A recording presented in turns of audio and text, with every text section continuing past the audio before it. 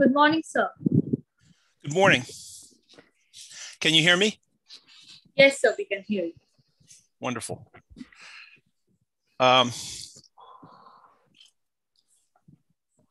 have a PowerPoint, so when we're ready, we can. I can start to share my screen.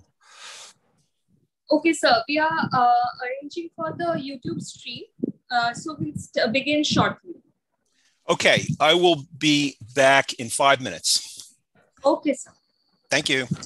Thank you, sir.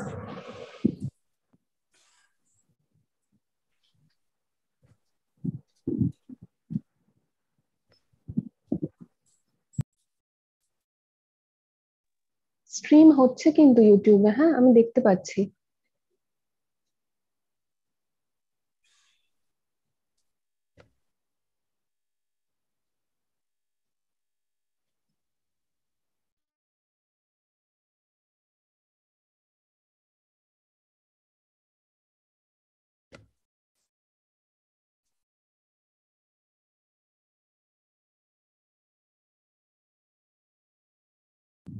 Ma'am AC ma'am.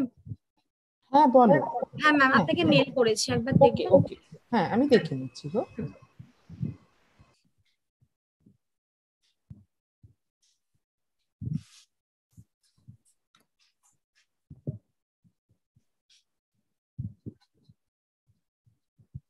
Hello. Hello.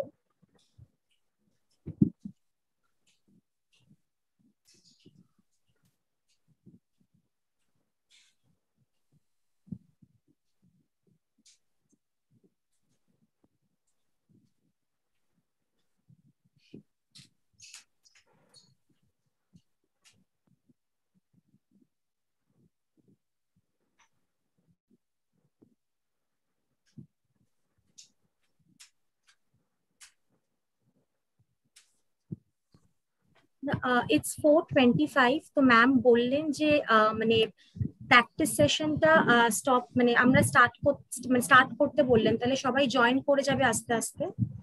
ঠিক আছে, তাহলে start করছি। ওকে, তাহলে আমি start করছি।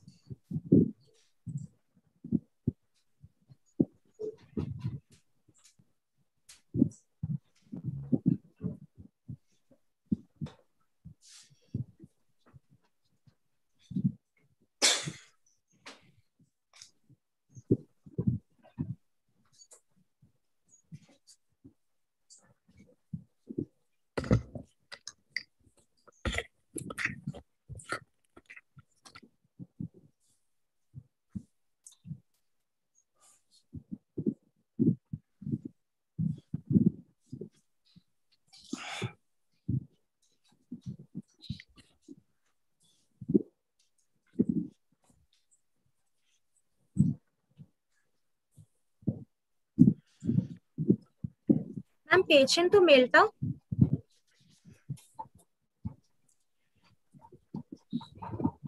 AC ma'am? হ্যাঁ পেয়েছি, আমি মেল করছি সবাইকে। ওকে ওকে ওকে, হ্যাঁ।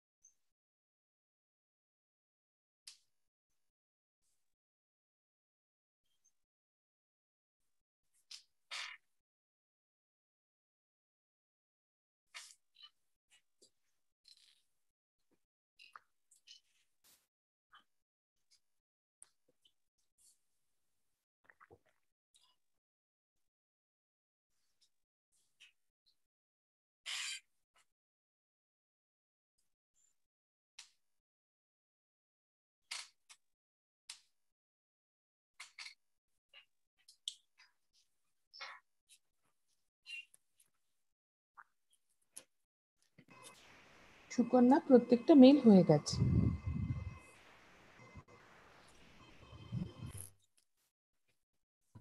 Okay ma'am, okay.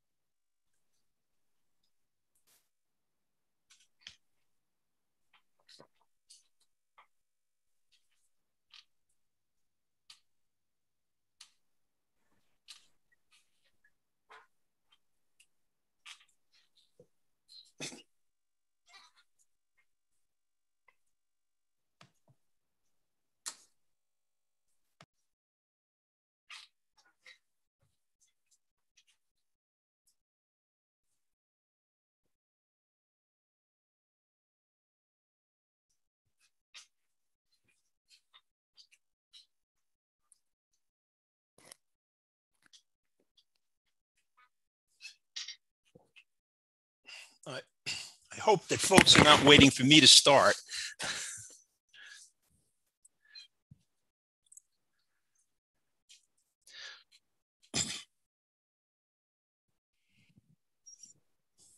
A very good evening to our respected delegates and participants, and a very good morning to our eminent speakers.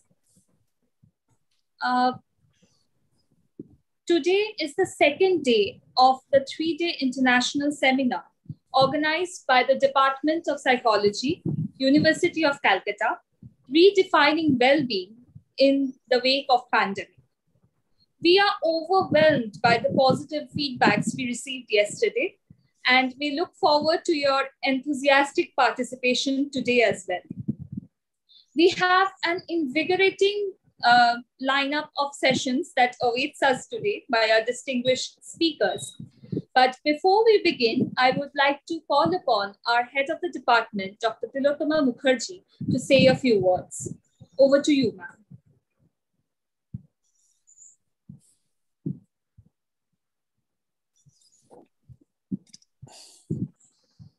Ma'am, please switch on your mic. Good morning, Brian. Yes, good morning. Namaskar. Good morning, Dr. Jagan. Good morning, my friend Joseph Osafo from Ghana. And good afternoon, good evening to all the people who are watching from different parts of India and all across the globe. This is the second day of the webinar. Yesterday, we had very interesting and motivating sessions from eminent speakers. I won't talk much now. I would request Brian to begin. Thank you. Can everyone see my PowerPoint, and do we have good audio? Yes, sir. It's visible. Yes? Sir. Okay, thank you. So,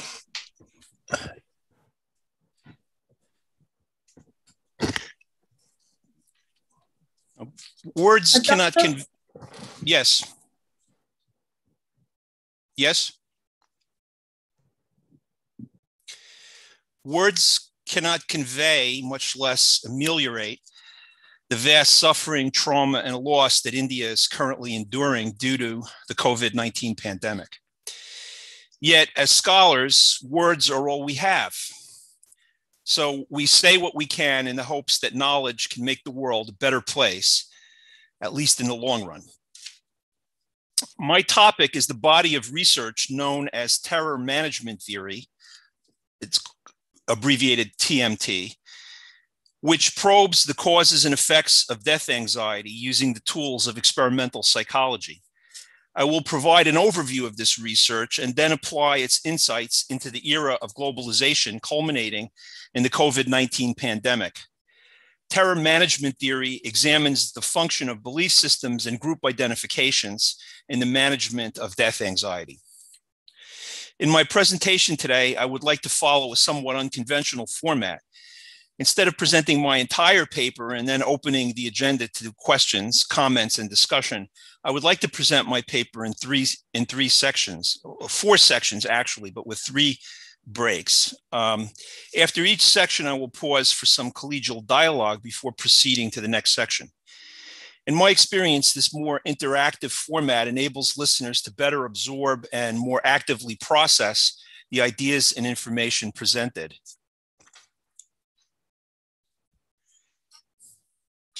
I will use a PowerPoint mainly to frame the 4 sections of the talk, which are death anxiety and authoritarian politics, the case of Trumpism, terror management theory, TMT and the global historical context, and clinical and social implications. I also want to take this time to say that I dedicate this presentation to our colleague, Professor Shovik Ray Chowdhury.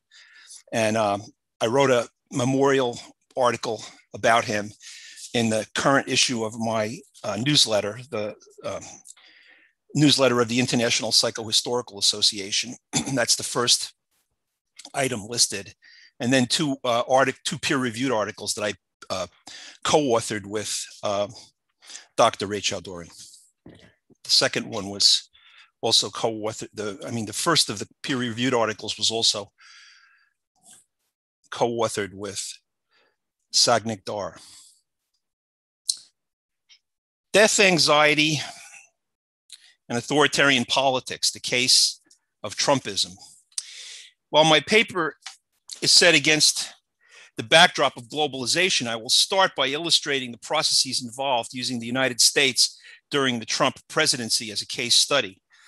I hope this viewpoint has some relevance to India's current struggles with the COVID-19 pandemic. Before his untimely death last year, I co-authored a peer-reviewed psychohistory article with Professor Shovik Ray Chowdhury on India, the United States, and the pandemic politics in an authoritarian age. I will not say more about this analogy today, but trust that Indian observers will find what I have to say about Trump, the pandemic, and terror management theory relevant to your own situation. And as much as authoritarianism and ethnocentrism are salient today in many parts of the world, this paper may also resonate with the experience of people living in some other countries. Many observers in the US and elsewhere were puzzled by Donald Trump's rise in American politics, winning of the White House in 2016, surprisingly strong support last year given his catastrophic mismanagement of the pandemic, and his ability to gaslight his party's voters about who actually won the 2020 election. There are, of course, many levels of analysis needed to understand all this and many relevant variables to consider. Terror management theory is a particularly useful tool, especially when combined with an historical analysis of the processes of globalization that have been operating for over a century. Terror management research examines the pervasive role of death anxiety in all domains of human culture, including politics and religion. The basic theory holds that the individual's awareness of his or her mortality, a dilemma unique to our species, motivates identification with something larger than the self that is imagined to be immortal, especially one's social group. The resulting social immortality systems may take many overlapping forms, including racial, ethnic, gender, class, religious, political party, and national identifications. Numerous peer-reviewed TMT studies, some of which will be summarized in this paper, have confirmed the causal nexus between death anxiety and group identification. These findings emerge from two kinds of experiments. In the first kind, a treatment group is unwittingly exposed to death-related words or images and is then found to have higher levels of group identification than control subjects.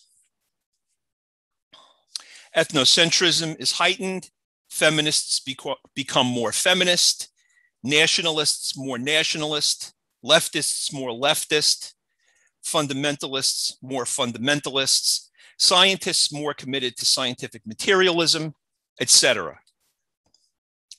It doesn't matter how you define the group identification becomes heightened. Second, when group identities are challenged, it is found that people spontaneously produce more death-related words and images than control subjects.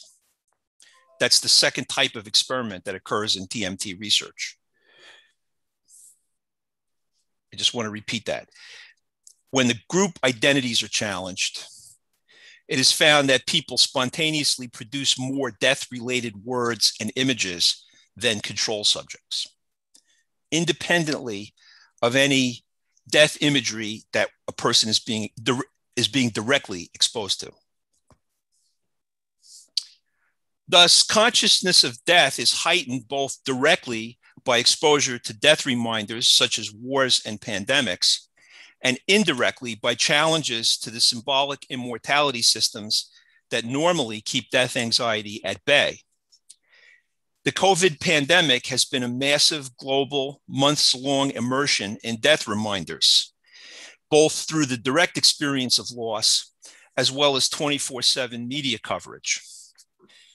TMT predicts that such massive exposure to death would heighten group identifications, which applies, for example, to political party identification, political ideology, and in the United States, white supremacy and Christian fundamentalism.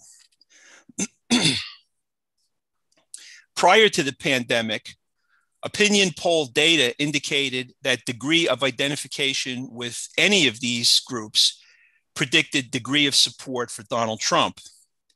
And this relationship is stronger for individuals identifying with two or more of the groups. For example, Republican Party and evangelical Christian community.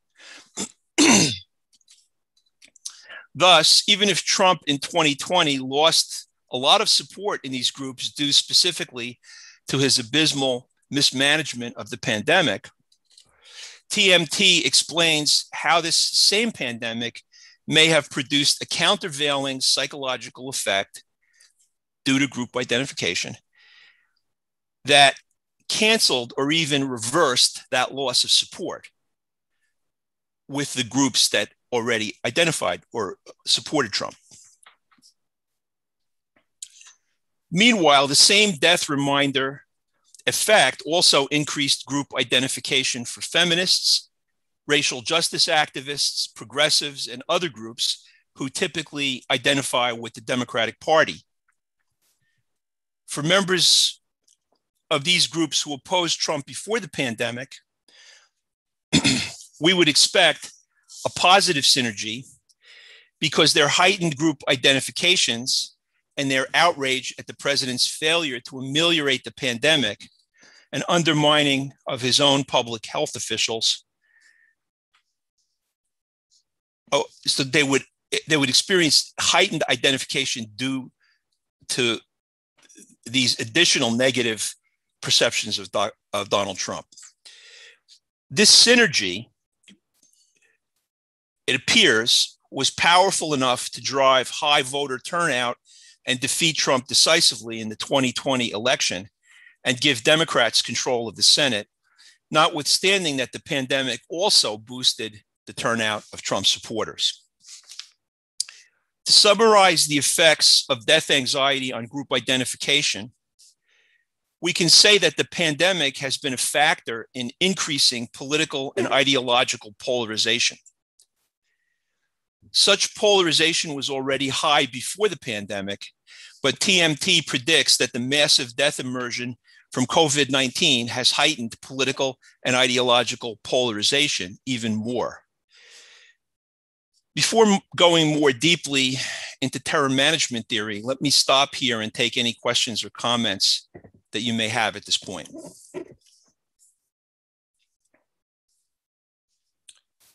We can also take a moment of silence, or if the organizers of the conference think it's better for me to just read the whole paper, I'm okay with that also. But I'm open to questions or comments now, and after a minute, if I don't hear any, we'll proceed. Brad, we are taking questions at the end of your deliberation. Okay, that's fine. Yeah. Okay, we have that's for that.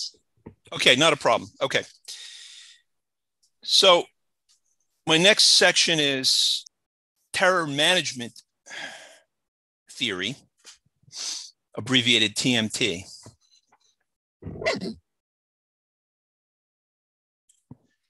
Excuse me 1 minute here.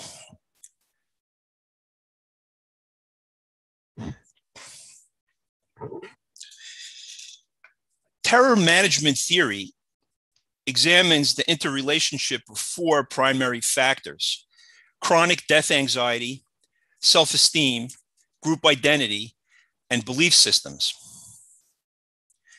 As early as age 3, children become aware that other animals, dogs, cats, grandfathers, die. Older children, when their egos become sufficiently formed, realize that they too are going to die.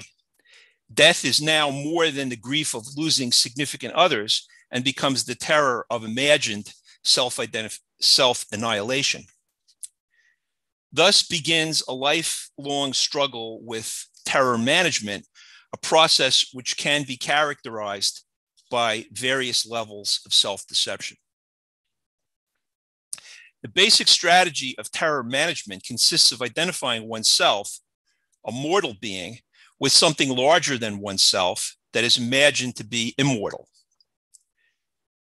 For children, merging psychically with their parents typically provides a temporary refuge from the terror of self-annihilation. As a person matures, however, when I say self-annihilation, I don't mean self-harm, I mean that the self is going to be annihilated. As the person matures, however, it becomes painfully obvious that parents, as well as parent surrogates, such as teachers, bosses, or political leaders, will also die and are thus incapable of providing the needed immortality. Identification with the larger social group of which parent figures are delegates then becomes the terror management strategy of choice. This requires a belief system in which the group will persist indefinitely and in which the individual will be remembered as a valued member of the group. Such systems of social symbolic immortality take many forms. Examples include religious communities, nations, and even the international scientific community. Being a member in good standing of any such group confers self-esteem, security, and a measure of symbolic immortality. Having children provides another avenue of symbolic immortality available to most anyone, independent of other social accomplishments. Terror management theory, sketched only briefly here, has proven to be a rich source of testable hypotheses. Sheldon Solomon et al.'s 2015 book, The Worm at the Core, on the role of death in life, summarizes this research. The front cover of the book is my slide here. Here are some examples. To test the hypothesis that group identification functions to manage death anxiety, an ethnocentrism questionnaire is administered to subjects on the sidewalk under two conditions: in front of a cinema advertising a violent film and in front of a food store. Questionnaires collected in front of the violent advertisement, which is a death reminder, show measurably more ethnocentrism. Other experimental studies also demonstrate the converse, that challenging ethnocentric beliefs makes death imagery and ideas more salient. Nor are the belief systems at issue in TMT research limited to ethnic or national group identities. For example, a person who identifies as a left activist will become more leftist in response to death reminders, and a person who identifies as a scientist will become more militantly pro-science and opposed to anti-science viewpoints. These findings are independently corroborated by research showing that death anxiety increases the desire to proselytize, independently of the content of the belief system being propagated, and thus that proselytizing alleviates death anxiety. All of this confirms the picture that increased ideological polarization in the world at the present time may be related to increased death anxiety. Note that increased death anxiety can result from direct sources, such as the current pandemic, or indirect sources. Death anxiety induced by challenges to one's cherished beliefs due to clashes of culture and political conflict. The latter shows the relevance of TMT, the latter being clashes of culture and political conflict, shows the relevance of TMT to understanding a number of trends in our historical period related to ideological polarization, such as the huddling together of like-minded individuals in, quote, silos on the internet and on social media. I don't know if you use the term silos in India, but in the United States, a silo is an enclosed space where people segregate themselves from people they disagree with. Note that increased death anxiety, also relevant in this historical context is research showing the effects of death reminders on support expressed for types of political candidates. Compared with a control group that did not receive death reminders, the treatment group in one such experiment preferred charismatic candidates to relationship-oriented candidates, or ones who promised to, quote, get things done. This suggests that charismatic leaders such as Donald Trump, Jair Bolsonaro, Narendra Modi, and Vladimir Putin may be capitalizing on an era of death anxiety resulting from a worldwide, quote, clash of cultures in our time of globalization and expanding telecommunications. Other TMT research explores the nexus between self-esteem and group identification. Confirming the hypothesis that group identification is driven by threats to self-esteem, with self-annihilation being the ultimate such threat, individuals whose self-esteem is experimentally undermined cling more to their cultural meaning systems than those whose self-esteem is experimentally boosted. In addition, when individuals' self-esteem is undermined, they spontaneously produce more death-related words than those whose self-esteem is boosted, confirming that self-esteem and group identification function to keep death anxiety at bay. Other studies show, actually, I think I'm going to skip this paragraph because I want to have ample time for discussion. I want to conclude this overview of terror management theory by connecting some dots between the topics of self-esteem, religious fundamentalism, and authoritarianism generally.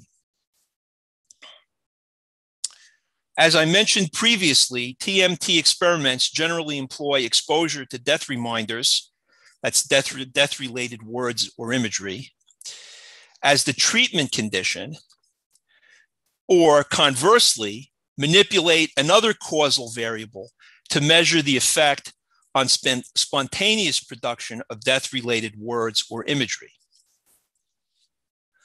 A key causal variable in this research is self-esteem, which can be boosted or undermined by administering a short achievement test and telling subjects that they scored above or below the average.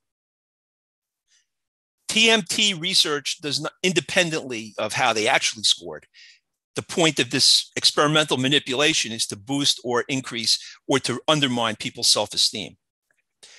TMT research does not generally examine individual personality differences, but in one study, subjects were partitioned into high and low self-esteem groups based on a psychological test. The results were similar to those from studies where self-esteem was experimentally manipulated. The topic of self-esteem links TMT to other bodies of empirical research, such as the attachment literature, which shows that individuals with high baseline levels of self-esteem typically experience secure attachment in infancy and early childhood. Such individuals are still vulnerable to adverse experiences in later life, including death anxiety, but navigate such experiences with more resilience and are less overshadowed by them. The nexus between self-esteem and authoritarianism in terror management also merits further investigation. There is evidence that threats to self-esteem increase death anxiety, which in turn increases authoritarian identifications with social groups. That is to say, ethnocentrism, and with charismatic leaders. Here, TMT intersects with research in psychohistory and political psychology, showing the roots of adult authoritarianism in the childhood experience of punitive parenting. All of this suggests the need to distinguish two poles in a continuum of religion, which can be designated fundamentalist and humanist. I hypothesize that fundamentalist groups of any religion tend to attract individuals with low baseline levels of self-esteem, while humanist religious groups attract high self-esteem levels. I would also say that the correlation is clearly related to the culture of these groups. It's not just that people choose certain groups, but whatever group you're born into, if there's a culture of punitive child rearing parenting, then people exposed to that are going to have lower levels of self-esteem. Some examples of this fundamentalist humanist typology include the Orthodox and Reformed branches of Judaism, the Wahhabi and Sufi movements in Islam, Opus Dei and the Focolare movement within the Catholic Church, and the Hindu nationalist and Vedanta traditions in India. Fundamentalist humanist. There is some evidence that supports this picture.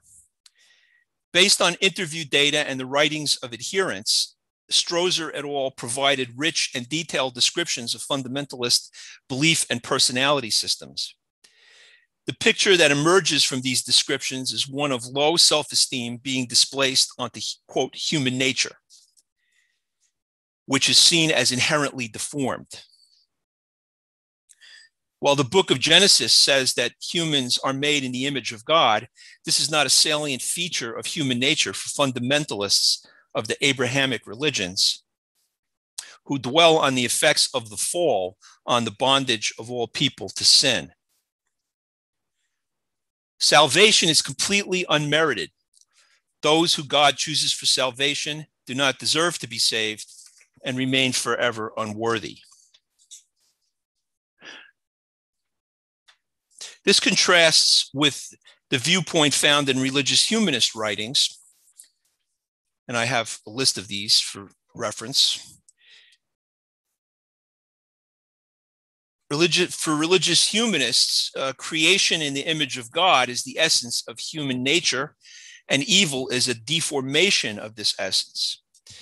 While they acknowledge that violence and oppression have marred society for centuries, they view history, that is, the humanists, view history as a story of moral progress. For religious humanists, the future is uncertain, but whatever it holds, humans will create it and will either flourish or perish together. In light of this research, it would appear that Freud's critique of religion and the future of an illusion, this book came out in 1927, but still has some relevance, continues to be relevant today, but applies mainly to the fundamentalist and not the humanist variants of religion. Religious humanists do not entertain crudely anthropomorphic notions of God, anti-sexual moral codes, gender stereotyping, or apocalyptic and otherworldly mindsets. The afterlife is not a salient feature of their meaning systems, and many do not believe in any kind of individual survival after death. The faith of many religious humanists consists of a mystical appreciation of the unity of all things, which they have in common with thinkers such as Adi Shankara, Spinoza, and Einstein. This distinguishes them sharply from fundamentalists who tend to embrace dichotomous and individualistic thinking, culminating in a rift between the saved and the damned at the end of history. Religious humanists generally embrace spiritual values such as nonviolence and love, and frequently define God as the epitome of love. On the matter of the effects of punitive parenting on how that damages, often producing lifelong damage to the self-esteem of children, who then carry that on as adults. Christian theologian Donald Capps describes this mindset and the use of religious ideas and biblical injunctions to legitimize punitive parenting.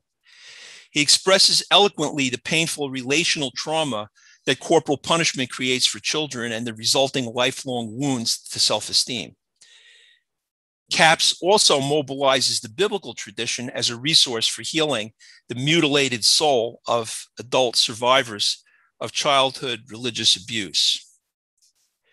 By contrast with fundamentalists, when Capps and other humanists say that God is love, they typically have in mind something like what Erich Fromm or Martin Buber meant by the term. Benson discusses this fundamentalist humanist continuum using examples from American Protestantism and traces divergent images of God to associated parenting norms. I'm sorry that I can't say more about how this applies to India. I was collaborating with Professor Shovik Raychaudhuri because he knows India and I don't. So I'm not going to try to say anything, but hopefully some of this applies also to your to the experience of people in India and the way religion works and politics works in India.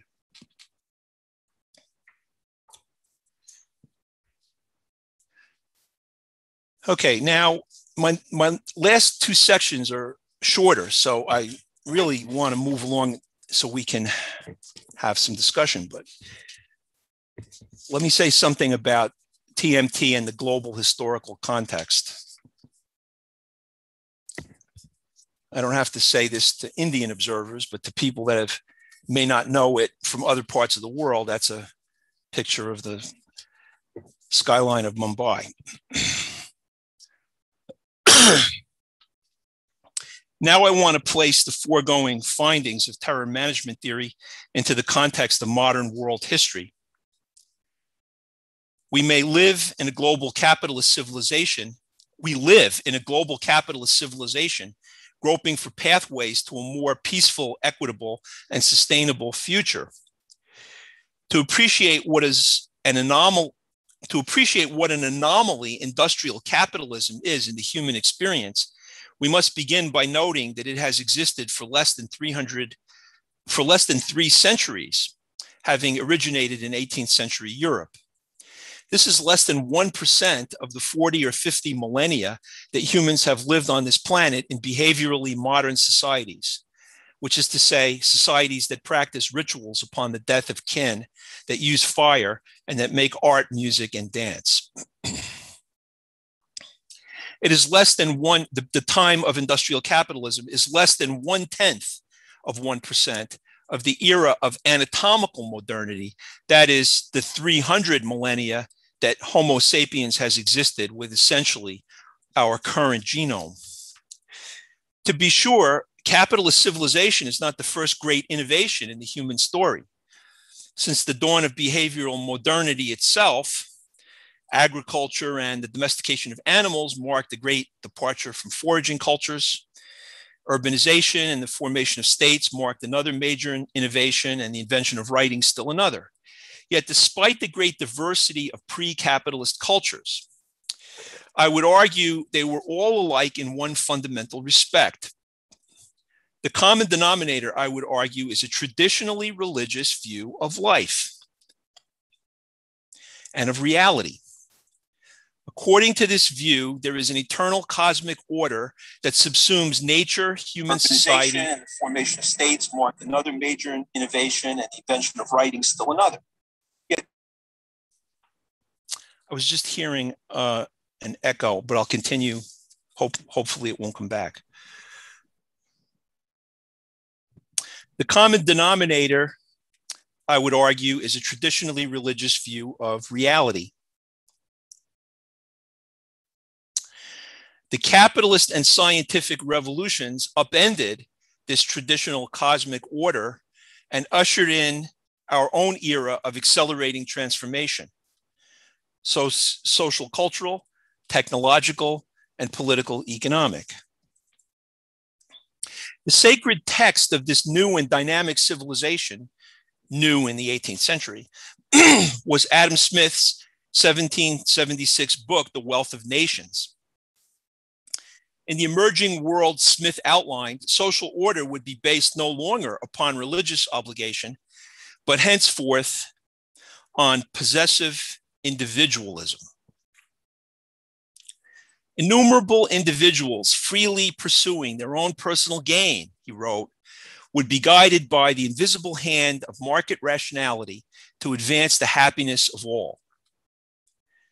The road to this materialist utopia passed through the Industrial Revolution, which imposed horrendous hardships on the common people of Europe and now of the whole world.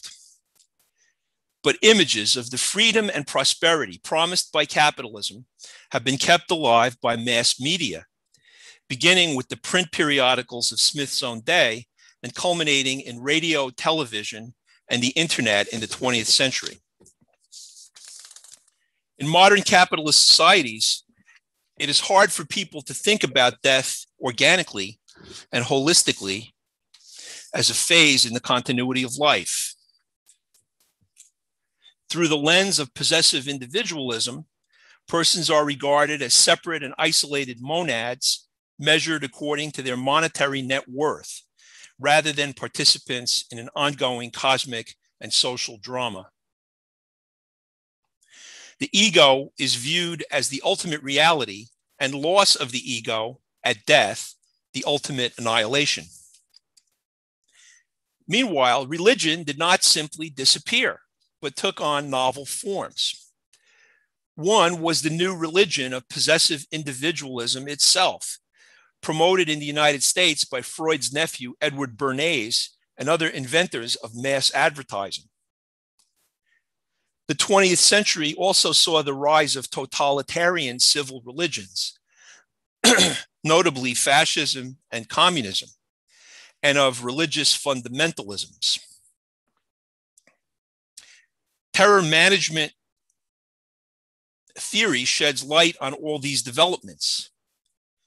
It tells us that threats to one's meaning system exacerbate death anxiety, which in turn causes a person to cling even more fiercely to his or her cherished beliefs. The rise of mass communications made such challenges to people's meaning systems chronic and routine. The new medium of motion pictures, for example, in the early 20th century, became a cultural battlefield between racist films in the United States, like The Birth of a Nation and Gone with the Wind, and Charlie Chaplin's work celebrating social equality. While a mortal conflict between communist and fascist propaganda was raging in Europe and Asia, the United States saw a culture war between rural fundamentalists and urban secularists, which erupted in a 1925 nationally publicized courtroom drama on the teaching of Darwinian evolution in public schools. This culture war between fundamentalists and secularists continues in the United States until this day. By the year 2000, global corporations were allied with US military hegemony and were deploying sexualized advertisements and other content promoting a consumerist lifestyle, undermining traditional religions around the world, as capitalism had previously threatened rural fundamentalism in the United States. This clash of civilizations was the context in which fundamentalist jihadis staged globally televised attacks in 2001, striking the World Trade Center, a symbol of transnational capitalism, and the Pentagon, a symbol of US military hegemony. For religious fundamentalists and other adherents of authoritarian cults, the possessive individualism of capitalist culture is supplemented by or replaced with distinctive worldviews having archaic elements. Some, for example, believe that God will destroy the entire world except for a faithful remnant of believers who will enjoy permanent happiness in heaven. Others, like adherents of the QAnon cult in the United States, entertain a group fantasy featuring cannibalistic Satan worshipers. The prevalence and tenacity of such cults, many of which are bizarre, suggests that possessive individualism cannot satisfy our species' deep-rooted need for community. The fundamental problem is the failure of possessive individualism, the religion of capitalism. Humans are social beings and will create and seek out novel forms of community if the dominant culture fails to meet their needs.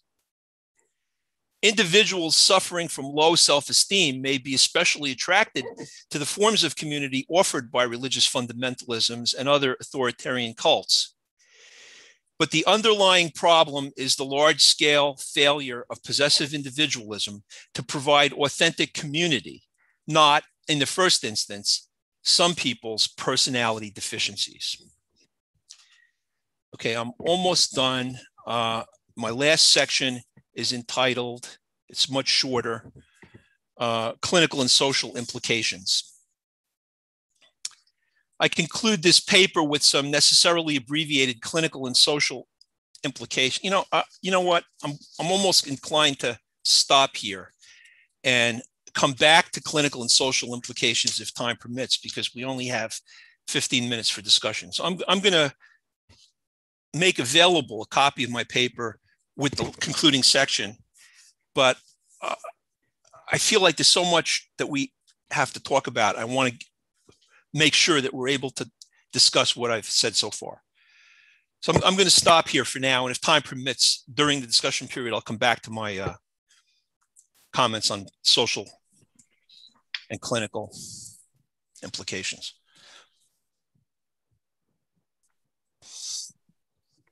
Thank you, sir.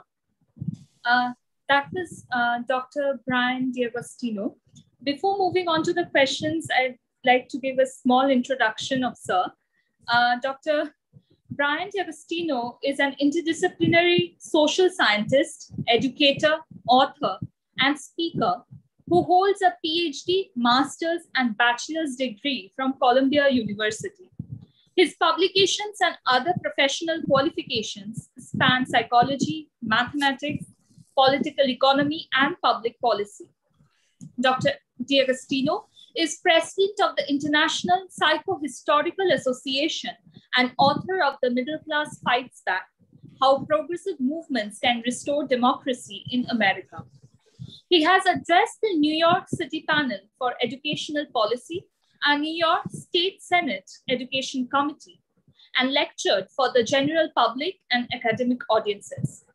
His publications have appeared in the peer-reviewed Political Science Quarterly, Political Psychology, the Journal of Psychohistory and Review of Political Economy, as well as popular publications including New York Daily News, Zed Magazine, and Bulletin of the Atomic Scientists. Brian lives in New York City with his wife, Constance L. Benson. Thank you, sir. Now, moving on to the questions. The first question is, can death anxiety be collectively shared by a minority group, as we might see in the Black Lives Matter movement?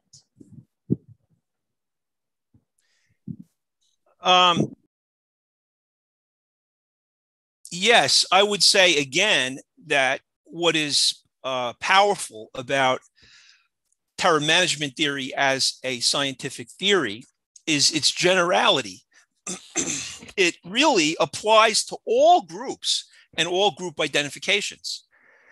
So certainly if someone identifies as an American Black or as a white person in solidarity with Blacks, that group identification will also be heightened by death reminders. Yes.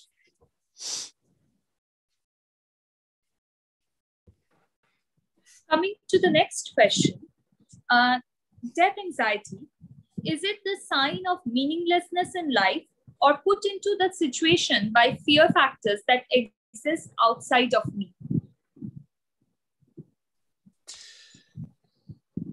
So the theory of I'm going to say that the theory of terror management is that as soon as the individual becomes aware of their mortality, and that's at age 3, as early as age 3, children become aware that the pet dog dies, you know, grandpa died, whatever. They become aware of death, and at that age, it's just identification. It's loss. It's loss of someone that was close to you.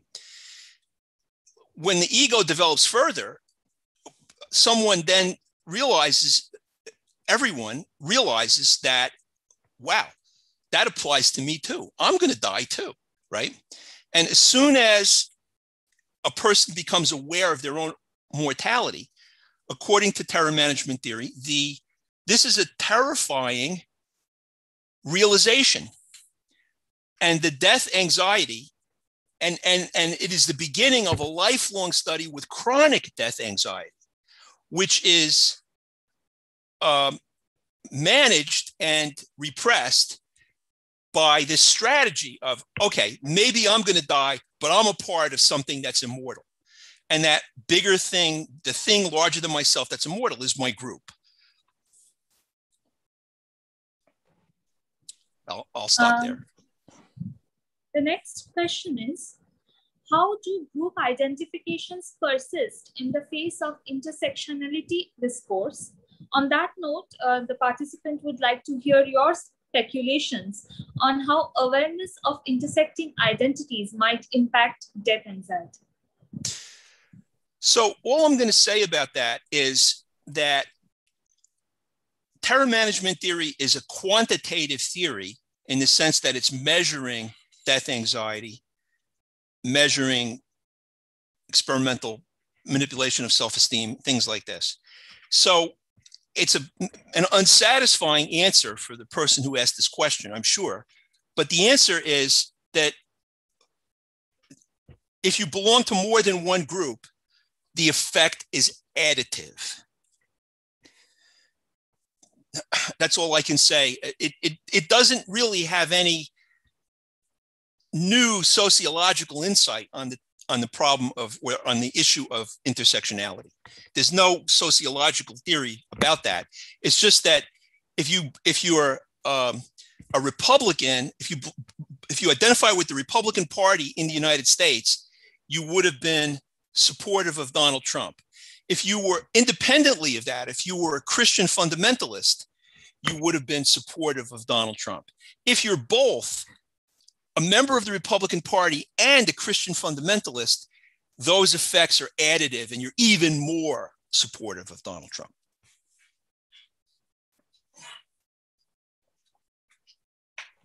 Thank you, sir. The next question is, what should a person do in this pandemic moment if he is afraid of the death of another person in the family?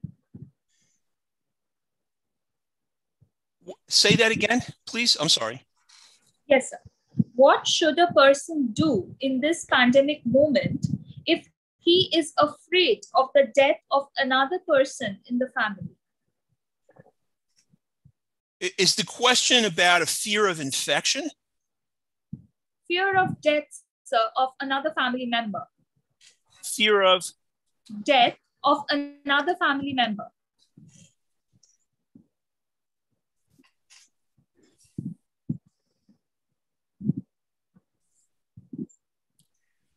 I'm not sure. This is part of the occupational hazard of being an academic.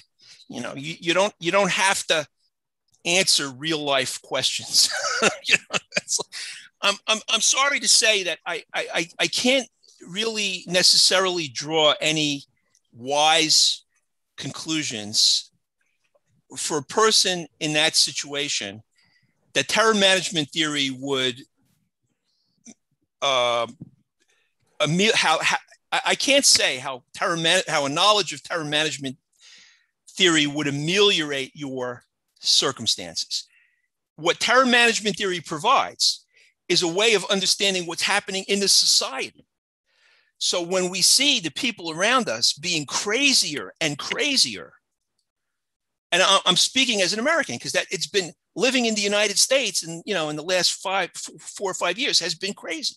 It's been one of the craziest times in American history. And so terror management theory helps explain the collective craziness of people. I don't know that it necessarily has much to say in terms of advising people how to cope with that on an individual level. Okay, sir. So the next question is, if you could kindly elaborate a bit more about the relationship between possessive individualism and today's current pandemic situation, and what is its implication on our way of survival today?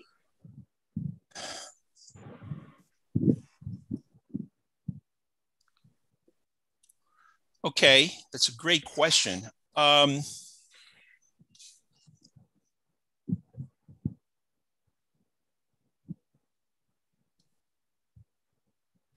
I just think that possessive individualism has created a culture and an ideology and a belief system that undermines solidarity. So I'll answer that question. I don't know how this is playing out in India. I'll answer that question, how it's playing out in the United States. There was a mentality in the United States under President Trump that, the Republicans thought, oh, this is those people in the cities, Black people, So there was a mentality that this is not my problem. This is somebody else's problem, right? And it's not true because that's not how pandemics work. Pandemics, spread. And, if you think you're immune from the effects of a pandemic because hasn't gotten to you yet, you're deluded. So that's not how pandemics work. But what's happened is instead of thinking about the problem from the perspective of solidarity, many people and many politicians have promoted the individualistic way of thinking about this that has been completely misleading to people. I'll stop there.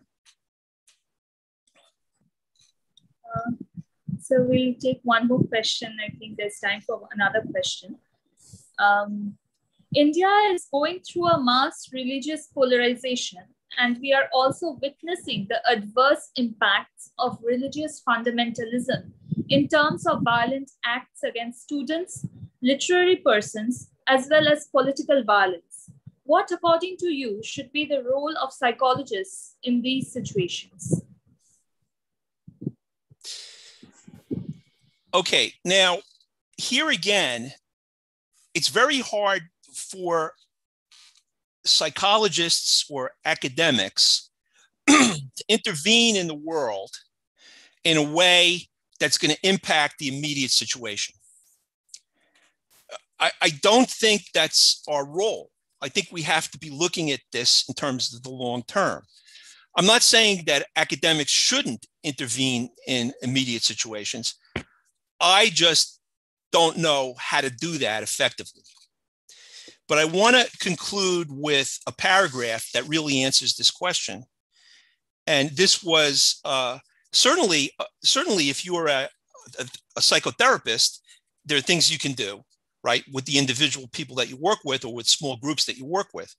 But what I want to say, I'm going to conclude with this paragraph, and that really answers, that's the best I can do to answer this question. It's a long-term perspective. I'm thinking, what can we do so that 50 years from now, we're not going to be living with the same possessive individualism that we have now. In addition to promoting individual healing, therapists and psychohistorians can intervene at the societal level by supporting parenting education. For example, parenting classes in schools can help free future generations from attachment disorders and punitive parenting. Teaching these classes to boys as well as girls also helps dismantle the intergenerational transmission of gender stereotypes, notably the notion that baby care is women's work. Another parenting education initiative is the French magazine PEPS, P-E-P-S, which provide a forum for parents to share positive parenting practices and experiences. Other parenting resources include the Wonder Weeks book and website, and the Parenting Relationship Counseling Foundation. I'm happy to give all these references to people, but my concluding thought is this. If we want the future to be different from the past, if we want to be dealing with kinder and gentler people in 50 years, the personality of those people is being formed right now. If those, as children, if they're being beaten, that's going to impact the future. When babies are born, if the mother and the father who could be involved with infant care are not able to connect and maintain good, secure attachment with the infant, that insecure attachment is going to show up 50 years from now. So the most effective thing we can do is to engage in parenting education so that the next generation will be better than this one. Absolutely, sir. Thank you, sir, for such an enriching session. I would now like to call Dr. Tilotoma Mukherjee, our head of the department, to say a few words.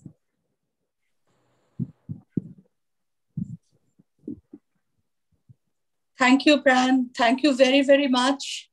I wish my colleague, late Dr. Shobhik Rajudri, was here today, but I'm sure he is watching us from above. We have Kea in Zoom platform with us. So I would request Kea to say hello to Brian.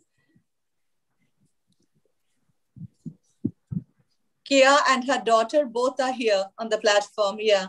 I saw her and her daughter while I was speaking. I saw her while I was speaking. Yes. Kea?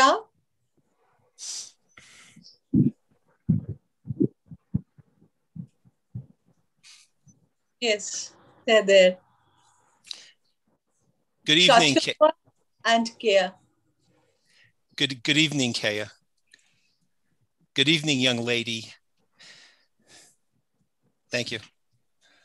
It's great to see you. Thank you. Kea and her daughter both are here on the platform. Yeah. I saw her and her daughter while I was speaking. I saw her while I was speaking. Yes. Kea? Hello. Hello. Now I get to see you and you get to see me. Yes. They're there. How are you? Very well. Thank you very much. Thank you. And Kea. Good evening, Kea. How are you? Good evening, young lady. On behalf of the department, it's great to see you. Thank you. Kea and her daughter both are here on the platform. Yeah. I saw her and her daughter while I was speaking. I saw her while I was speaking. Yes. Kea? Hello. Hello. Now I get to see you and you get to see me. How are you? Very well. Thank you very much. Thank you. Yeah. Thank you. Good evening, Kea. Good How are you?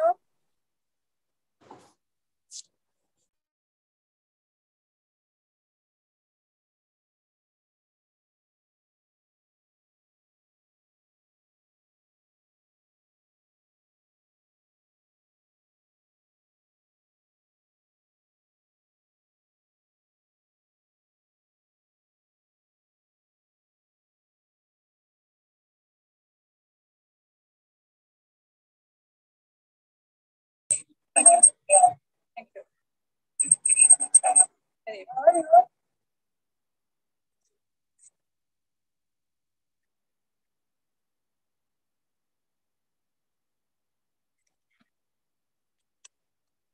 Meeting থেকে চলে গেছো?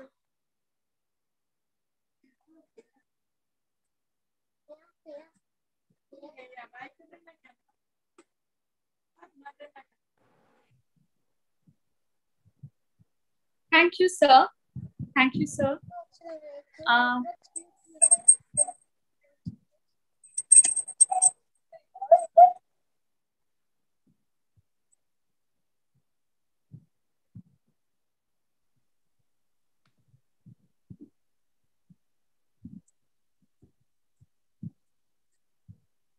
We'll now move on to our next speaker, Dr. Jagan Chilakamari.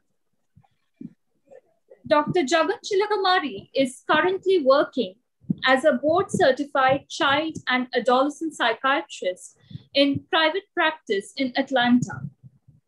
He is the medical director and CEO of his private practice called Atlanta Psychiatric Institute.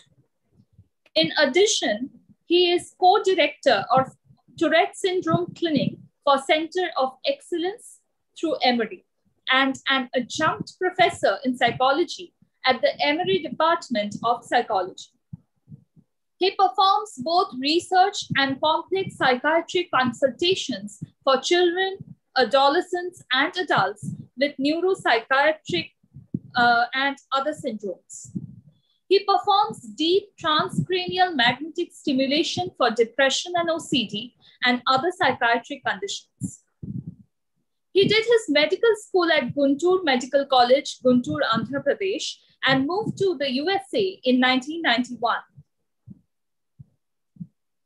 He finished his training in child and adolescent psychiatry from St. Louis University School of Medicine in 1996 and finished his adult training at Yale University and did NIMH-sponsored fellowship in autism and developmental disabilities through Yale's Child Study Center.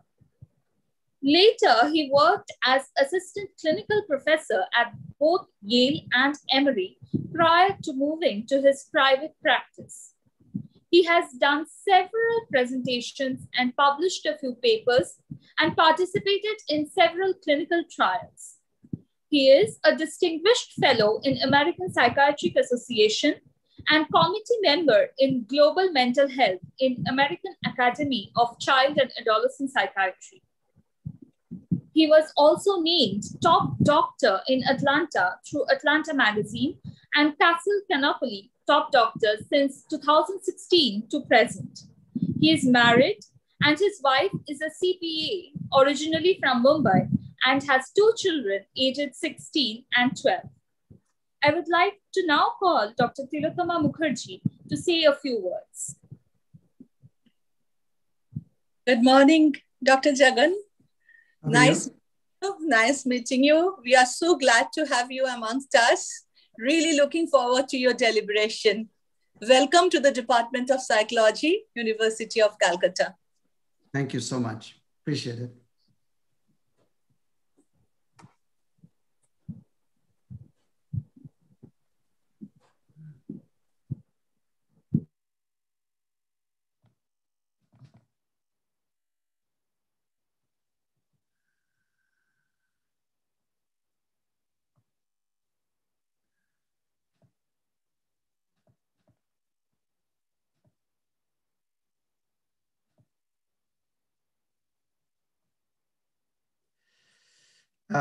Can you hear me? Yes, sir. We can hear you and see your screen. Excellent. Okay.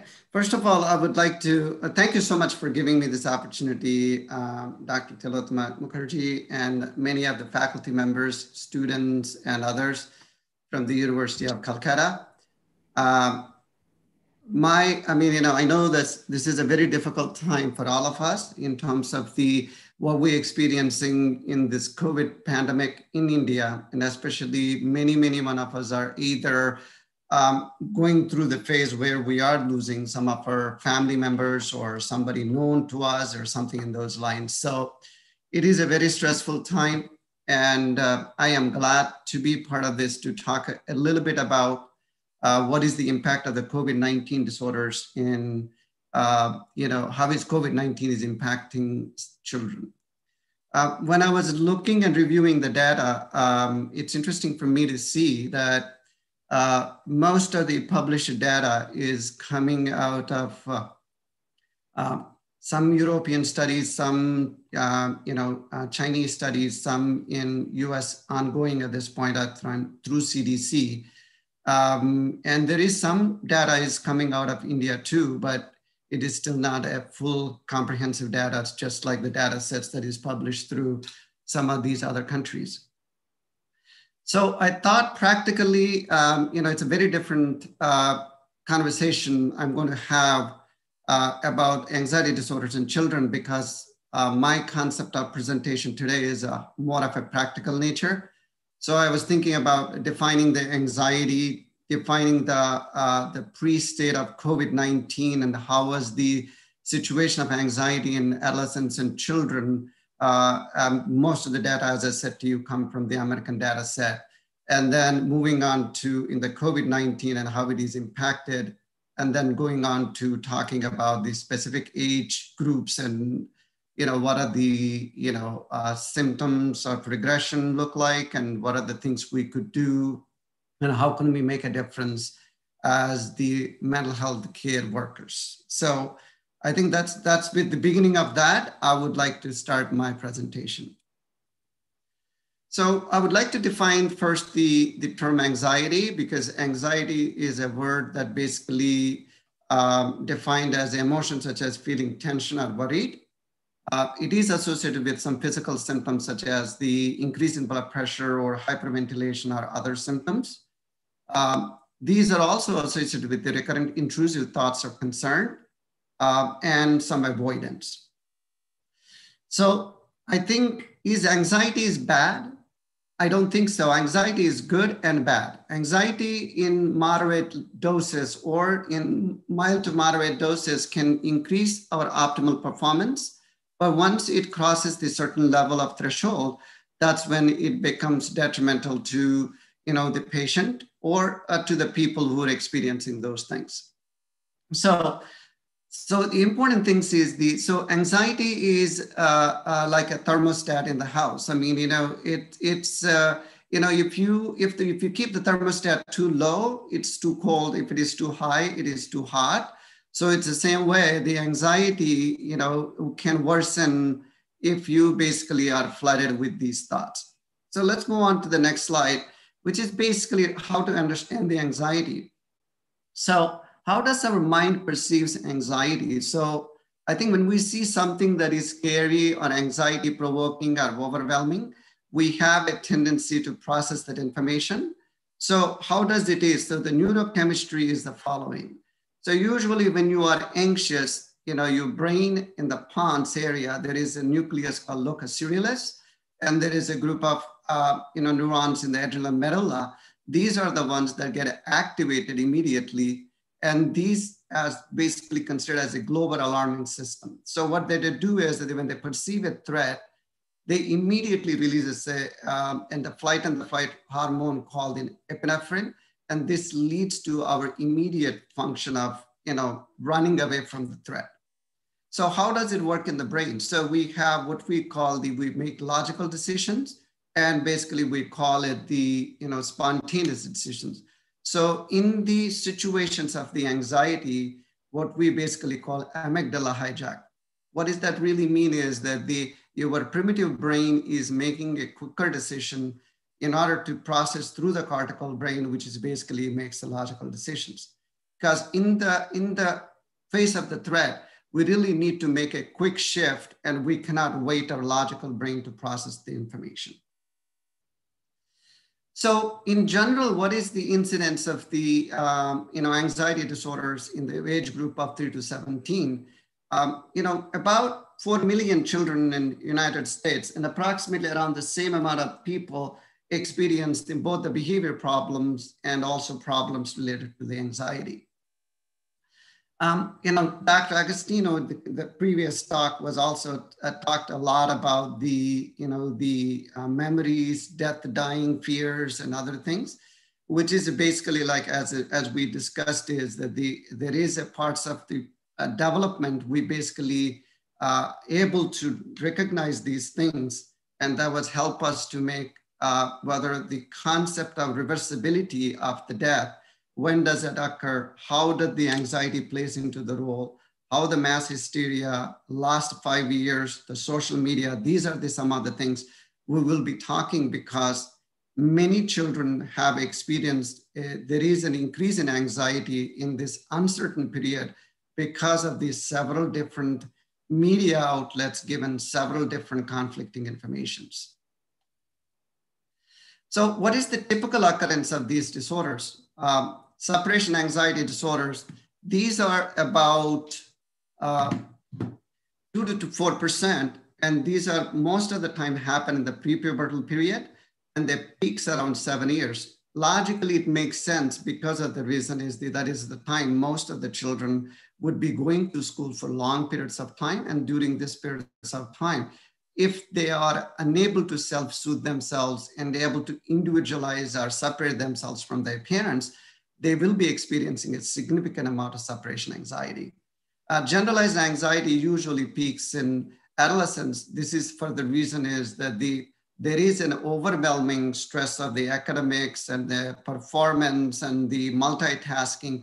These are the kind of things increase the overall difficulty for these children because of the reason they opt to be managing several different things and they have trouble with prioritizing, so they start feeling anxious. Panic disorder, this tends to happen more in the teens and more in the girls. And the reason this is interesting is the panic is like, I would call like a fire alarm in your house. So it's kind of like, you know, the fire system is designed to prevent the threat. But in panic disorder, you have a malfunctioning fire alarm because of the reason is the fire alarm is coming on in the times when there is just a smoke happening rather than real threat happening.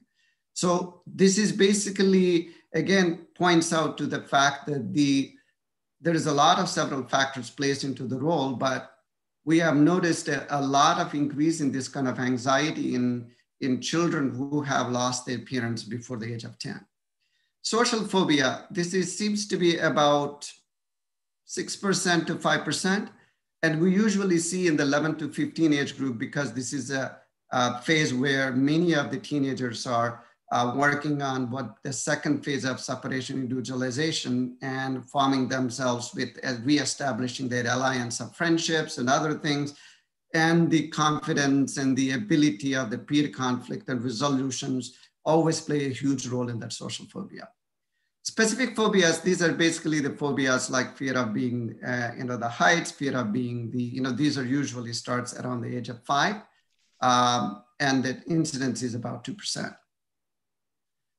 When you're looking at, this is the National Comorbidity Survey for Adolescents. And when you're looking at these surveys also, the rates approximately around the same as the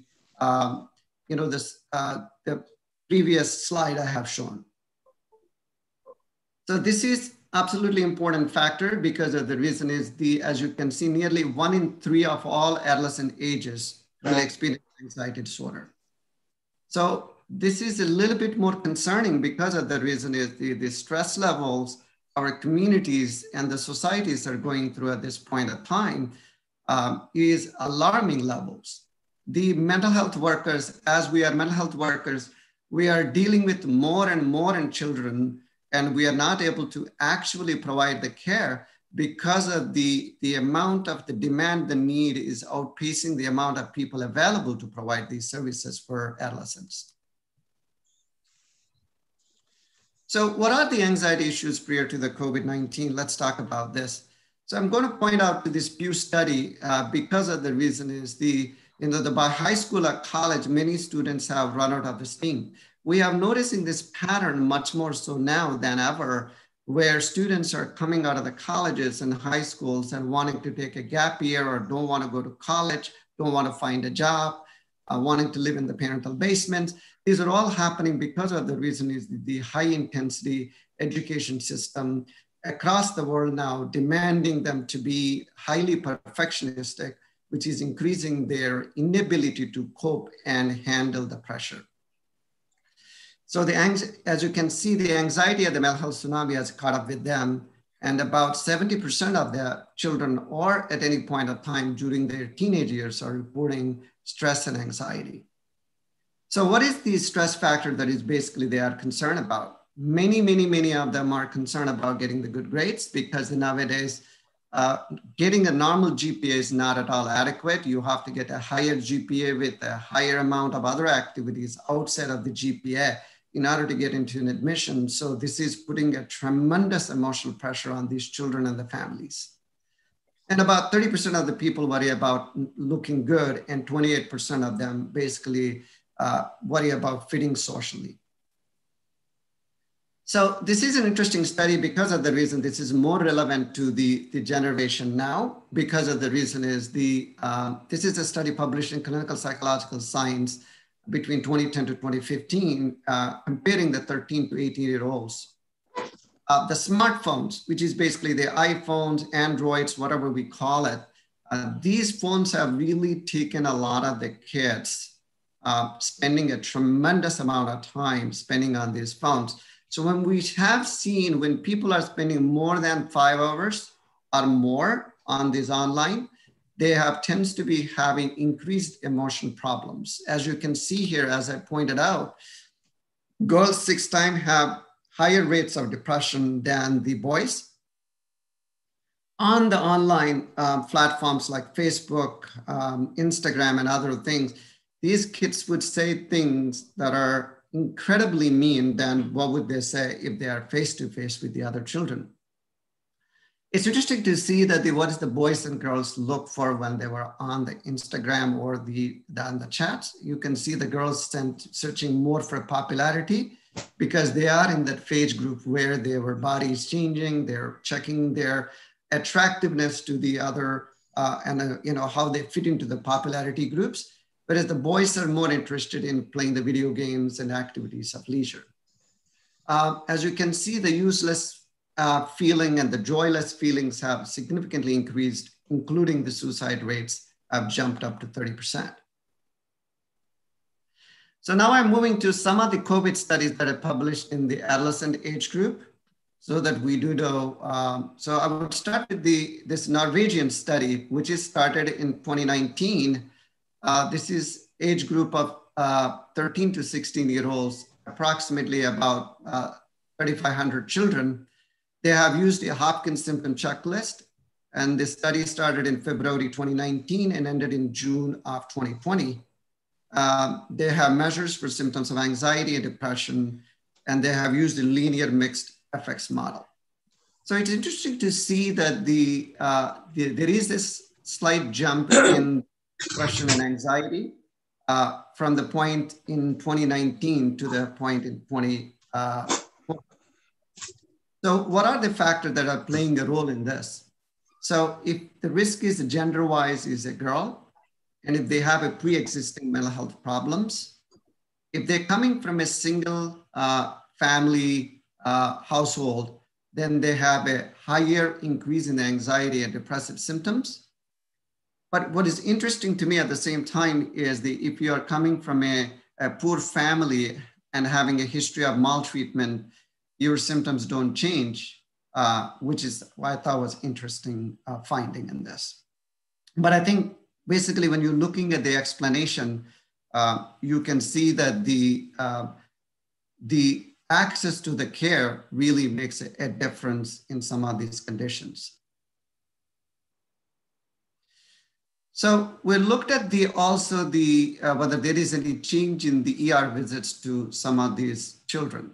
So it's interesting that since COVID-19 has been announced in March of 2020, CDC has published a data, and you can see compared periods between the January to October of 2020 to the same period in 2019, there is a 40% reduction in all ages of ER visits, which seems to be substantial. And between the mid-March, which is the time when they announced the lockdown in United States, through the October of 2020, there is a substantial increase in the mental health visits for children. There is a 20% raise for the mental health specific visits between the 5 and 11-year-olds, and 31% increase in the adolescents between the ages of 12 and 17.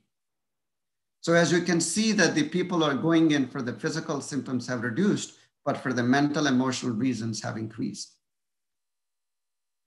So there are two interestingly big online surveys that were done in China. One is basically included 359 children and about 3,200 adolescents between the ages of 17 and 18. They have used the generalized depression scale and a coping scale and an anxiety scale.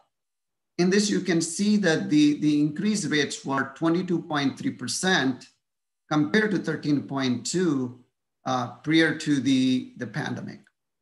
And the anxiety symptoms are also being noted to be very high. Interestingly, they have found that when they approach these children with a problem-focused coping style, which is basically helping them to work through the current problem, compared to the emotional-focused coping style, they have responded and they have a less association with the symptoms. This is another study published, which is basically included about 8,000 kids. And the measures they used are PHQ-9 and GAD-7, which is most commonly used scales in United States. PHQ-9 stands for the Primary Healthcare Questionnaire. This is the most common screeners we use in the primary care health offices. You can see that the depressive symptoms have substantially shown increase during the COVID-19, about 40%, and anxiety about 37%. And when you combine the depression and anxiety, it is coming up to 31%. And again, as you can see, the higher in the females and with the increasing grade of education, this seems to be higher. Again, it shows again, when you're using the problem-focused solving, this seems to be doing better. Here also, you can see people who have more additional knowledge of preventive control measures. This seems to be able to rationalize better than people who doesn't have those coping skills. And this is the very recent study that's published by the APA. And this is the reason why I included this, because of the reason is even though it was done in adults, you can see in that study that their concerns and the safety for their children.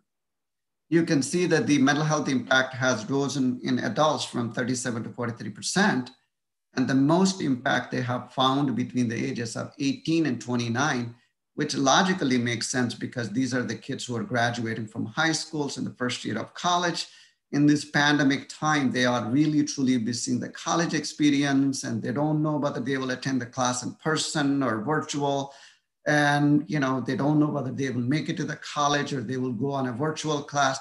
These are all the things really increase their concern for their future, safety, not going through the graduation. As these are all several different stressors have increased their impact. As you can see that more than half of the population in the survey basically were worried about their children who are 18 and under.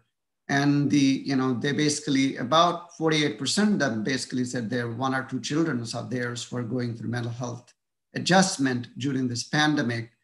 And there is about 26% were actually sought mental health, and 22% said they have trouble finding the mental health. So you can see that the raise in the amount of need for the mental health during this period, because of the reason is there were so many things were changed so quickly for so many families. As you can see that just looking at our own selves, we are doing a very virtual based seminar compared to a live seminar, which tends to be most common in pre to the pandemic. This is something I wanted to share because of the reason is that I'm not sure how much this is discussed in India or not, but there is a syndrome of Kawasaki-like syndrome has been found to be happening in children. This is called a multi-system failure. There is also increase in what we basically call the COVID-19 induced dysautonomia. This is a condition which is also known as the, somewhat in the same condition group called the POTS, which is known as the postural orthostatic tachycardic syndrome. This is a syndrome where, the blood pooling happens in the legs and they have trouble pumping it towards the heart because of the reason is your autonomic nervous system, which is known as the sympathetic and the parasympathetic system signals are not properly being traveling to the heart. So there is an increase in the heart rate, which is present as panic. And they also can experience increase in nausea, increase in feeling constipated, feeling dizzy. And these are all the symptoms look like anxiety and also like panic. But unfortunately, that is not neither anxiety nor panic. And these are caused by the affecting the parasympathetic sympathetic system. And these people needs to be treated for this condition rather than for the panic and anxiety, because the more the treatment you do for panic anxiety, these symptoms get worse. And the response is very poor to the medications. So let's talk about the PTSD occurrence. Approximately when they were started looking at the COVID recovery patients, approximately 1/3 of the patients have previous coronavirus infections.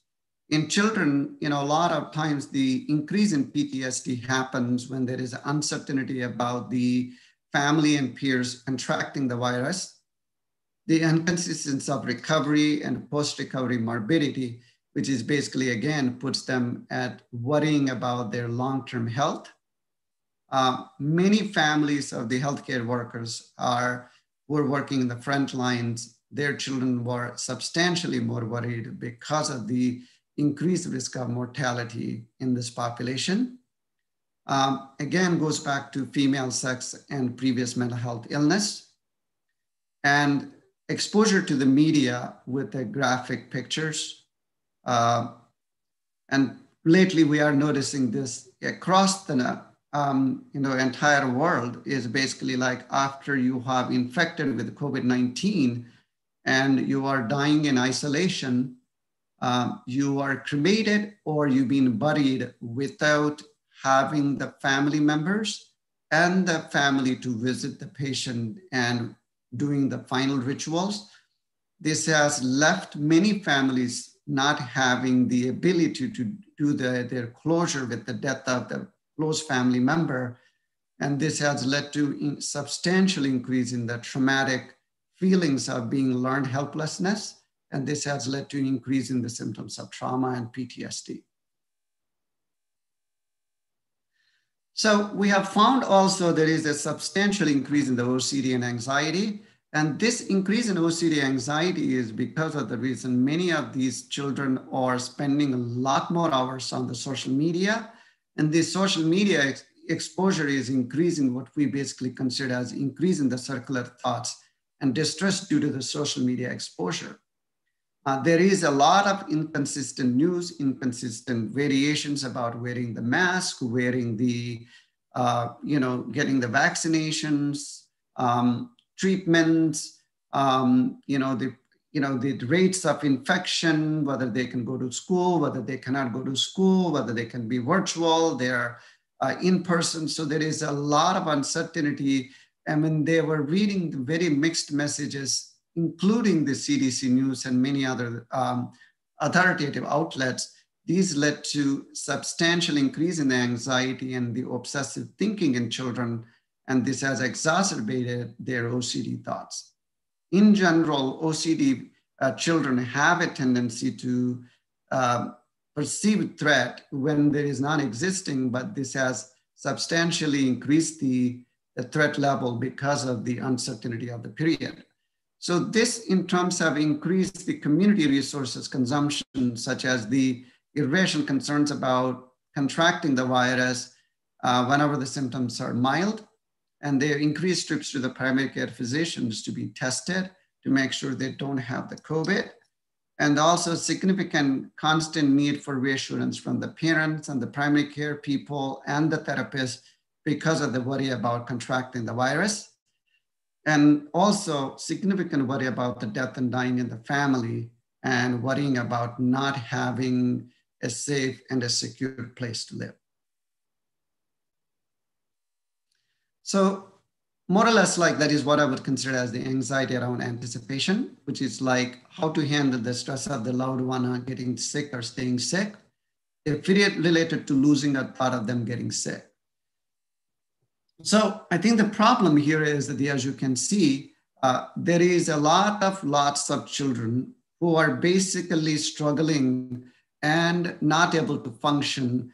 They all are regressing because of the lack of formal direction and lack of formal support, which is available at a community level, as a lot of the support that used to be available through community and other things have taken away during the pandemic because everything has shifted to the,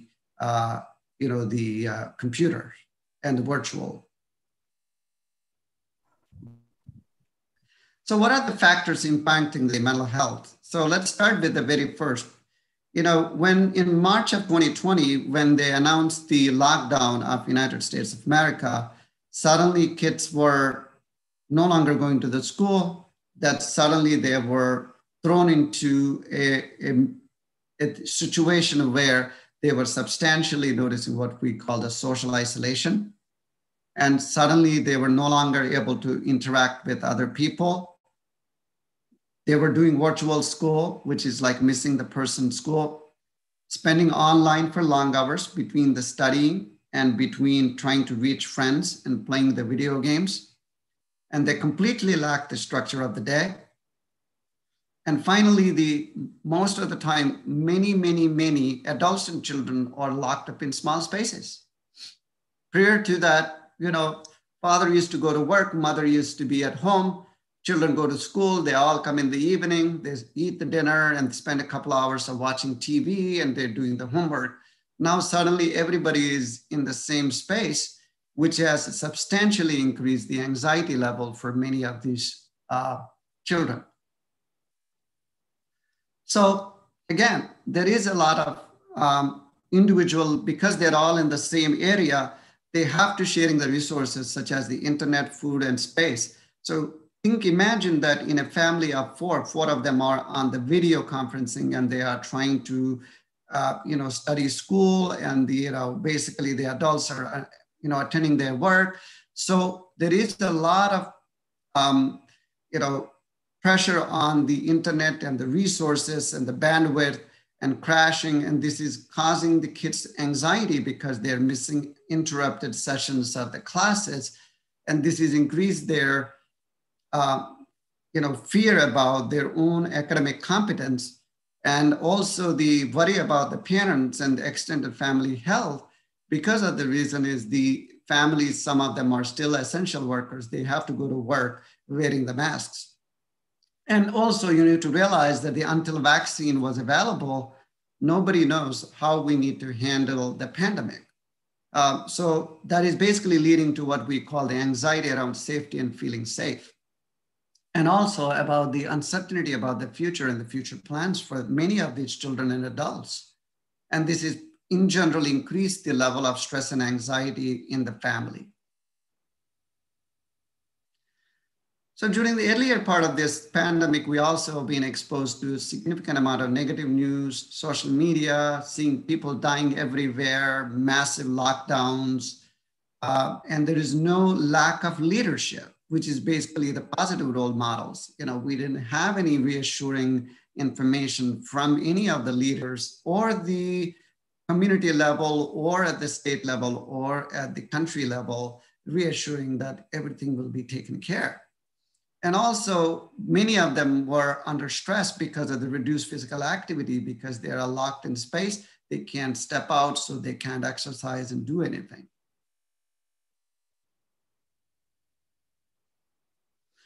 On top of all these things, kids also has to go through the fear of parental job loss and income. And also because parents are much more in the space, there is a definitely increase in the parental stress and conflicts. And also they do not have many ways of outlets to release their anxiety. And they started to experience a traumatic feelings and sense of detachment because of the fear of bleak news and lack of this pandemic in sight.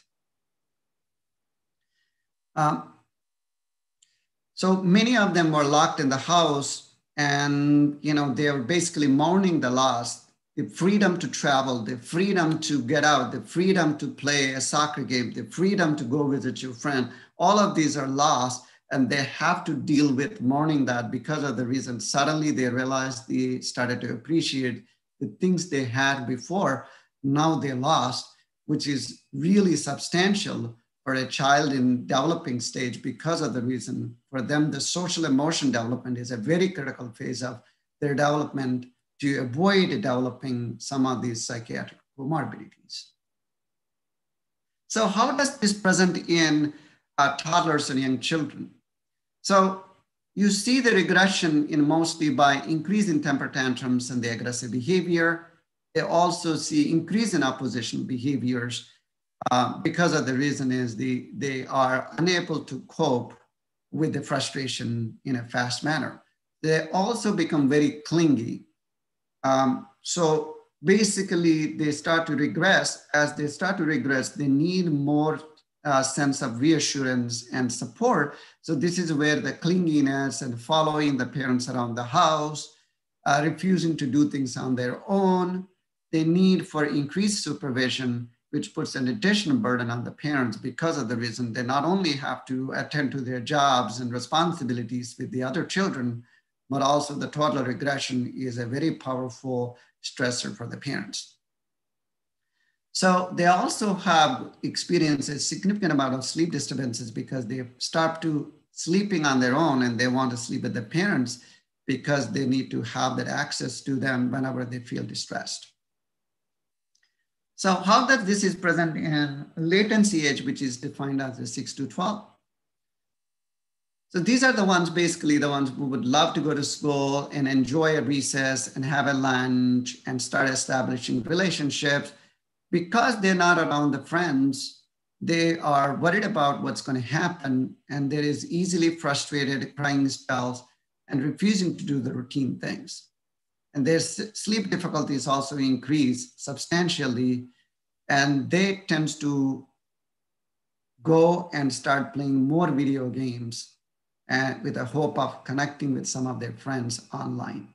But the sad part of that is we need to be careful about the amount of time they play because we don't want them to start developing into isolation because of the video games.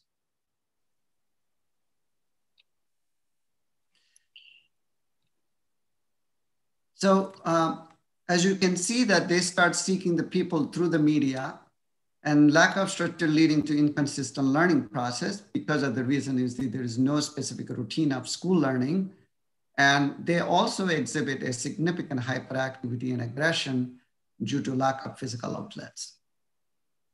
And most important piece, really important for this age group is the social skills, which they starts to regress because of the reasons is there is nobody to negotiate and learn from. So there tends to be more self-centered and increase in rigidity is basically noticed, which is more or less like wanting things to do for themselves, wanting things to be done for them, demanding from the parents. So how does it impact the adolescents? The adolescents, like usually this is the phase when they were finishing around the 8th grade, going into the 9th grade. This is the time when their sexuality, their growth spurts, their emotion spurts, their abstract thinking, these are some of the things that are developing for these adolescents. So this is the phase where they have gender fluidity and the gender questioning because of the changes they were going through. And because they don't have, this is the phase where we do know that secondary individualization happens, which is more or less like we call it that they become mini adults and they tend to be in control of their own emotions, their own future. So this is a stage where they really like to spend more time with the other adolescents that are, that's available. Because of the pandemic, now we have taken away every possible level of their development because they are confusion about their sexuality. They can't ask any of their close friends about their feelings, their emotions. They only have to go to the parents and ask, which is difficult for them to do that. Relying excessively on the social media, this is basically like, the information getting filtered, uninhibited fashion between these really mean and developing adolescents. This leads to increased shaming behaviors rather than supportive behaviors. Because of the lack of school, they have no opportunities to be having social situations, which is basically the most important phase of their development. So what does it lead to? It feelings of helplessness, impending doom, pressure of school, increased workloads, and they feel like they are having much more difficulty because when they didn't do well on a test, when they did well on a test, they really truly do not have anybody to share and think whether that was a tough test or a difficult test or an easy test. Because of these reasons, there is an increased self-centered pressure on these children, which is leading to a substantial increase in their feelings of out of control and feeling almost a sense of defeat. And as you can see that this is also the phase where many athletics develop. So this is the phase where you would see them, they're playing the cricket or soccer, or they want to develop into high school teams and moving on to the college teams. And once you lose the physical outlet and the aggression to show off your talent, once you lose it because of this regression, you have substantially regress in terms of resilience, which is provided through the physical activity.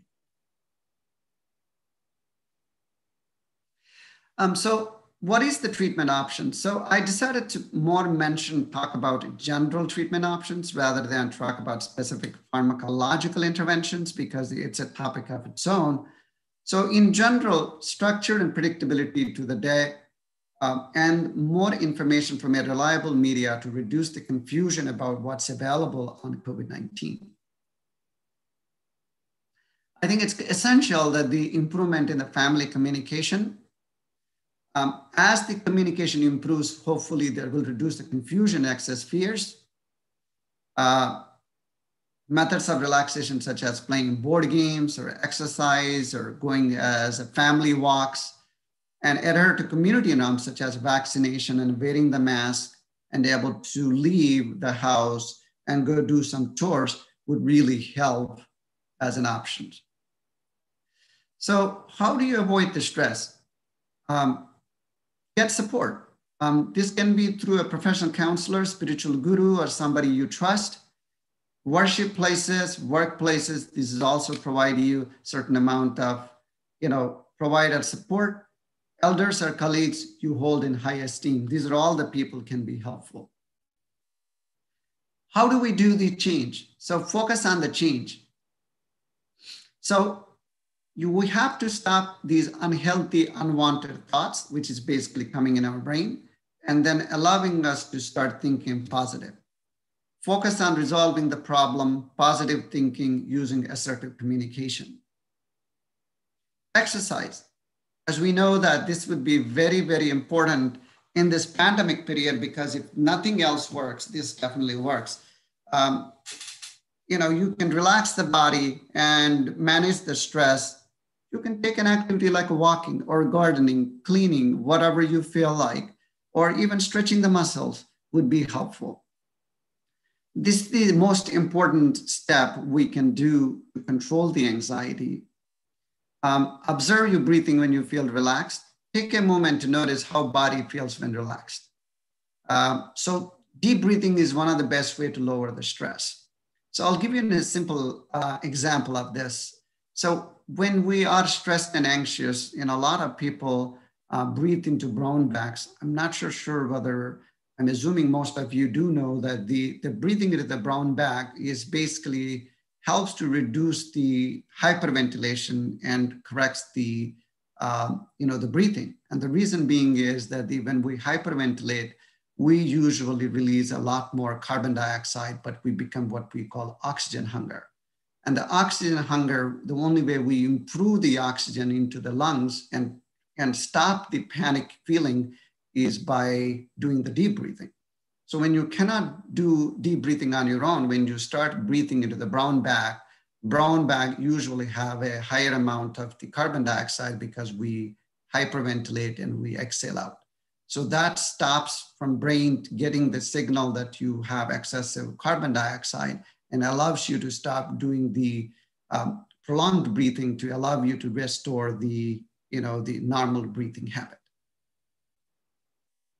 So what are the relaxation techniques? Relaxing the mind. This is the most important thing. So how do we do that? So there is a lots of different ways to quieten the thoughts. And at the same time, we also need to relax the body. And this is also important because of the reason is our muscles are stressed and exhausted because of the reason is our mind is stressed all the time. So what are the methods we can use? The most important one I always talk and emphasize about is called progressive muscle relaxation.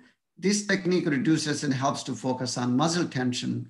And this is progressively, this has been studied in actually interesting in many world situations where they don't have access to mindfulness or meditation.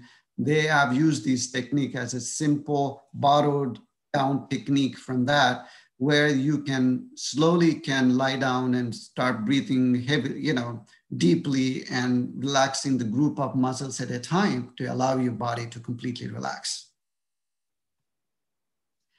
Meditation guided imagery. As we know that the meditation, which is origined in India, and it's a very powerful technique in terms of helping us to create positive thinking and imagining the things that basically we would love to think about or we would like to be, also helps us to, we can use audio tapes, book, teacher to guide us through these situations.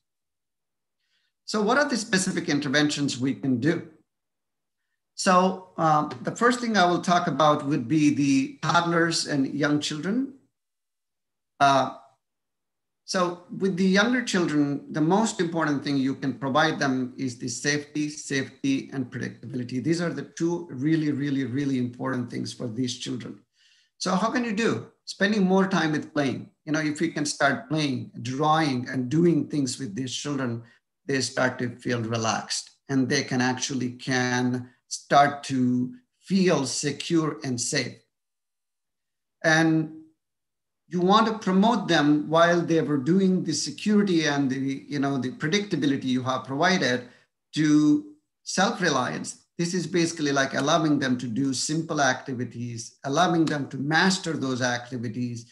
And as they start to master these activities, they start feeling much better about themselves, which helps them to use the same skills and going into the other activities and other challenges of their lives. And also making a very structured routines for these children. In other way of saying to you, when they know what the predictability of the day look like, they tend to do much better. And they also need lots of sensory modalities and regulations. In other way of saying to you, they need a lot of the input like hugs and kisses and playing rough and tumbling, and a lot of these activities, which we basically do routinely without recognizing it. But these are relevantly very, very important activities for these toddlers and children because they provide, moms usually provide what we call enhancement of the fine gross movement. And the dads who tends to tumble, throw the kids into the air, all of these things are increasing and helping with the gross motor movements. Latency age, what can we do there? I mean, these are the children basically are at the stage when they are working on the coordination, increased, they are also in the concrete phase of operations of their thinking. However, they're very, very enthusiastic about learning and wanting to do well. So these kids basically needs a lots of outdoor activities. This is the stage where you would introduce them to sports and basically helping them to work on it. When they're playing in the online games, you may want to supervise them to make sure that the play is appropriate. They're not using any inappropriate words or inappropriate content. And also very important at this age is to providing good nutrition and sleep and other activities, which would help them to develop well.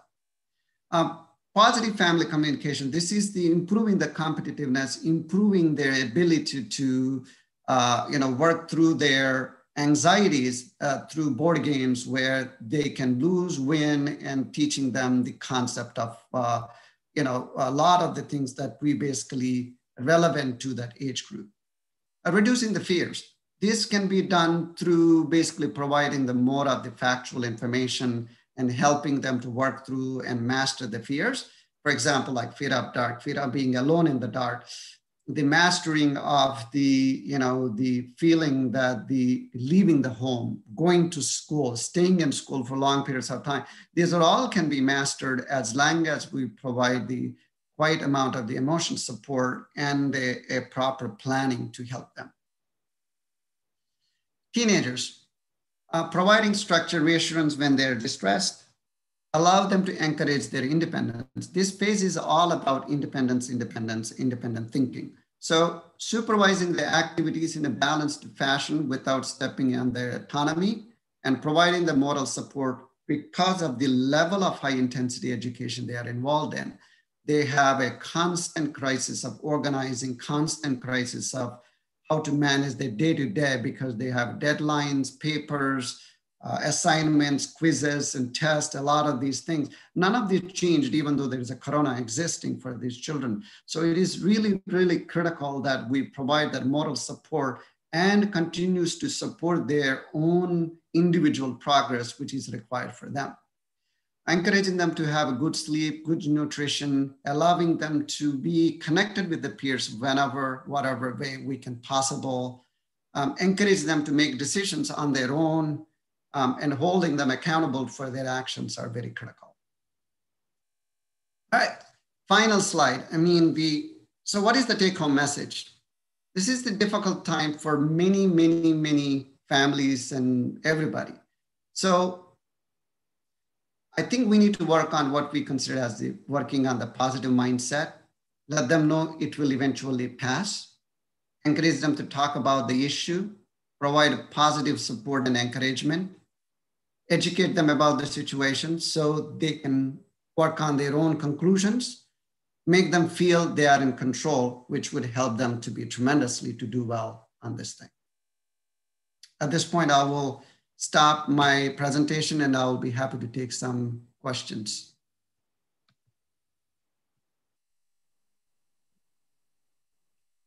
Thank you for the informative session, sir. We have received a number of questions on YouTube and Zoom. Should I read that out, sir? Sure, please do. Okay. The first question is, as the uncertainty and anxiety about future during this pandemic has increased, could it influence the self-harming behaviors among the adolescents? Yes. So as you can see that the adolescent development is very much depends on what we consider as the predictability. Whenever there is uncertainty about the situations, they have a tendency of regression. So the most important thing is we need to look at what is the situation that is uncertain and how it can be addressed. So what we really need at this point of time is that the adolescents do well when they are in group settings or in a structured settings. So we want to provide that kind of a situation so that the regression can be reduced. But overall, the pandemic is going to have some impact on their development because it's a very, very testing time for many adolescents because a lot of things were uncertain at this point. But the most thing we can do is providing predictability and some level of self-control they can have on themselves. Thank you, sir. The next question is, will COVID-19 and dysautonomia be a temporary condition? So in some people, it can be temporary. In some people, it can be ongoing issue. So as I mentioned to you, it is a condition that is existent in teenage girls more so than boys. And the reason for that is it is called the POTS. It's also, you can Google it's basically called dysautonomias and the postural orthostatic tachycardia syndrome. It specifically increase in specific number of blood pressure number and the heart rate numbers. But the bottom line is it's more common in females than males. And the reason it develops is there is some history of trauma in some of these children. There is also, there is some amount of the insult can lead to. So the question answering you the best way is this condition doesn't resolve on its own. It needs the medical interventions in order to make that things to be stable, but it's an ongoing condition. One should get it. Thank you. The next question is, disabled children already experience emotional disturbances due to their health condition. Will there be any variation in their emotions specifically due to COVID-19? So again, it's disabled or non-disabled. The question is their cognitive development basically would be, and their social emotional development would be the critical phase of how we would be able to know what is the impact. Assuming that you have a disabled child who's totally unaware of the threats or any of the things going on around them, for them, whether corona pandemic or no pandemic, there's no difference. But if the kid is more of an OCD kid, more of an anxiety kid, more of a traumatic kid, and he sees the pandemic as a fear or an excessive worry about the fact that it has impact on his day-to-day routine and disruptive to those, then they have a tendency to have a even stronger response and stronger regression because of the pandemic. So it all depends on their social emotional development and the cognitive development of those children. Next question is to explain what would happen to the kids who are already having separation phobia. So great question. So look, the way I describe this separation phobia, so you need to understand, it's an interesting concept of anxiety. I always tell people. So how do we develop the sense of separation? So let's talk about that for a quick second so you understand the concept, so then you can understand the anxiety coming from it. So many of us basically go through a phase in the first and the second year of life called object constancy and object permanence. So what that really means to us is when a little child is playing with a toy, sometimes what we do is that we take away the toy and we hide it behind us. So when we hide it, if it is a 1-year-old kid, he will go on to the next toy and he will playing it, because of the reason is he did not develop the image of that particular toy belonged to him. But if you are taking the same toy from a 2 or 3-year-old and you hide it behind you, he will look up and say, give me my toy back because of the reason you took it from me. And he starts crying. So as soon as you start crying, you will immediately give you the toy back. Say, okay, calm down, I'm giving you a toy back. And the reason we do it is basically because we realize that he recognized that I took the toy. So what is really matters to us is that we develop what we basically call an image of the object in our brain. So the same thing you would notice with many kids who have separation anxiety. If you take any kid who is a 3-4-year-old going to a daycare, they always have a blankie they're dragging along with them. And the blankie is more or less representation of the parents, which is basically, if you know the rapprochement crisis, which is described by Margaret Mahler, is more about that you have that separation individualization. The first phase happens around the 3 to 4 years of age. But when you're not developing that and you start developing these visual images of your parent, this is called the self-soothing images that you needed when you're far away from your parent, then you start developing the anxiety because of the reason you don't have the proper secure image of your parent in your mind. When you don't have it, when you go away, those images go away and you are flooded with anxiety and you start feeling the separation anxiety.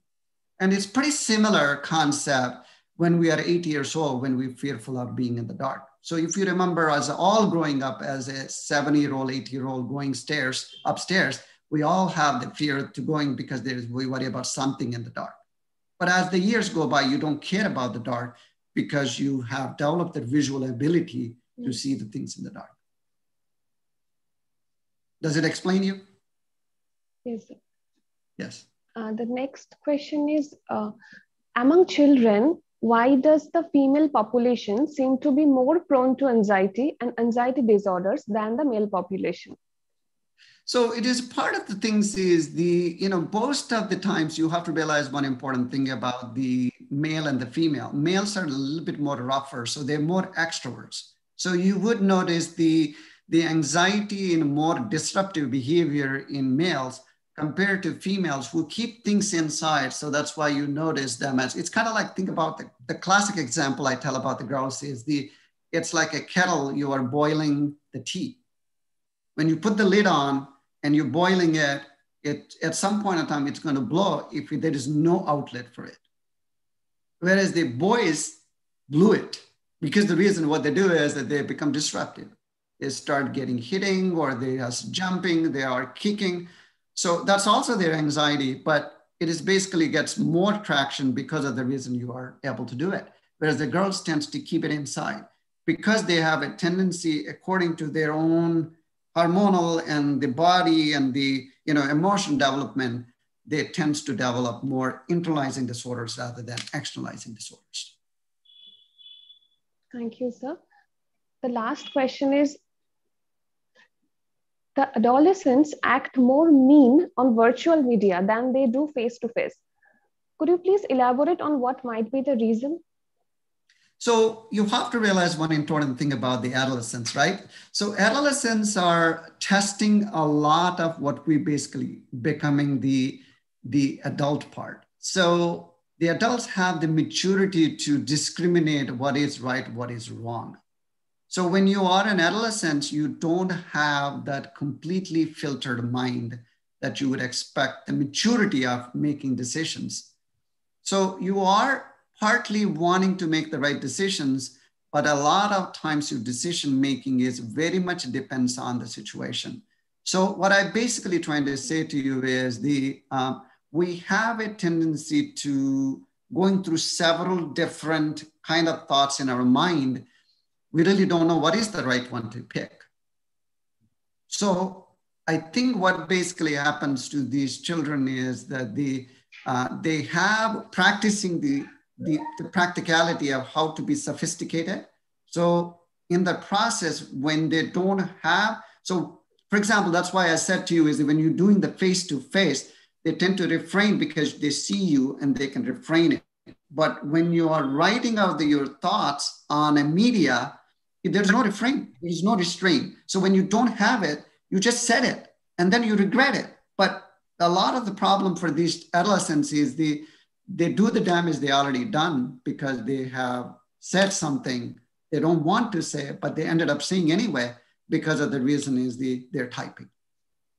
But if they happen to be in a situation, then they have a tendency to some level restrain themselves because they're looking at the person and they have the ability to stop themselves. Thank you so much, sir.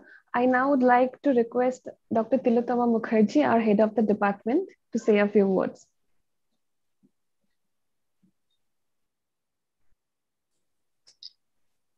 Dr. Chagan.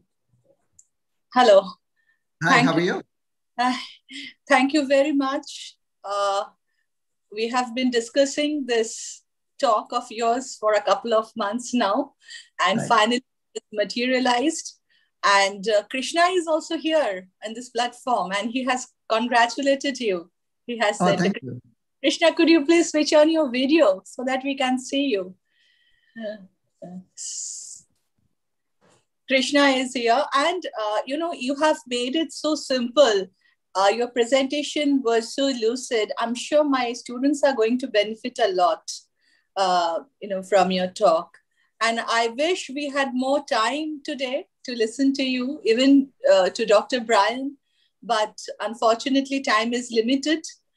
Yeah, Krishna from Wisconsin is switching on this video, I think, slowly. Krishna, I can't see you. Can see your chair, the books, everything else. Where are you? He's coming on. I think he's just... He's adjusting his camera, I think. Yeah.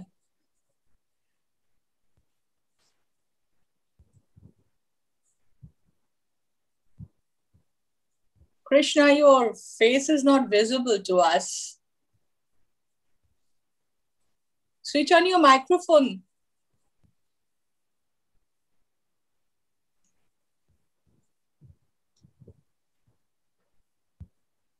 I think he's trying to fix it. What time is it in Atlanta now? It's 9 o'clock. So 9 o'clock. Yeah. So I think he has some problem in connecting. So I think outside this virtual platform, we'll meet sometime in person. Sure. And we'll carry forward some meaningful work.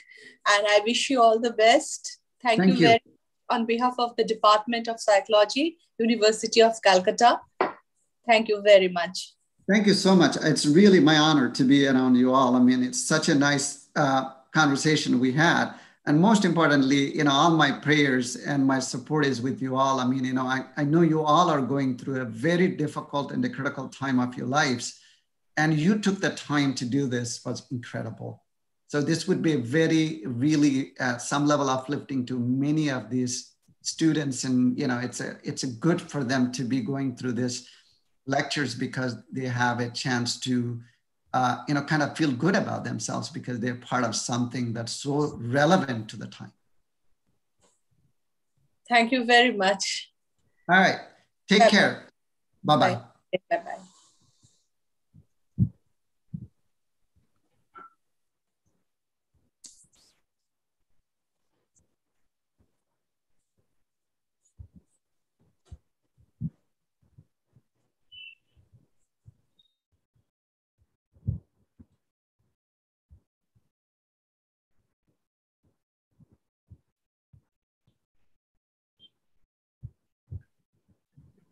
Good evening, everyone. Our honorable speaker for the next session is Professor Joseph Osafo. Professor Joseph Osafo is the head of the Department of Psychology at the University of Ghana. Professor Osafo holds an MPhil in clinical psychology from the Ghana University and a PhD in suicidology from the Norwegian Institute of Science and Technology. He has been a faculty board member at the Department of Psychology at Ghana University in 2007, and in 2012, a graduate committee member and a member of the new PhD Program Development Committee. Professor Osafo is currently leading 2 projects, Preventing Suicide in Ghana, a cross-sectional study of risk and protective factors among university students with policy implications, PNGA Project 2, team research grant, and representation of personhood from African oral tradition, which are funded by the Andrew Carnegie and Mellon Foundation, respectively.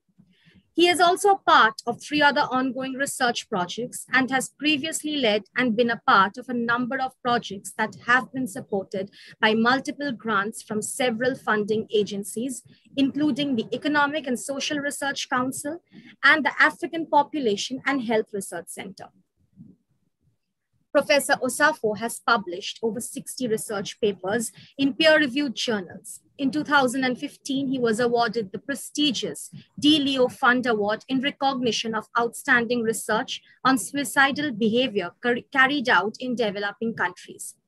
At the 28th World Congress of the International Association for Suicide Prevention, IASP, in Montreal, Canada. I would now like to call upon our head of the department, Dr. Tilotama Mukherjee, to say a few words. Over to you, ma'am.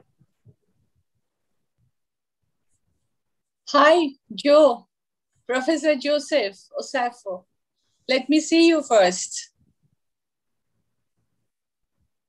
Joe, can you hear me?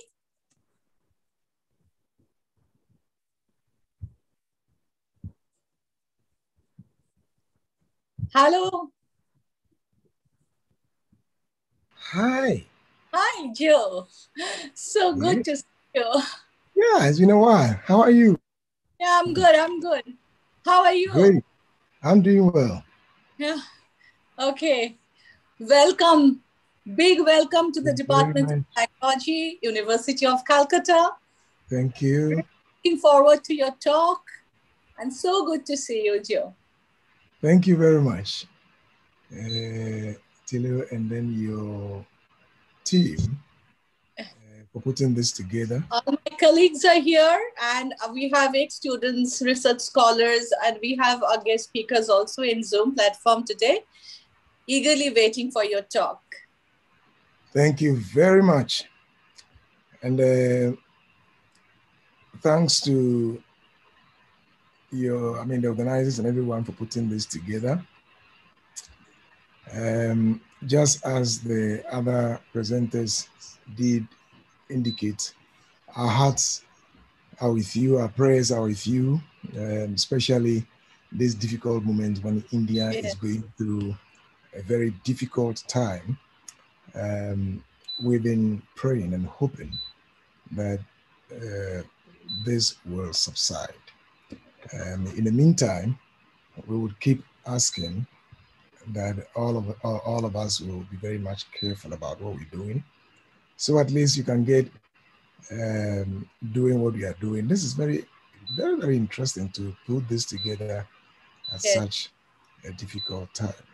Right. So thank you very much. What I'm going to do in the next couple of minutes is to more of share an experience of what is happening in Ghana, especially in the week of the COVID pandemic in Ghana.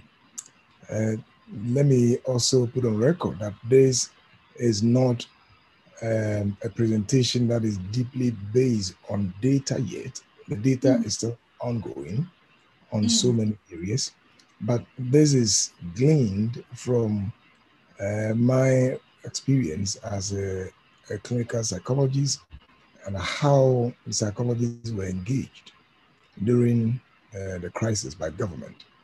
Then again, as a counselor for one of the biggest, or arguably the biggest Pentecostal churches in Ghana, some of the things that were rolled out, which really do reflect the role of religion in the midst of crisis. So it's just to reflect and to share with you, perhaps whilst you are in the week of the current crisis, you could pick some ideas on how to engage religious resources in such a context. Okay.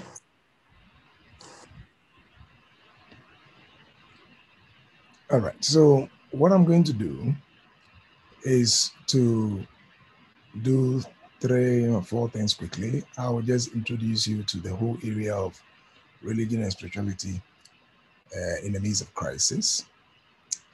And then just go ahead and tell you a bit about the mental health landscape of Ghana and how religion gets involved in this. And then we'll go ahead and look at religion and mental health in the wake of the COVID crisis and how religious resources were leveraged to be able to attenuate the impact of COVID in the country and draw just 1 or 2 conclusions on this.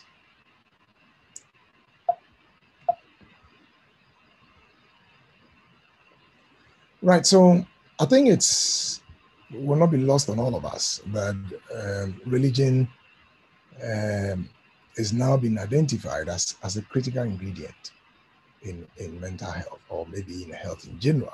And in fact, the evidence keeps mounting that religion plays a positive role in mental health. And there are clear indications of its impact on hope, engendering optimism, improving self-esteem, reducing anxiety, depression, and all of those. And if you look into the book of Queening, he has extensively indicated what religion does in terms of our mental health. And other studies, for example, have also reported that religious beliefs and practices contribute to coping with disasters and again managing existential threats. They also are very helpful in promoting mental health. And then, other salutary effects of religion on physical health. For example, its impact on lowering heart diseases, we are very much aware of that. Increasing longevity, for example, and even panic. So definitely, this particular area of research is very clear. We are also very much aware of the double-edged nature of religion, that sometimes religion could equally induce, for example, a sense of guilt. It may be a means of controlling people in certain ways that may not be very welcoming. But generally, in crisis, research clearly indicates that human beings have found themselves to exploit their religious resources as means of managing themselves when they are in crisis. And I think that one cannot overemphasize this point, especially when all of us as human beings on the globe, on the earth, have witnessed the very deleterious impact of COVID from one country to the other, and how several people have had to fall on faith resources, religious resources, spiritual resources to deal with the attendant crisis as a result of COVID. And so the current COVID crisis really adds to the list of all the disasters, the challenges, the difficulties that have come our way as human beings, and how we have fallen on religious resources of faith or spirituality to deal with this. And so in the wake of the crisis, for example, COVID, people have examined several factors and how human beings and people around the world are coping. For example, others have studied how people are coping with COVID, that sense of insecurity that is created as a result of COVID, and how people are using religion or religious resources or spiritual resources to cope.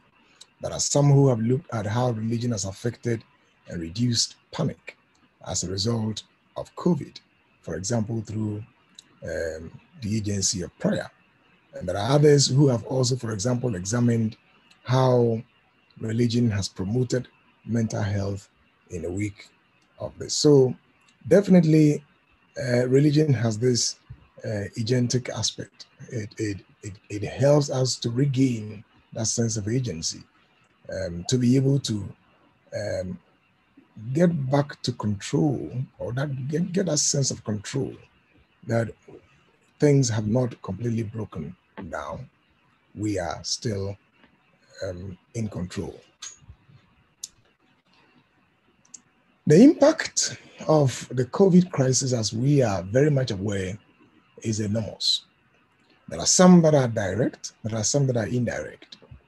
The impact has been felt in almost every human system in the world. And there are others who have, for example, indicated that COVID definitely is not the only crisis that have bedeviled the human race. But what may make the COVID crisis quite unique is that it has the potential in a time when human beings are living in a global village to disintegrate. And it does so significantly all the systems that hold us together as social human beings. And perhaps there are two areas that this has been felt very much. It's been felt in so many areas, in industry, health sector, in schools. But I just want to just mention perhaps just two of these areas which many of you are very much aware of in terms of health or mental health. Health anxiety has increased, worrying has increased, stigma has increased, domestic abuse is on the rise. And there are some studies that are beginning to show that suicidality is equally on the rise in certain settings. Of course, the economic strain cannot be overlooked. Job loss, according to ILO, millions of people have lost their job.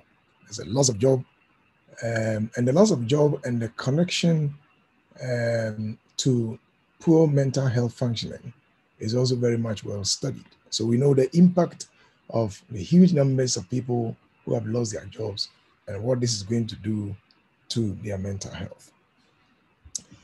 This is not very different from what we have observed in Ghana.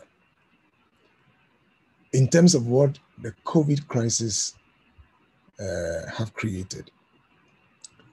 We've reported, for example, anxiety in pregnant women who must go to the hospital for antenatal care, but because of fear of COVID, they stay at home until they get complications. There's anxiety among older adults because, as you recall, from almost all nations and contexts, older adults were at risk than younger ones, until later on we began seeing that this was also changing in certain settings. And so initially there was this great fear among older adults. Stigma-related issues were very high in Ghana. There were several incidents of people who have received treatment and have been discharged to go back to their families and communities And some were women who were seen being pelted with stones from community members. It was a huge issue in Ghana. Stigma, as we know, in certain settings, it's a very big issue, and in Ghana, it's a huge issue. Then, of course, the economic cost. Recent economic study looking at household income indicated that close about 90% of respondents indicated that their household income has been gravely impaired because of the COVID pandemic. And so in the wake of that, one of the things that we wanted to find out is what are people thinking about this? What are their thoughts? How do they see the COVID crisis? And this from a pure religious perspective. What are the thoughts they have? And it was quite interesting that three narratives emerged. That generally people saw the COVID as a divine judgment, that God was visiting this judgment on the sins of mankind. Number two, that they thought that the COVID reflected a certain apocalyptic precursor. It was going to, be a precursor to the end times. And those of you who are a bit familiar with Christian theology, there is this whole area of the end times when there is a belief that the world will end. And prior to the end of the world, series of, cataclysmic events will take place. And those apocalyptic events will actually reflect and become precursors of the end times. So some people believe that if you look at the numbers of people who were dying globally, this was indeed an indication that the end was near. Then again, that the others were seeing it as an instrument of the Antichrist, again within the same discourse of theology of the end times. There is this belief that prior to the end of the world, there will be a personality that will rise up to oppose the works of God and the Christ, and Jesus Christ. And that person we call the Antichrist. And so there was a belief generally, again, that what was happening around the world, the conspiracy theory, that this particular virus has been created as a means of stampeding the work of God and the work of Christ on the earth was also very huge among Ghanaians. And so what I'm going to do is just to reflect on how Ghanaians engage their religious resources to reduce the distress of the COVID crisis, and how religion in this part of the world continues to provide support for people and their mental health in the midst of crisis. I think before we do that, let me quickly give you an overview of the mental health landscape in Ghana in order for you to appreciate where this presentation is heading towards. First and foremost, mental health is not very much developed in this part of the world. It's quite a neglected area, and the amount of government subvention and budget allocation for it continues to be low. We have a huge shortfall in the manpower area in mental health, talking about the clinicians and the workers in this area. In fact, one of the reports that is captured indicated a few psychologists. I am very much aware that these numbers have increased a little bit, but they have marginally increased since 2009. We still don't have so many psychologists. In fact, the ratio between a counselor and a group of people who may be looking for support is about one counselor to about 3,000 clients. That should tell you and give you an idea of the gap. So it's quite still a challenge. And these numbers are selling more than, we are close to about 30 million now. WHO reports that over 2 million Ghanaians are living or suffering from moderate to mild to moderate mental health disorders, with about 650,000 suffering from severe illness. In fact, before there was a formal declaration of the COVID crisis in Ghana, I manage a center, the Center for Suicide and Violence Research, that engages in extensive study on suicidality and violent behaviors among young people and the general population. We discovered that we engage on a series of study, and then we published these results on the 10th of September last year. But this was actually captured, data was captured somewhere in 2018, 2019. That 1 out of 10 adults in rural Ghana in the past year have thought of killing themselves. Again, 3 out of 10 junior high students have actually attempted suicide in the past 12 months. And again, that can be spoken to about senior high school students as well. So when you look at least this data from our Center for Suicide and Violence Research, it gives you a picture that there are real mental health issues in this part of the world. Canavan and colleagues reported a couple of years ago that 21% of Ghanaian adults have moderate to severe psychological distress. And this is actually higher than what we report, for example, in South Africa. The treatment gap for mental illness is still that wide. It is pegged at 98%. That means that only 2% of Ghanaians have access to mental health services. And that's quite serious. And there are only 3 psychiatric hospitals, all located in the southern part.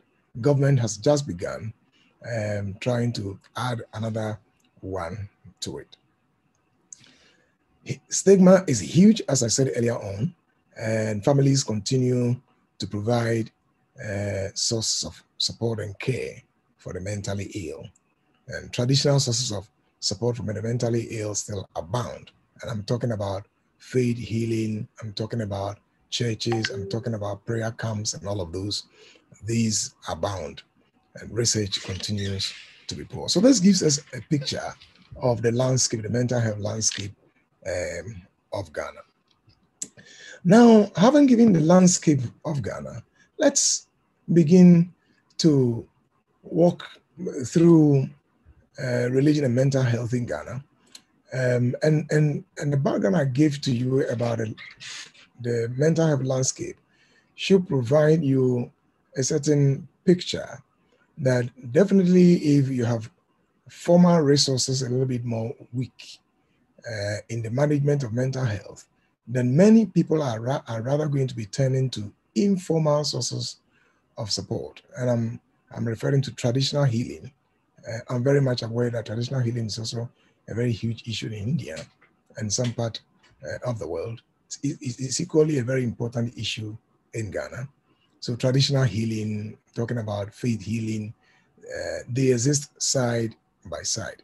Generally in Africa, religion is a huge issue. In fact, a current report indicates that Africa has the highest number of Christians ahead of Latin America, Europe, and Asia. So Christianity is a huge religious force, huge religious, social religious force in this part of the world. And Ghana is one of such very Christianized centers, although constitutionally it is not a Christian nation. By behavior, it's a very religious nation. And there are three major religions in Ghana. Christianity is around close to about 80%, Muslims about 15%, and then the rest traditional. Eastern religion is not very much prominent in this part of the world. And in fact, about a decade, Pentecostal and new Pentecostal churches have dynamically almost changed the religious landscape. You know, Pentecostal and new Pentecostal churches, which are sometimes called prophetic churches, these are churches that emphasize the role of the numinous, the role of the Holy Spirit in the believer's life. And they have extensive teaching on triumphalism, extensive teaching on the Christians' capacity to rise above trouble, challenges, difficulties, and hard times. And so their teachings have actually resonated very much with the experiences, with the existential struggles of people in this part of the world. And so for the past 10 years, they have actually changed the landscape of, the religious landscape in this part of the world. So several people who are going through a lot of existential struggles and challenges and distress have had to seek help from various religious organizations and centers, from various religious leaders. So religious leaders in Ghana are actually frontliners when it comes to mental health. People are most likely to go to them in search of support and help than they will go to allopathic professionals. I'm talking about medical professionals. People are likely to go to these areas quickly and look for help. So religious leaders continue to occupy these front roles, and they are very, very much powerful in this part of the world. There is evidence, for example, in Ghana, showing that the religious leaders continue to provide social support. And again, that one of the roles that they are playing is that they provide health education. In fact, that played out a lot, and I would get there and talk a bit much about that during the week of the COVID crisis. Again, that they have become like a gatekeeping group in the community, providing all kinds of support and help when people are going through difficulties. And so, as you can see in these pictures, people will go to them and consult. Some are traditionalists. Those that you can see where are moving a keza. These are African traditional experiences, traditional religious experiences, where these people go in search of help. As you can see where the keza is, these are typical African traditional religion. The one in the middle talks more about Pentecostal churches, where people go to churches to worship. These are young people. This is like a traditional African priest. This is something very, very common in this part of the world. So you can see that all these religious groups exist side by side. Professional practice. I'm talking about medical practice and what they do in terms of supporting mental health and general health in Ghana. Now, let us go ahead and discuss the role of religion in mental health. This is a brief one as a prelude to what happened and what is happening in the week of the COVID crisis in Ghana.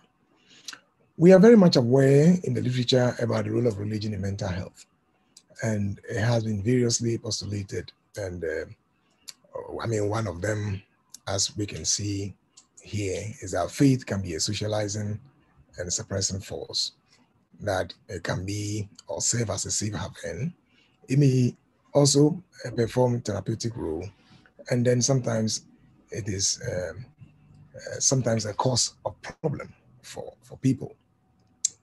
Torreson indicated that there are 4 potential ways or mechanisms by which one can think about how religion steps into the equation, especially when you're talking about religion and health.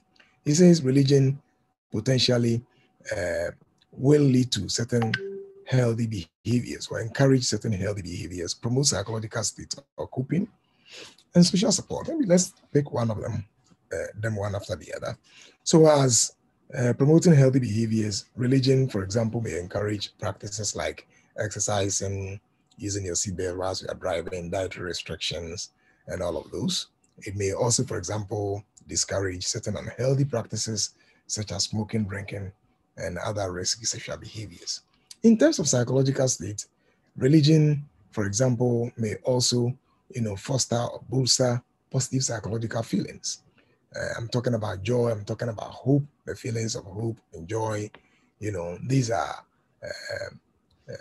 states, emotional states that can serve as a buffer to the experiences of stress and protect people's negative psychological states such as fear, sadness, or anger, and other negative emotions. In terms of coping, Tolson says that religion may provide additional ways of dealing with life's stresses, and people are likely to fall on religion to cope and to seek growth in the wake of stresses. And one of the ways that it does this is to enhance their sense of control. Once the person has the feeling that what he or she is experiencing is in the hands of a supposed supernatural agent, then it creates, that sense, it distracts their attention from worrying to begin to focus on the numinous and how the numinous helps them to gain the control they seem to be worried that they are losing. Then again, Torreson ends by saying that religion also opens the doorway for establishing social networks, and positive social support. And this has been demonstrated in so many studies. For example, more positive affect once people feel that there are others around them who care when they are going through challenges. Then there's that feeling of people around them. There is a feeling that I'm not alone. It helps them to adjust to the demands of the crisis or challenges they are experiencing. And so Queening indicated that several studies have, for example, documented carefully the impact of religion on specific emotions and health states. I mean, some studies, 78% of studies, for example, have indicated a very strong correlation between religion or spirituality and well-being. And other studies have reported as much as 80% plus of how religion affects certain states such as optimism, for instance, and social support. So there's been a lot of interest in this area in Ghana in trying to understand what role will religion play in terms of fostering, in terms of strengthening mental health, in terms of help reduce the gap that exists in mental health. Remember, I had indicated to you that the mental health landscape in Ghana is still not very much developed. It still has a lot of challenges and difficulties. So researchers like myself and others have been very much interested in looking at local resources. And this is actually in line or consistent with WHO's recommendation that in resource poor settings, it's very much important to look at what works.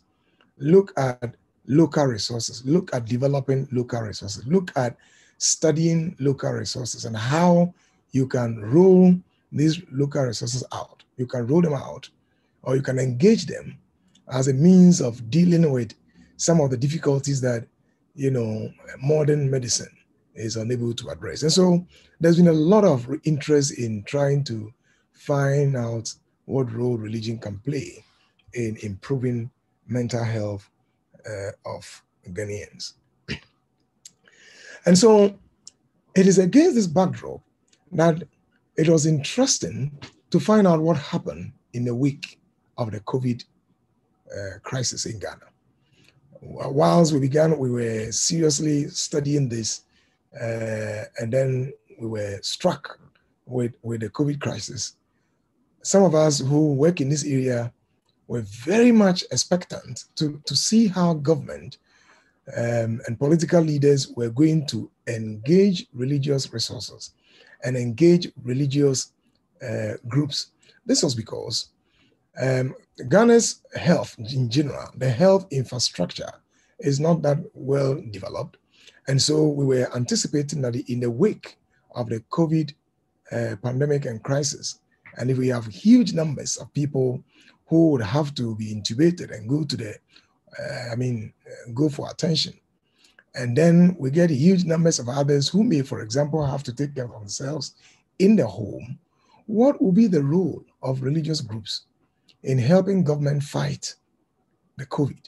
We're very much interested in this. So Ghana recorded the first 2 cases of the COVID on the 12th of March, 2020. And this was actually from foreigners who had arrived from Norway and Turkey. And in just about a week, a number increased. So within the end of that second week, there was the imposition of a lockdown and a ban on all social gathering, conferences, funerals, festivals, churches, political gatherings. Almost all social meetings were shut down. And then the interesting thing is that the next day, the 19th and the 20th of March, the same month, the government began carefully to draw religious groups into the fight against COVID. Of course, when one is reflecting on the debilitating impact of COVID, especially if one disregards social distancing, then of course, government interest in wanting to engage religious leaders can be well understood. Then the argument could be that government is interested in, for example, engaging religious leaders because government wants to be sure that large religious gatherings are discouraged and that religious leaders will begin to partner government in strengthening government's resolve to regulate and to control the movement of people. But one cannot, for example, deny that these may be considerations of government in trying to get the religious groups involved. But as I will show you in the next couple of slides, that was not just the reason for which government engaged religious leaders. There were other means, which to me, as a psychologist which is interested in mental health and religion, really is very interesting to explore. Now, I just want to try and organize my thoughts on how religion got into the fight against COVID in the early days in Ghana and still now, along the reflections of Weber and Pergament on religion and mental health. Well, according to them, 3 potential positive things in religion that support mental health. And I'm focusing at this time on the potential positive impact of religion. I'm very much aware of the negative dimension, as I indicated earlier on, but I'm not looking at those now. I'm looking at what is working now and how it has worked. So I'm looking at the positive impact. So they indicated 3. One of them is positive religious coping. The other is community and support. And the other is positive beliefs. I'm going to examine in the wake of the COVID pandemic, how government stepped in, and I'm going to use this nomenclature from Weber and Pergament to organize how religion was engaged and the role it played in the wake of the crisis. Well, so let's begin from positive coping. Pergament says that patients will use religion as a positive means of coping with difficult situations. And in terms of these positive religious coping methods, we're talking about that spiritual support, that sense of awareness that there is aid from supernatural beings, and then positive religious reframing of stresses, which is more of cognitive restructuring and trying to make a meaning of what is actually happening. And the meaning should often be undergirded by certain religious themes. Then again, spiritual connectedness, that sense that one is within a community full of divine resources, that one doesn't lack the resources that you will need to be able to address the issue. So let's see how this particular issue of positive coping played out during the COVID pandemic in Ghana. I like to pick a quotation from one of the theologians and a social scientist who published a paper on this in Ghana. And I take He says, the COVID-19 pandemic, like HIV and AIDS, signals a crisis facing the society, the family, the nation, and the world. In times like this, Christianity has the responsibility of providing theological and pastoral answers beyond what other religions can offer. This is so because of the hope and trust that the society has in the church as the institution that can provide the needed answers to the questions regarding what lies in the future. I think what is most important in Boahen's reflection is the last sentence. This is so because of the hope and trust that the society has in the church as the institution that can provide the needed answers to the questions regarding what lies in the future. We're going to see how government began expressing this confidence, as Boahen has indicated, in the church, and began calling on the church to seek for answers for to deal with the COVID pandemic. Government didn't relent on following on all biomedical means of treating people who needed it.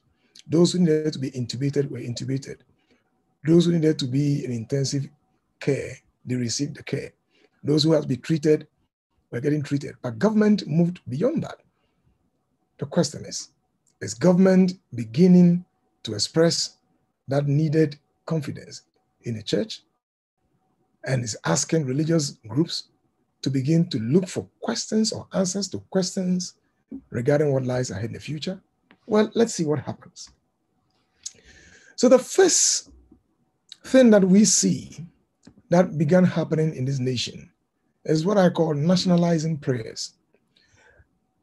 Suddenly, beyond the intervention that government put in place, and I'm talking about all the health system reorganization intervention, talking about looking for medical interventions and looking up for vaccines and whatnot, government quickly on the 9th of March declared a national prayer breakfast meeting with selected ministers of God together with Christians throughout the country to fervently pray for divine intervention. And that is very interesting to me. The divine intervention meant that government was becoming aware that what they were dealing with may not, they may not have the entire resources within their means to deal with the pandemic, and that they needed extra-human intervention, extra-human agentic intervention. So there was that nationalizing of prayers. And this was not only for the Christian community, but also the next day, which was on the 20th, the nationalization of prayers continued. It continued, and we saw government doing this among other religious groups. For example, Muslims. So on the 20th of March, Muslims had a national prayer meeting by the Vice President of the Republic of Ghana. And they were asked to pray specifically for Allah's mercy and intervention.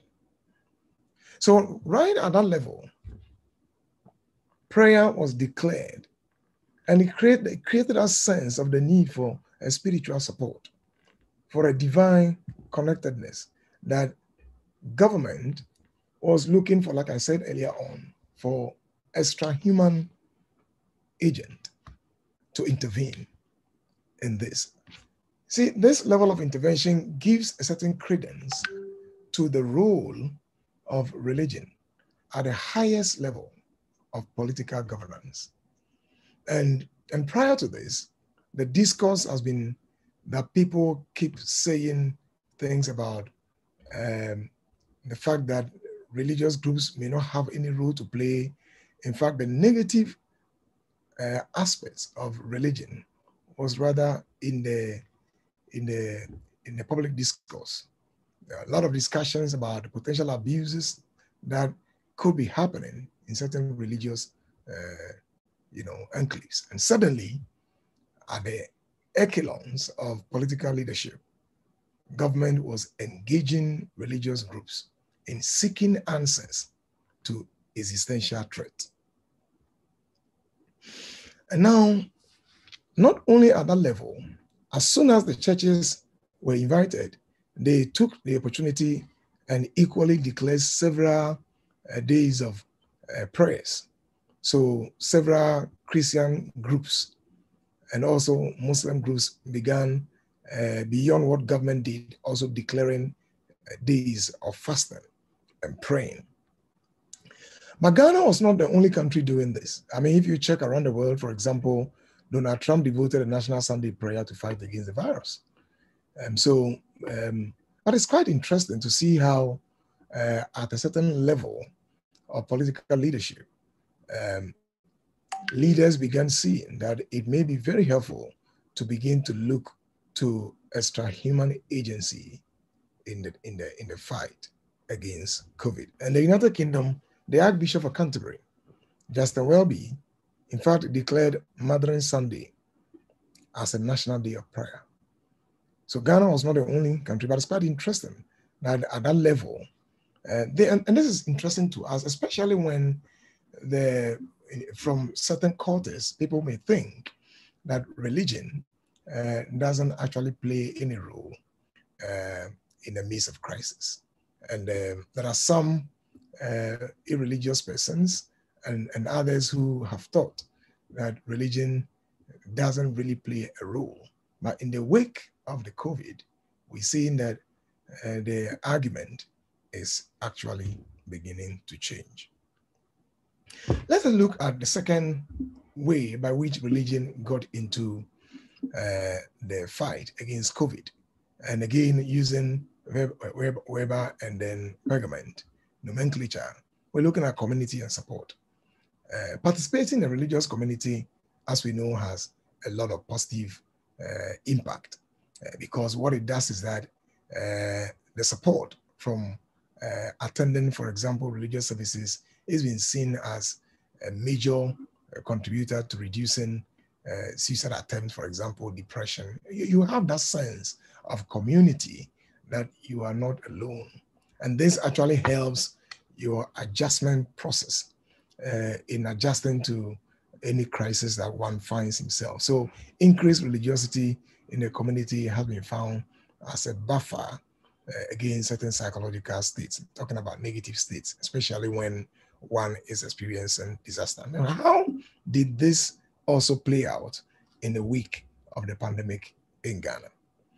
First and foremost, we saw that various churches, because they have been banned from having any social gathering, could not, but they moved quickly to digitization.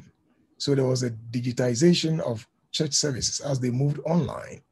This is being captured by BBC and other international media. A lot of religious activities moved online. So though there was no physical meeting, the sense of community was still not broken. People still felt that they were still, together. I remember in the wake of the crisis in Ghana, I served as a counselor for the biggest Pentecostal church in Ghana. And on a day, myself and two of my assistants were recording within about 3 to 4 hours, more than 300 calls coming in of people feel a sense of distress. There was that fear, a panic, there was anxiety that they were going to die, something was going to happen to them, and they kept calling. And because churches moved online, they were able to fellowship with them, to reduce that sense of trepidation and fear that gripped them. And I like to just, in light of that, pick this statement from Brempe, who is also a social scientist and a theologian who reflected on this. He says, given the rapid spread of COVID and the resulting imposition of lockdown restrictions, restructuring state control over movement and social gatherings, most of the religions in Ghana have moved from offline religious activities, preaching and sharing communion, to online services. The malleability and creativity Muslims and Christians, particularly Christians, have demonstrated in deploying digital technology, especially social media handles like Facebook and WhatsApp, to continue with the religious community is important for controlling the virus. This transition from offline church services to online services is a continuity rather than a break in the digitization of religion, which has been ongoing since the advent of social media and WhatsApp in Ghana in the beginning of the 21st century. So there's evidence clear that almost all churches moved online and the sense of community was not lost. People were still using all kinds of applications. Just to add to this, that mobile penetration in Ghana is almost 100%. Ghana has one of the highest penetration of internet connectivity and mobile penetration in Africa. It's one of the highest. And so there are people in rural areas, for example, who still have access to data and internet connectivity, and they are able to come online for service. So that was it. And in this sense of community, Prempeh has further reflected in this beautiful material of the enormous amount of humanitarian and altruistic services or acts that began rolling out in the wake of the COVID from religious groups. They began donating daily needs that people may have, foods, medical items, donating money. This is taken from one of the, part of the paper from Prempeh.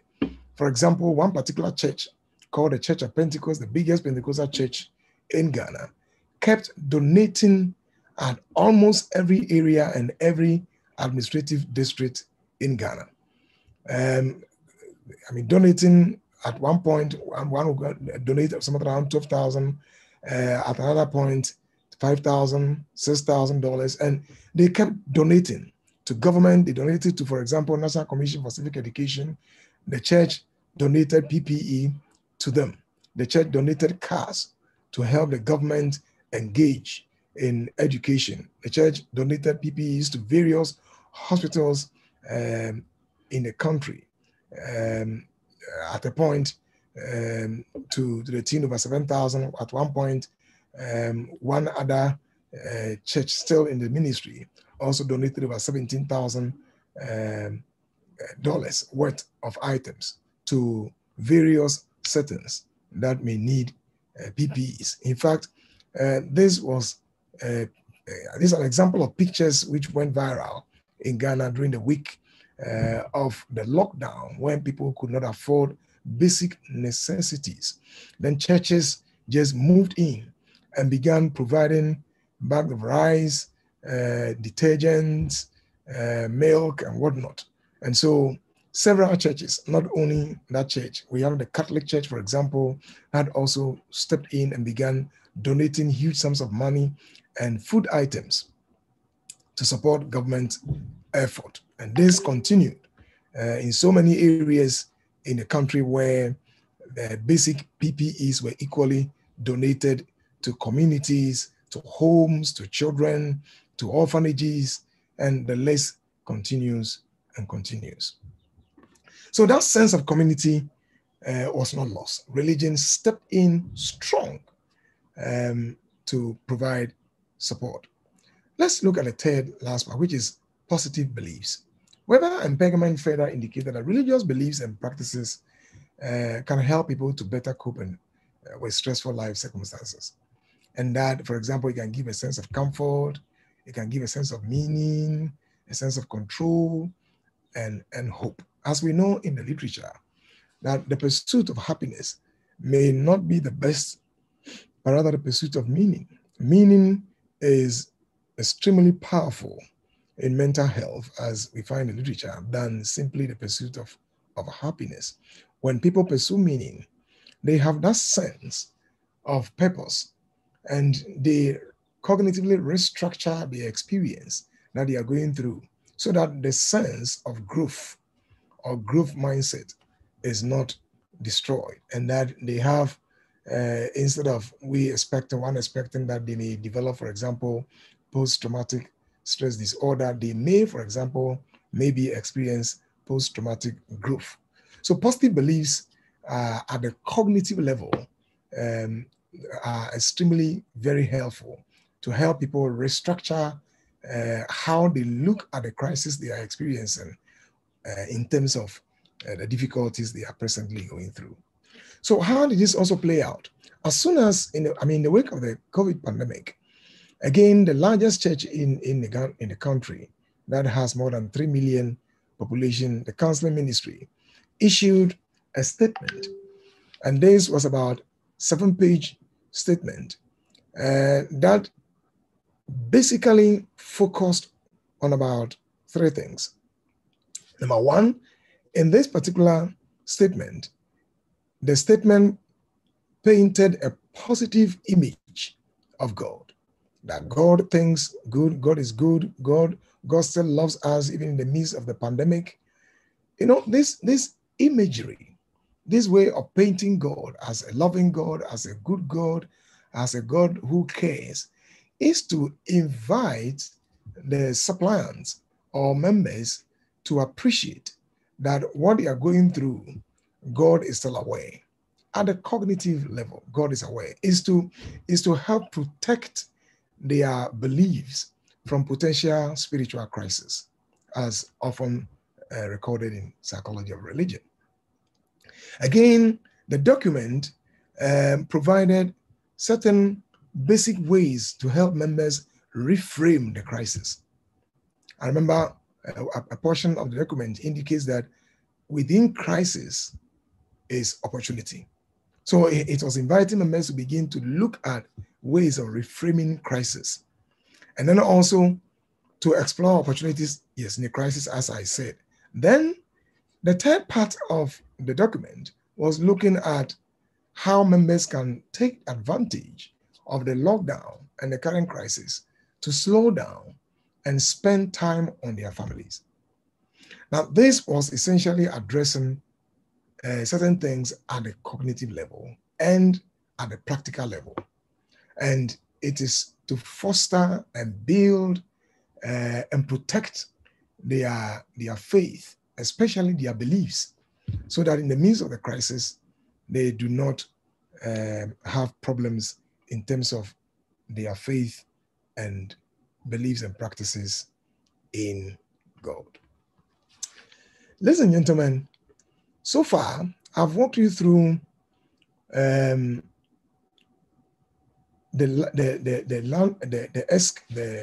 landscape of mental health in Ghana. I had indicated to you prior to COVID the role of religion and how people have begun studying it. I've also tried to bring to your attention how religion became a major participator in the management of COVID-19 issues in Ghana. I want to draw some conclusions from what I have done so far, and then hopefully we use the rest of the time for questions if there are any. I like to pick this final highlighted portion again from Boahin. He said, finally, it must be emphasized that the pandemic serves as an opportunity for societies to unite more than they have before, for families to rediscover themselves, for busy people to slow down and rebuild their lives. I like the highlighted portions, for people to get closer to God, for the church to use digital technology to enhance and expand ministry, for nations to develop local economies and promote local content. And that's where my interest is, that how nations in the wake of the crisis become aware of certain resources that have been lying dormant.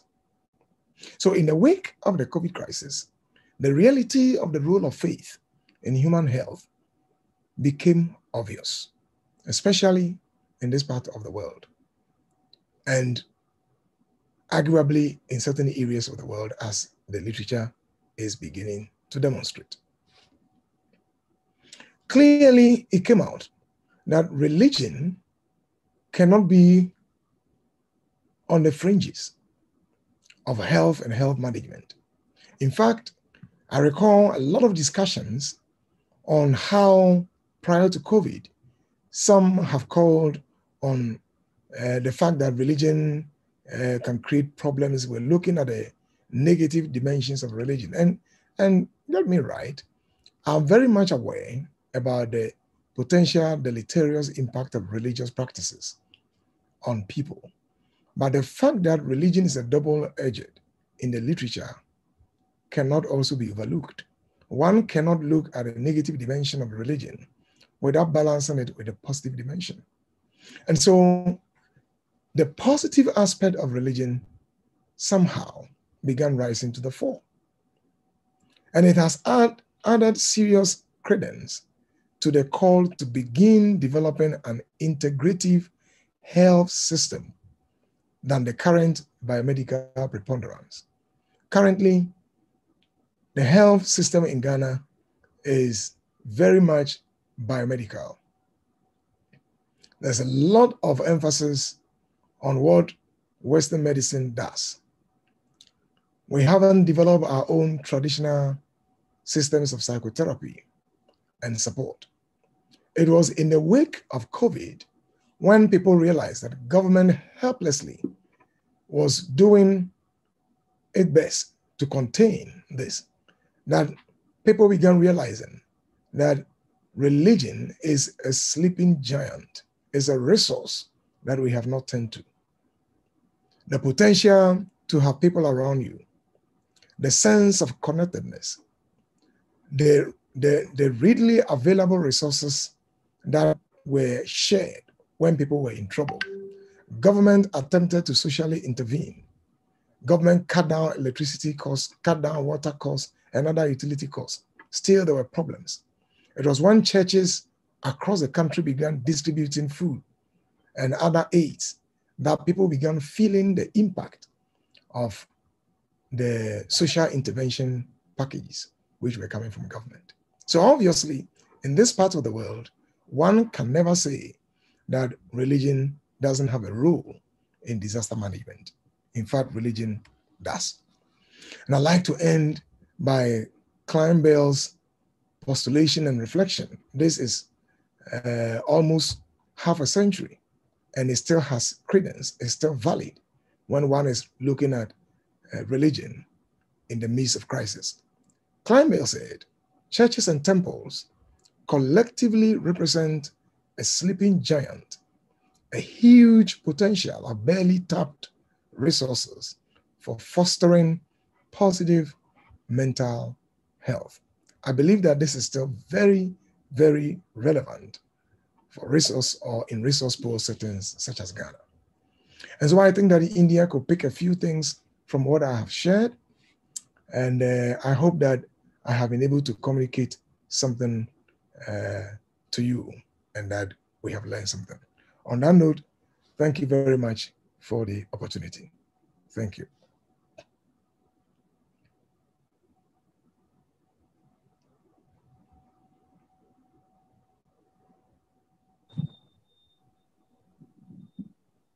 Thank you, sir, for such an enlightening presentation.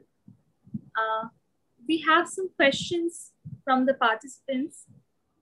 So should I read them out? Yes, you can read them out. Okay, sir. So the first question is, the participant would love to know your insight on whether there can be any possibility within systems of mental health care of incorporating religious idioms of distress to better connect with mental health needs of Ghana inhabitants.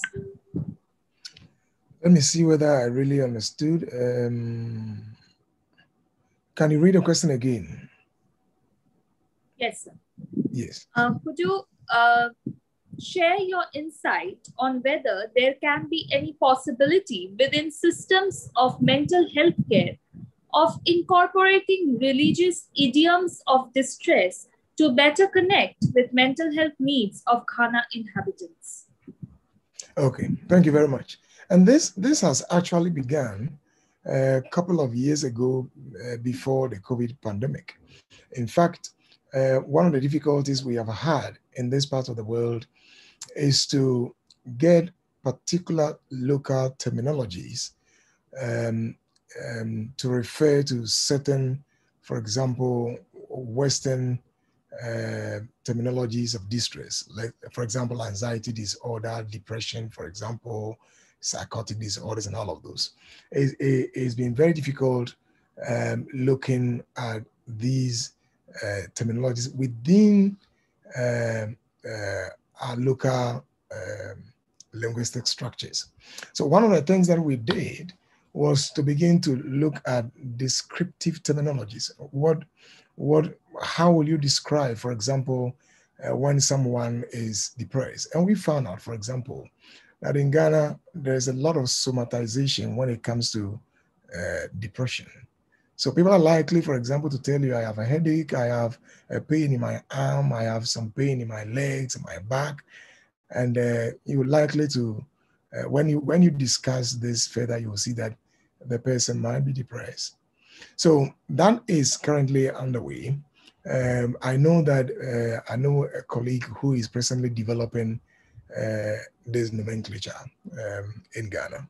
And so, and again, the second thing is that the Mental Health Authority in Ghana is now beginning to work closely with some research units to be able to develop some of this and build data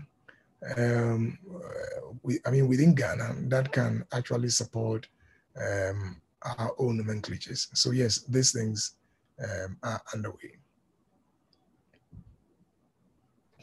Thank you, sir. Sir, the next question is, what are the likely changes in the religious landscape post-COVID? That's a very interesting question. I am anticipating two potential changes. One of them is that post-COVID, the Mental Health Act in 2012 in Ghana indicated clearly that the need to invite traditional forms of healing into mental health is granted. So that is there. But again, implementation challenges. This hasn't seen the light of day. And post-COVID, the way religious groups have demonstrated to government through their administrative structures on two levels. One of them is, for example, public health education. A lot of religious groups were able to send messages to their various religious branches across the country to, for example, be compliant with COVID restrictions. They were also able to continuously provide support for their teaming members under the crisis 1 year and more. And churches have not, for example, struggled in getting their members being together. So one of the things I'm hoping we'll see post-COVID is a significant engagement of religious groups in governance, number one. And then number two, inviting religious group to begin to translate, for example, some of their practices and teachings into workable and usable psychological units, psychological nuggets that can, for example, be used during their church meetings or worship, for example. We saw in COVID that churches were using their platforms and pulpits to talk on how to manage stress, how to manage anxiety. These are important mental health issues to address, so that a pulpit doesn't only become a place of only teaching theological themes, but equally important themes that border on mental health. And then finally, I'm also anticipating that post-COVID, the research in the area of the the connection between religion and mental health in Ghana is going to burgeon. We are going to have a lot more researchers working in this area. Thank you, sir. So the next question is from YouTube. What is the impact of religious superstitions on well-being? That has been well studied in the literature. I mean, this, I can take this under the general rubric of looking at the negative impact of religion, for example. If you look at some of the negative impact of religion, one of them is the sense that religious persons sometimes may cede control to a supposed supernatural being. Now, what that means is that once they cede control to a supposed supernatural being, it can affect their agentic participation in seeking solution to the problems. For example, if you believe that the problems you are going through can only be addressed by prayer, the possibility is that you're going to spend a lot of hours praying through the problem instead of perhaps looking at the practical problem-solving approaches in dealing with the issue. And so that's been one of the issues that a sense of superstition and excessive religiousness can have on people. The other thing about some of the negative impact of religion is that sometimes, because people seem to have a certain sense of control, a certain sense of faith and confidence in their religious leaders, they may end up being controlled by these religious leaders. If you do a bit about the sociology of religion and the psychology of the charismatic nature of religious leaders, you would come across some religious charismatic leaders who have, for example, asked their suppliants and supplicants, for example, to drink cyanide and all kinds of substances. Some of them may ingest all forms of entheogens as a means of, achieving certain religious states, and in the process, they may die. Religion, we know, for example, sometimes can make one have a deep sense of guilt. Somebody is trying to deal with a particular, health state or health habit. He's trying to overcome a particular challenge. It could be anger problem, it could be smoking or anything. And then he fails in trying to deal with the addiction and the sense of moralizing what has happened. They make the person feel so bad about himself. So these are some of the impact of unguarded religiousness. And this is very much well indicated in the literature. Thank you. Thank you, sir. So the next question is, what is the plight of gender and sexual minorities in Ghana, considering that they are often easy scapegoats to religious hatred and violence, especially in Christian fundamentalist traditions? Any reflections on their mental health during the pandemic? Very good question. And so, especially, I think that in Ghana, the issue of minority groups began when the news broke out about 10 years ago that a number of Ghanaians and others living in Ghana want to be recognized as gays and lesbians. That's where this awareness of a minority group came up. Prior to that, we haven't really been bothered very much about religious minorities, or for example, minority issues. What we have actually encountered in the past was rather some sense of religious extremism of people who may, for example, in the attempt to, manage their own convictions about what religion is, have abused other people's rights. Some have taken them, for example, into certain enclaves and bushes and say well, that is my church and this is what I do. But we have become very much sensitive lately about the rights of gays, LGBT community in Ghana. And two things are clear. One is that there is a concerted religious position against LGBT community in Ghana. There's no doubt about that. In fact, recently, a national prayer was organized against LGBT in Ghana. And the kind of convergence that is emerging between Christianity, Islam, and traditional African traditional religion leaves one to reflect on the level of revulsion that exists in each of these religious groups. There is a generalized condemnatory convergence. And so when you meet a Christian, when you meet a Muslim, when you meet an African traditionalist, every one of them, in their primal belief, condemn this particular behavior.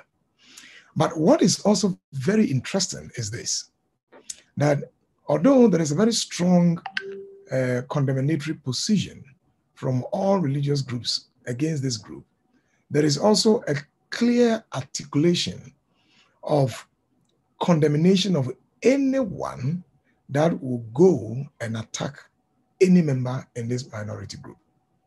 That is quite also interesting. So, whereas there is a condemnation of the act, there is a strong support for the person. That if you, yes, they are not interested in any of such behaviors, but they condemn in no uncertain term anybody who will go after such persons and harm them. And I am very much aware of, for example, the Ghana Pentecostal Council and the Ghana Christian Council supporting a move and an intervention program, a sexual reorientation program. It's like more of a counseling that has been put in place and is currently being sponsored by the Christian Council and the Ghana Pentecostal Council. So this is the paradox in this area in Ghana.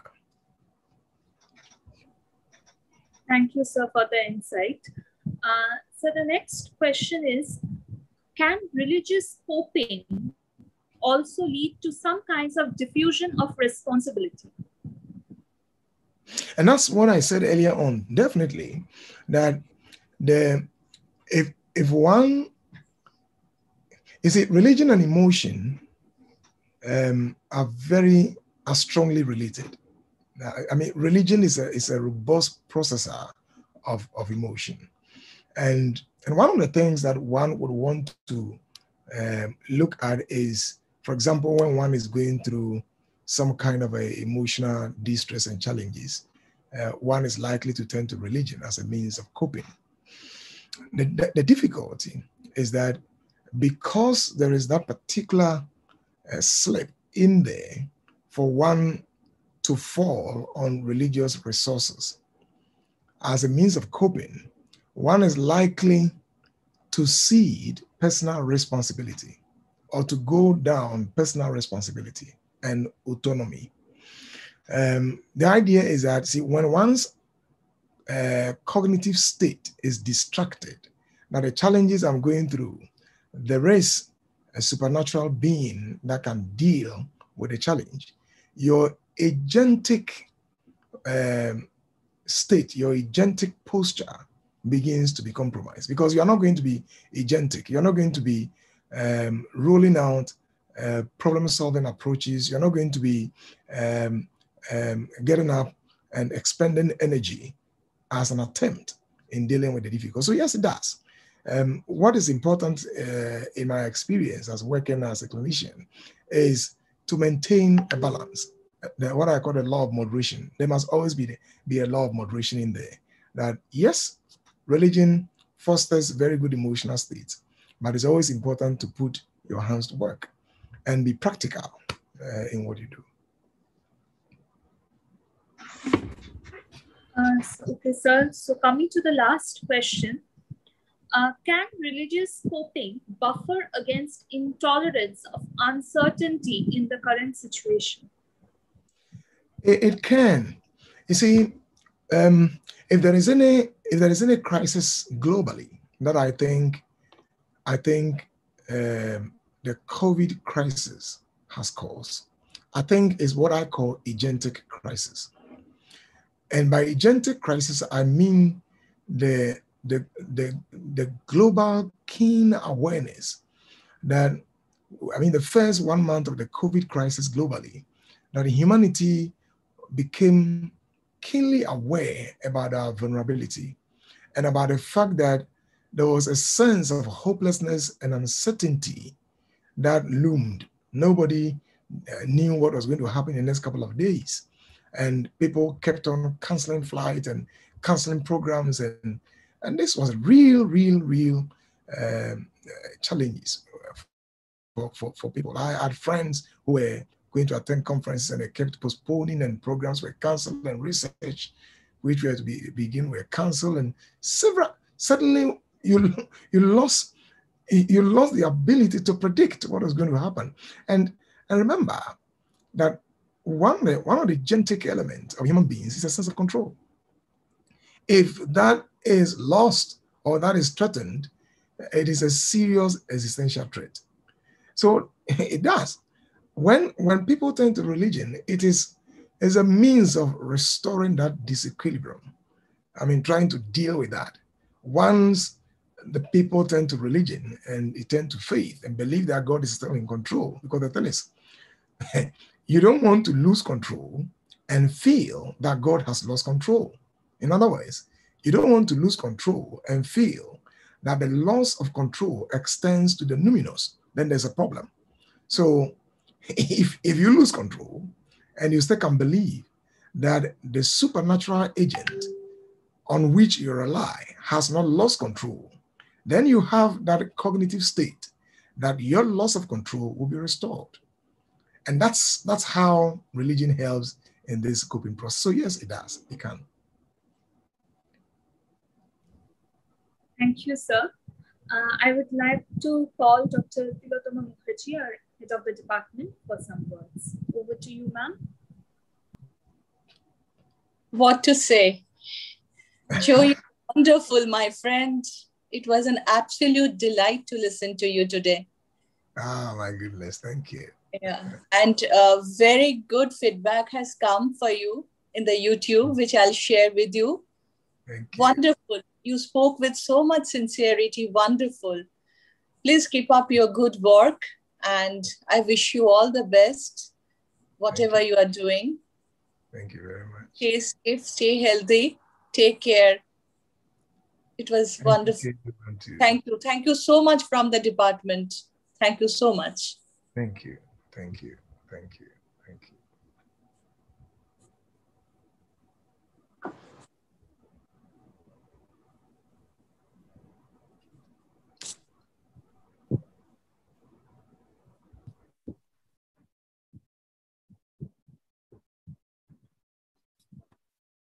Our honorable speaker for this session is Dr. Suparna Chatterjee. Dr. Chatterjee is an associate professor of sustainability and global cultures at Xavier University, Cincinnati, Ohio. Her research focuses on the political economy of globalization, neoliberalism, gender, poverty, sustainability, and post-coloniality. She teaches in the Philosophy, Politics, and Publics program, PPP, as well as in the Economic Sustainability and Society (ECOS) program at Xavier University. She also teaches courses in international business. Over the last few years, she has engaged with the bottom or base of the pyramid (BOP) proposition. Her work has appeared in journals like Organization Studies, and Human Relations. I would now like to call upon our head of the department, Dr. Tilotoma Mukherjee, to say a few words. Over to you, ma'am. Welcome, Dr. Suparna. Hi, how are you? I'm doing okay. Okay till now. How are you? Good. Thank you for having me. This is such a wonderful space. You have such a warmth about, I can't see the faces, but I can feel the warmth. Yes. My faculties are here in the platform, and Anindita is also here. I think you can say you if she wants to. And yes, we have Anindita here. You can see Anindita. She has switched on her video. Oh, hi, Anindita. We are all looking forward. I'm extending a very warm welcome to you. Thank you. Thank you so much. Okay. Do you want me to start now? Okay. So as I said, I want to thank all of you for including me, a geographer / anthropologist, among psychologists. This is a very interesting space for me to inhabit. The title of my talk, it's a smaller talk, is called Well-Being, Some Unthoughts. And I'm going to pause on the word unthought. The word unthought for me is about thinking through thoughts that remain often underground, subterranean, unthought. They are often overlooked, they are aporias, they are blind spots. So I want to think through well-being through the position of the unthought. Let me see. So the title of this wonderful online platform is Reimagining Well-Being in the Wake of the Pandemic. And what I've decided to do is to focus not on the word well-being or pandemic, which are worthy words, but to focus, at least to start with, to focus on the word wake. I want to think of this moment as wake.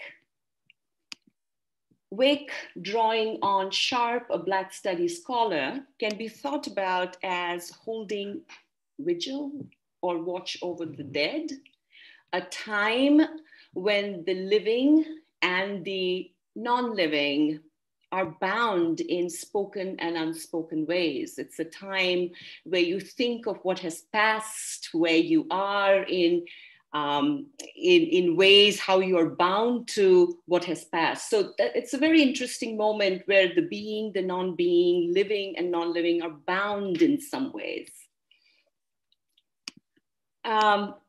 So why begin to talk on well-being with wake? The reason that I start my talk with on well-being with wake is that it allows me to get to the backstory, to my vantage point that helps me to think about well-being. And that backstory, that vantage point has two names and two events. Name one, Carmichael Martin. A few weeks ago, my childhood friend Carmichael Martin died gasping for air. He had been fighting an illness for some time, and then he got the COVID. He was taken to 6 hospitals in Delhi. He was unable to secure oxygen bed in the ICU in any of those 6 hospitals. Carmichael died in an ambulance, in a hired ambulance, 1 week after his 55th birthday. From Carmichael's grasping for air to George Floyd's crying out, "I cannot breathe," as an officer of law pinned him down in a knees and neck hold, what we witness here is the workings of global biopower, where who gets to live, who gets to die is always already sanctioned by power structures informed by hierarchies of race, caste, class, religion, gender, sexuality, so forth. The normalization of death and dying of certain bodies, the routinized spectacle of suffering in the absence of life-sustaining infrastructure has become a constitutive part of the system, normed by race, caste, neo-patriarchy, capitalism, imperialism, so on. This is a system that renders some bodies expendable, unworthy, outside, external to the economic calculus of care. Now, I'm talking about wake very conceptually. I'm talking about wake through concepts. Of course, finally, I hope to get to well-being, but I do start with wake through concepts, through epistemic frames. But as you all know, wake has affective valence. It's very emotionally charged. It is a time of loss, trauma, anxiety, remembering, forgetting. So it is very much a place of emotion. It's a place of affect. And what I want to do here is, instead of getting over it, instead of trying to rush through it and move on, I want to sit with the heaviness of this moment, feel the weight of this moment. And think of wake, again, in drawing on Sharp's wonderful work, think of wake as a form of consciousness, as a form of consciousness of something, consciousness raising, a sort of awakening. This awakening thinks of well-being, both for the being, the one among us, Anindita, me, all of us here on the conference, and also non-being, the absent, George Floyd, Carmichael, and the not yet. So this well-being that counts for both being and non-being at once, it's accounted for.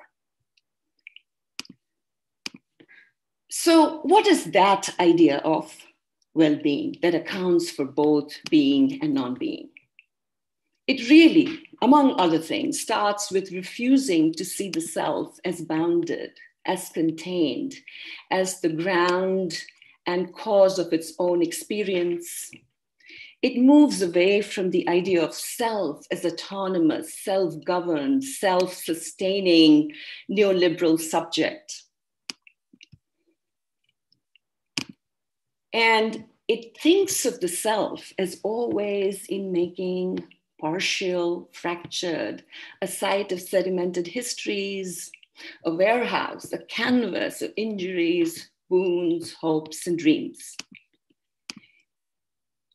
The idea of self as a bridge to the world, as something that is made whole only through how it connects to what is not, is really central to this idea of well-being as thought of in the wake, as wake work. And this requires a shift of how we conceive of ourselves, how we think of ourselves in the world. And this is rethinking well-being in a new key, where you decenter the self, where you think of self as always reaching out, as always connected to others' well-being. And here is what I thought when I wrote this. If it is true that nobody is free till everyone is free, then it could also be true that nobody can experience well-being till everybody can experience some measure of well-being. And this, as I said earlier, is really key to thinking of well-being as wake work. What is the wake work? Wake work is when you foreground, when you bring to the fore, when you body forth injustices, historical wounds, injuries, ongoing exploitation, abandonment. What you're doing here is you are very intentionally in politics, in social policy, in your own practice, when you center the margins, when you center the fringes, the other, as we reimagine, right, well-being, not only as self-care, that is so much in use now, but also as a form of ethics of care, a certain politics and ethics of care. That ethos of care takes non-value, anything that is non-valued, any body, any emotion, any sexual orientation, anything that is seen as non-value, as valuable and worth fighting for. It demands rebuilding the system and then reimagining well-being. In this still to come system, my friend would not be turned away from hospitals. George Floyd would not be killed in plain sight. They would live rich lives, and we would be indebted to them for making us reimagine what just well-being, what well-being that is not only tied to the individual's self, ego-driven, narcissistic well-being, but well-being that is public, that is communal, that is reaching out, that is always falling short, but nonetheless trying to make whole, trying to connect.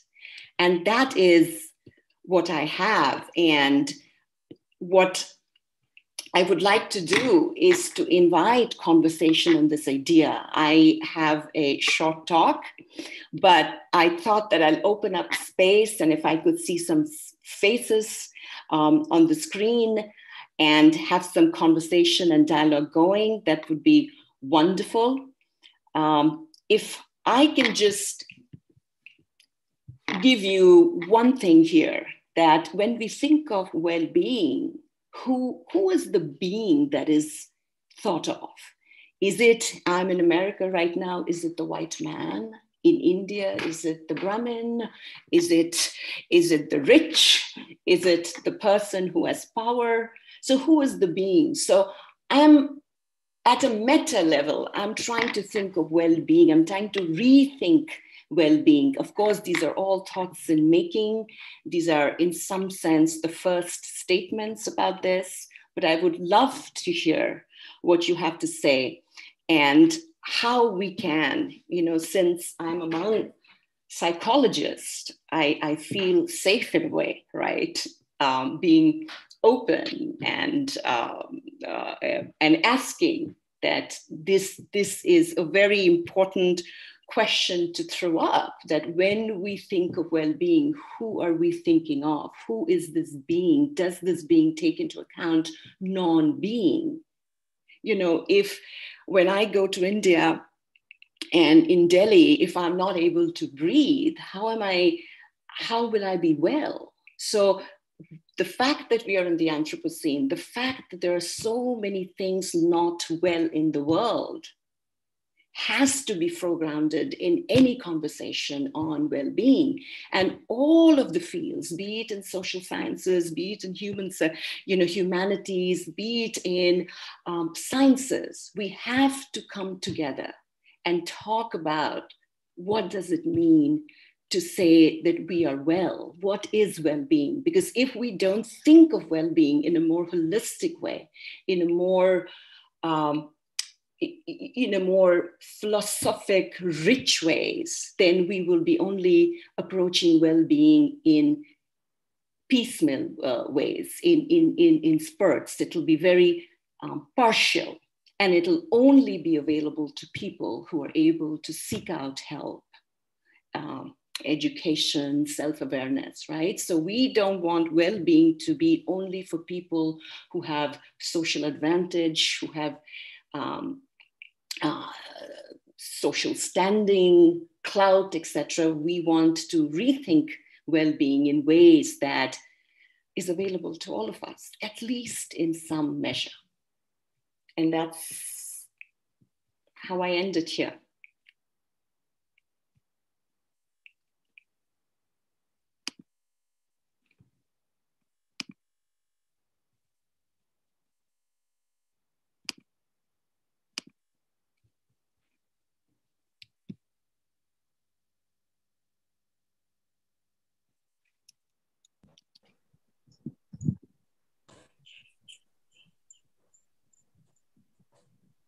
Thank you, ma'am. Such a unique perspective. I would like to ask our participants if there are any questions to put them in the Q&A box for ma'am.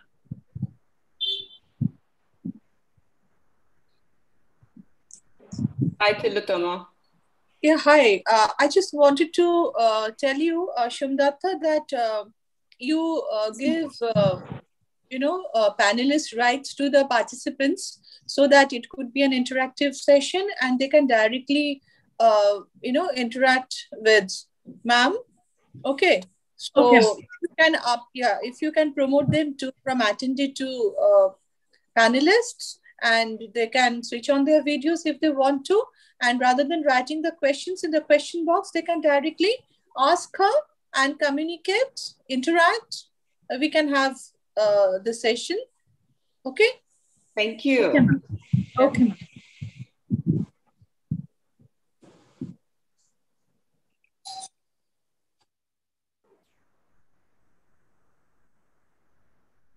Hello, Suparna. Hi, Anindita. How are you? I'm fine. I'm fine. As you told us that what is well-being, it's not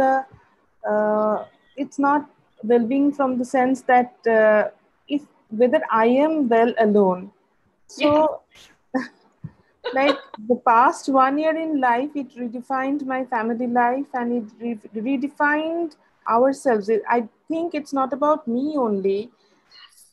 The sense of community living, like the way I think about my neighbors, the way I think about my relatives is entirely different.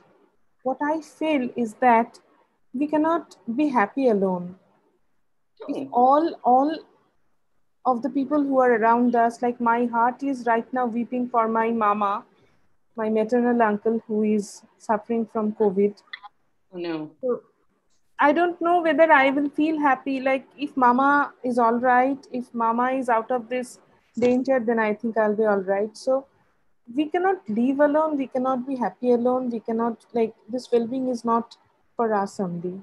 This is what I feel. This is what my take in last 1 year, Suparna.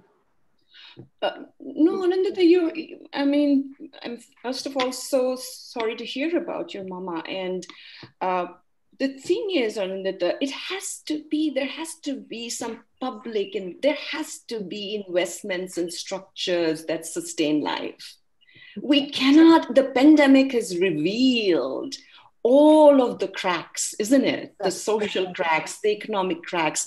So in terms of politics, right? In terms of policies, we have to have at the highest levels, right? From down there, we have to have structures that help us feel good. It cannot be parcel out to the individuals. It cannot say, Anindita, now it's your responsibility. That's a very neoliberal way of talking about well-being, right? Exactly. And also about the ethics. Yes. The ethics. So this is my take for now. Very nice. Is there anybody else who wants to jump in?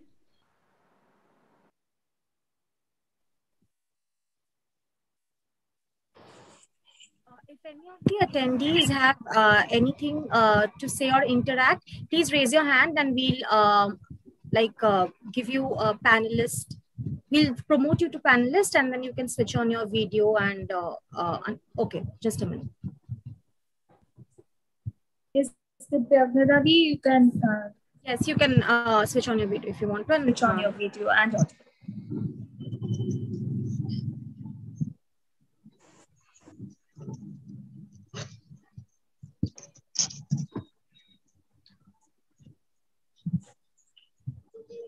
Hello, ma'am. How are you doing? Hi, Dipambana. How are you? Ma'am, I'm fine.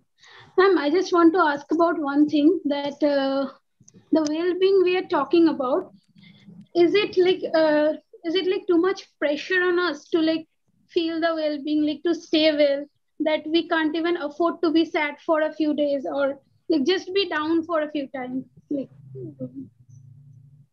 natural.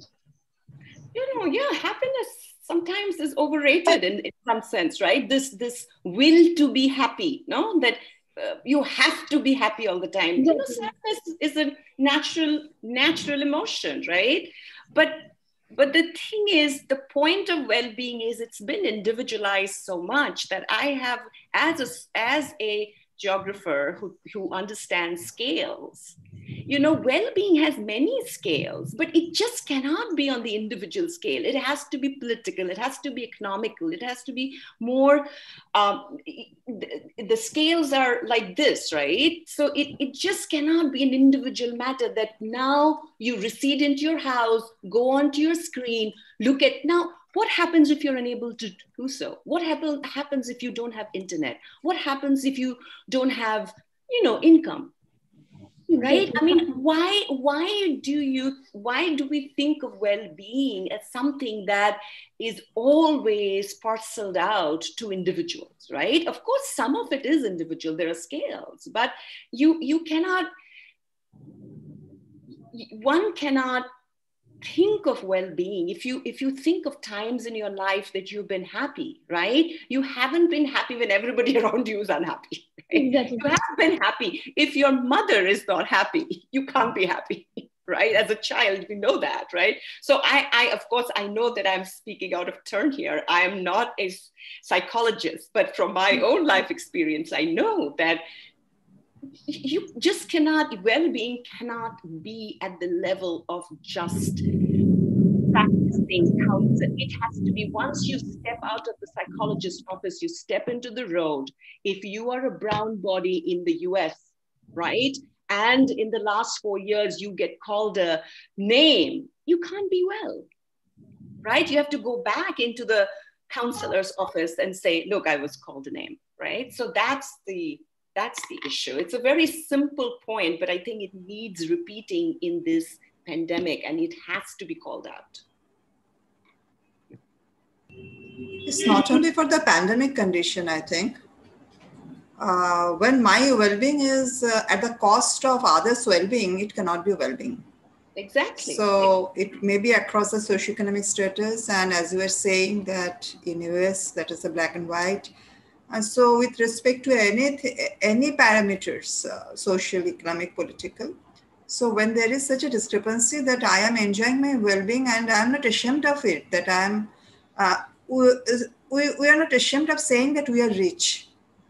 We are rich means I'm depriving someone of their well-being. So that thing should be the definition of well-being, and it may be utopian, but that is the thing actually. No, you're exactly right. Utopia is good in a way. At least we can aspire, right? We won't ever reach there. But we are not ashamed of saying I'm rich. Right. And you know, in some sense, it's selfish, right? Because if everybody is well, then I will be well. So just for the heck of my own well-being, I want some semblance of infrastructure, some semblance, you know. I talked about my friend in a very public way, but to think that somebody with somebody who is already fragile and fighting illness, right? For that person to go to 6 hospitals and not get an oxygen bed, right? I wrote this whole thing, a short talk, just from that place of, you know, I am in the US and we have been homebound, we have taught from home. Everybody's unsettled. But just to imagine what would it mean for someone to pass away 1 week from his 55th birthday in a hired ambulance where they had to pay 4,000 rupees just for the ambulance. It was just, I could not, you know, for me, I can't swallow it. You know, I can't deal with it. So you're right. It's very painful. Very painful. And it's happening to so many. That's the thing. It's happening to so many. That's right. And you know, it needn't happen. This needn't have happened. You know, we talk about the naturalness of this moment. There's nothing natural about this. There is nothing natural about this. It is a political problem. It is an economic problem. And again, I'm not being ideological. I'm not even going there. I'm not in the headspace of being ideological. All I'm saying is that this needn't have happened.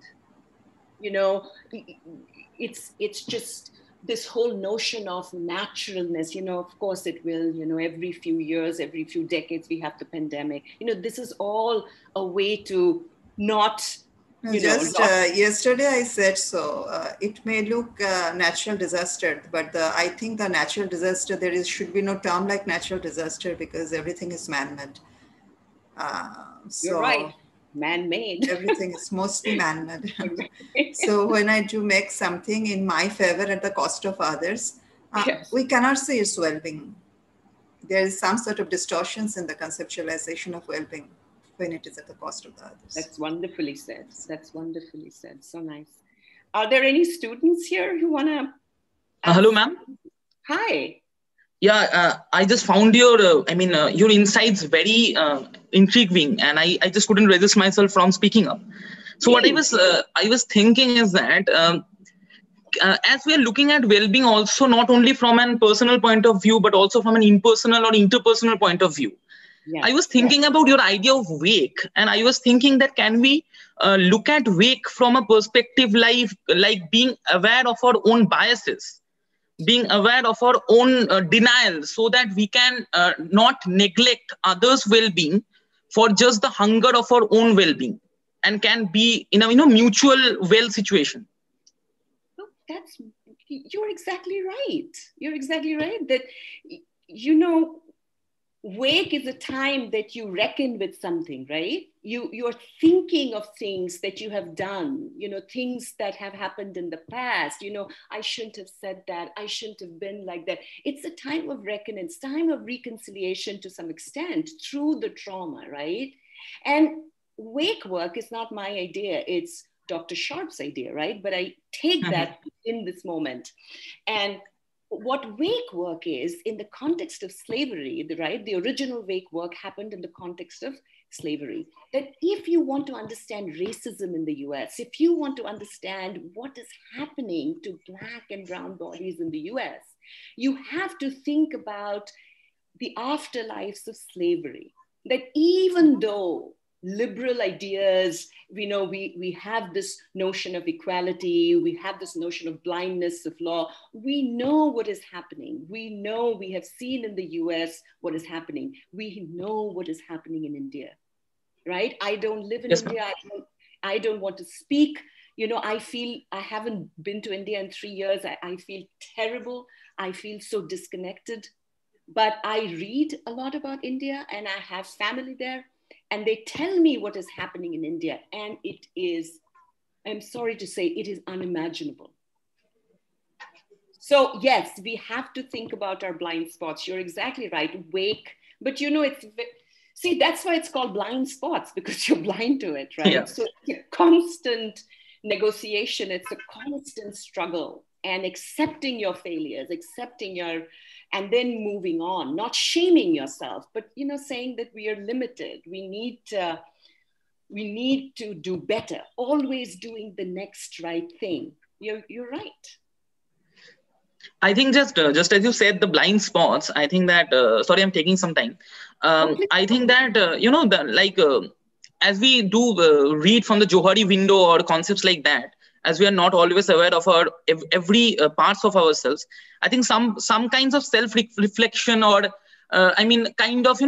not completely reacting to what others are saying and kind of responding to it and slowly introspecting if there is something negative from my side also. I think that also helps us to kind of look at the blind spot and maybe be waken up, kind of. Exactly so. And again, as I said, it's, nobody is perfect. The idea of, being perfect is absolutely flawed. We are all flawed, right? We all have our baggages. But the thing is to always check in, to always, find ways to converse with yourself, as you said, right? To be awakened. It's not easy. It looks like, so idealistic. Okay, you're in the US, you're talking like this. It's not that. It is really difficult. Thank you, ma'am. Of course, thank you. Hello, am I audible? Yes, ma'am, you're audible. The question that I had, it was more of a speculation, like since the concept... I'm sorry, Ritisha, I cannot... Am I audible right now? You are, but there is background noise. I can't hear you clearly, but I'll try. I'm sorry.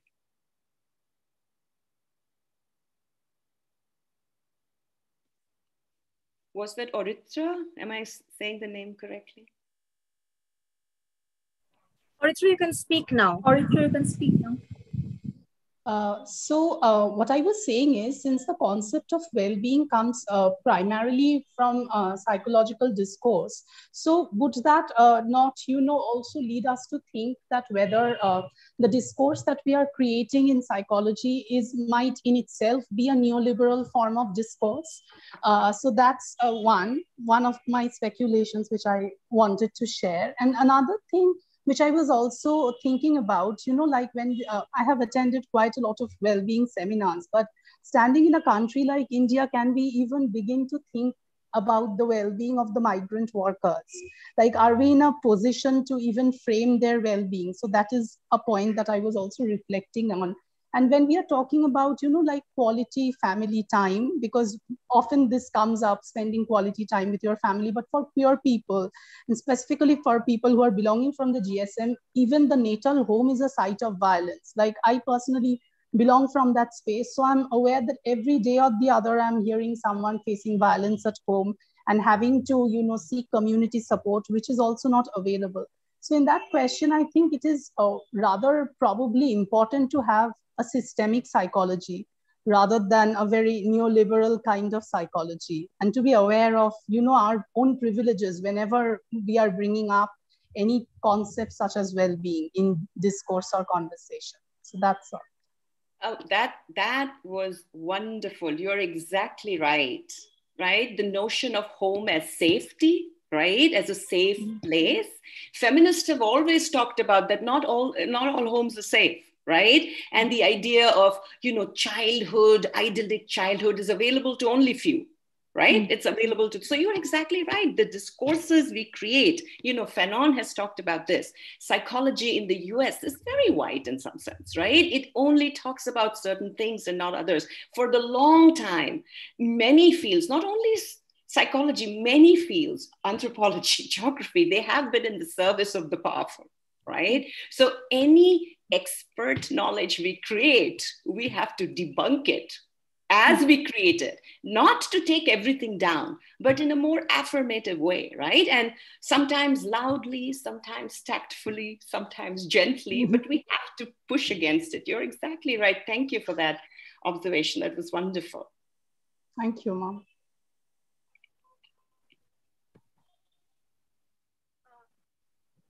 Am I audible? Yes, you're audible. Good evening, ma'am. Thank you for that insightful session. And I just wanted to say one thing that, like you said, that well-being has been extremely individualized, especially, in capitalistic societies, in liberal democracies, where this whole concept of socialism is not even present. We don't think of ourselves as a community anymore. But also, I think when a person thinks about well-being, they most of the time they think about it in terms of the privileges they are born with. So I think well-being for an upper caste man in India would be very different from the well-being of a person who belongs to a minority group. And it would be very different from the well-being that maybe an upper class woman thinks of. Even in that, even the moment intersectionality comes in, I think the whole idea of well-being and the whole concept changes. And also maybe that is why well-being has become so individualized, because we are always thinking about it in terms of the privileges we are born with. Like Orifra said, and you said that too, that it's become so individualized that well-being of a community is, it's gone beyond the picture. So, like, I mean, what are the ways that, we can, should we just say it's because we live in liberal democracies or capitalistic societies that this, is it only capitalism at the root cause of all these problems? That can't be it, isn't it? You all have such wonderful insights. Any system, right? We have to have a radical opposition to systems that thinks that it's the only one available, right? Any system that offers no alternatives, right? Capitalism is the only system, right? This form, not even a more, I don't know what form, right? This form of capitalism on steroids in India, right? This kind of, either you work, you have to compete, you have to be the best, you have to do da. Not only that, you have to look a certain way, you have to have a certain man, woman, other, there, then, all these kinds of things that are, they rush at you, right? And how do you navigate that? So any system that provides or that makes you think that there is no other way to be, there's something wrong there, isn't it? Right? There's always other ways to be. It's not easy, right? And it's not always you can do that. You might fail, but you have to work against, you have to become fugitives in some ways. You have to become, you have to sabotage it, right? In some sense. How do we do it? My concern right now in this moment was, as a geographer, as an anthropologist, as some kind of a, traveler from the East to the West, is that if we think of liberal well-being, individual, me, right? Ego-driven, we can be happy in some sense, unknowing, of course I have the car, but what has happened in the last year, it has shown us that doesn't work, that model doesn't work. You can be a billionaire, but you have to run away to New Zealand to live well, right? So if you're in a society, if there is no sense of what it means to be public, if a system is eroding the public, is eroding some of the basic things, access to, health, education, right? Basic things. If it's eroding that for a vast number of people, there's something wrong with that system. What is the alternative? That is the thing, we have to think through, and we have to be unflinchingly honest about it. But we have to ask questions. We have to do the hard work, conceptual hard work and practical hard work. We have to do it. And we won't succeed all the time, but we will at least try. Like you said that, I think this idea that we're working and living good lives and earning money. So somewhere productivity is associated with well-being. Productivity has become equal to well-being, which I think is the main motto of a capitalistic society, to make people understand that productivity is equal to well-being. So that might be, so now during the pandemic, when we are not productive, sometimes we feel like we are losing out and we are not able to do anything, we're not able to work. And so that is somewhere making us feel like, we are not well. And maybe on some level we are not, but that sometimes it's okay to be unproductive as well. I think that idea has gone beyond people. You're absolutely right. It is very important. Dr. Momita will speak now. Shukanna? Yes, ma'am. Dr. Momita has raised her hand. Oh, okay, sorry, ma'am, I didn't see that. Yes, yeah. Yeah. Momita, you can speak. Thank you, ma'am. I just wanted to first of all thank Dr. Chatterjee. Am I audible? Yes, you are. Okay, thank you so much. First of all, thank you, Dr. Chatterjee, for opening up this space for the discussion.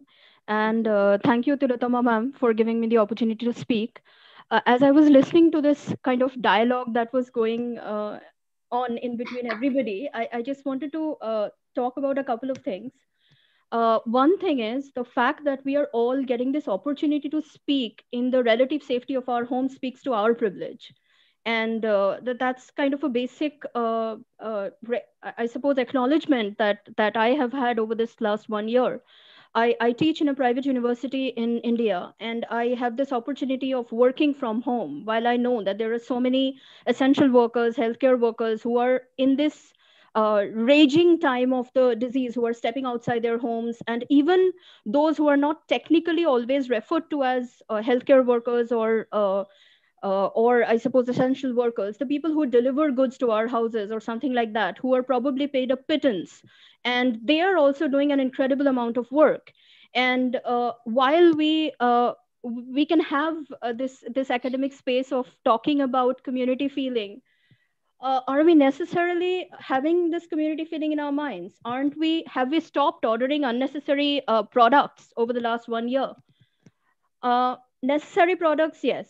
Medical products, yes. Essential groceries, yes. I understand that. But have we stopped purchasing cosmetic products? Or, I mean, they have their own value because they can make us feel good. They can make us, they can give us a boost in a moment when we may feel down, with all due respect to that.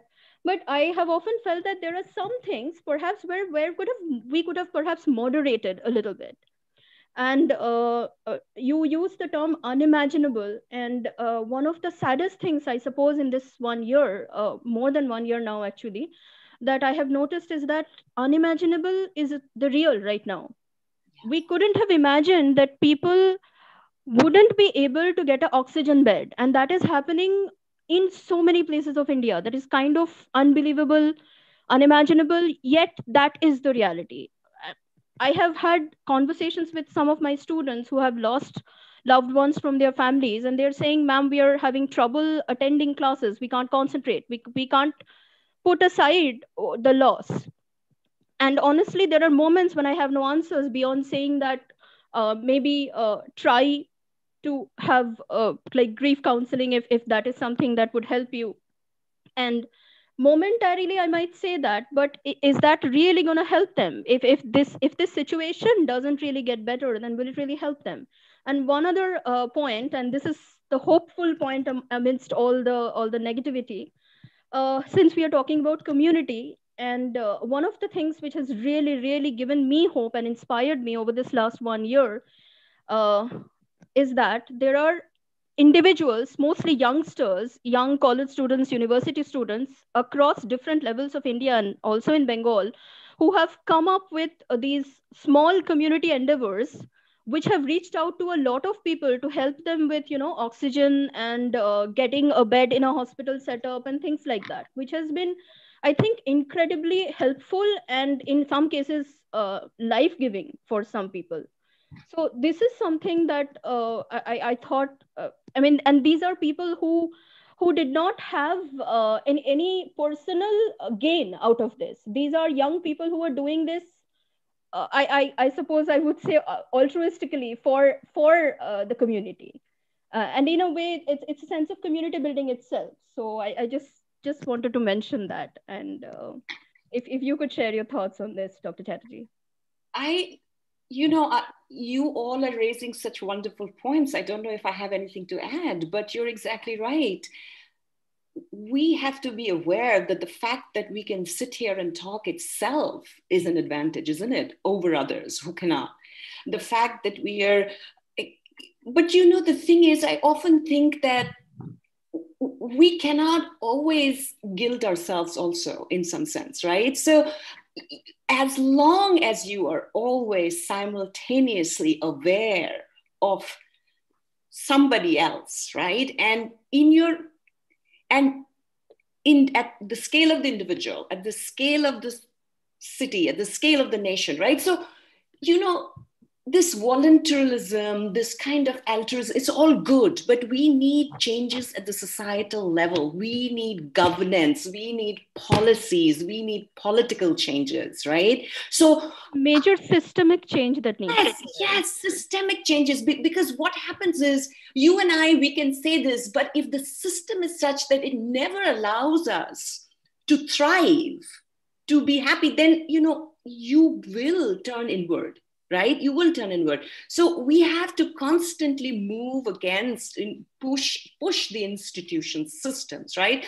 And that is a very interesting thing, because what we are seeing is, because we need to be productive, because we need to be successful, we cannot think of anything else. We have been numbed. There's a nice numbing, be happy, always be happy, you can, right? So it's a very, I am sorry, but I have no answers. I am Honestly, just I understand this need to, take care of personal mental health, but not at the cost of being insensitive to what is going on. Right. But So the thing I suppose it's a difficult balance to strike.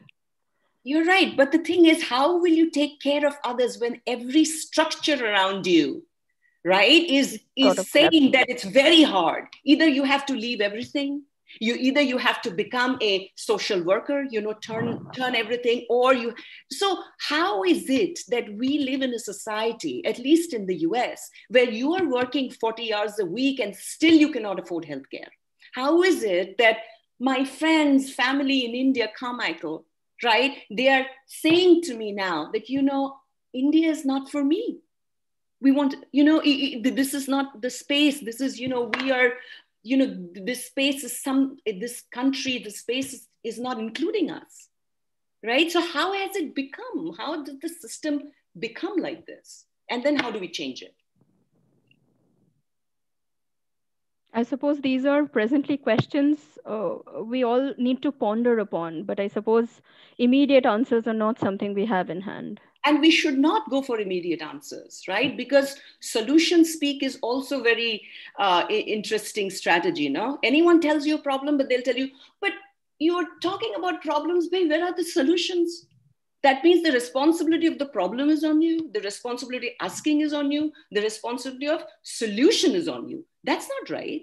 You can pose a problem and say, let's sit with this problem. Solution has to come through all of us.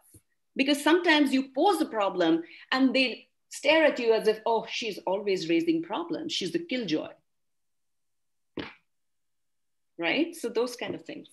But sometimes that necessity of that voice of dissent needs to be there. That killjoy person needs to be there, because without them, who will ask the difficult questions? Who will ask the question? You're right. Thank you so much. Thank you, Dr. Chatterjee. Of course.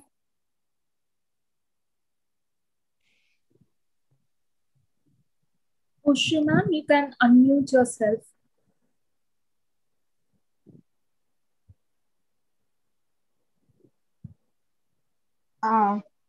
Good evening, ma'am. This is Ushoshi. I'm Ushoshi Banerjee. I'm a clinical psychologist working in the health sector. And actually, I would like to thank you, first of all, for intriguing us to use this space for sharing our thoughts. And it was a wonderful and lovely session, I must say. Ma'am, basically, I am working in a hospital which treats COVID patients. And as a clinical psychologist, I also have to lend my services at times.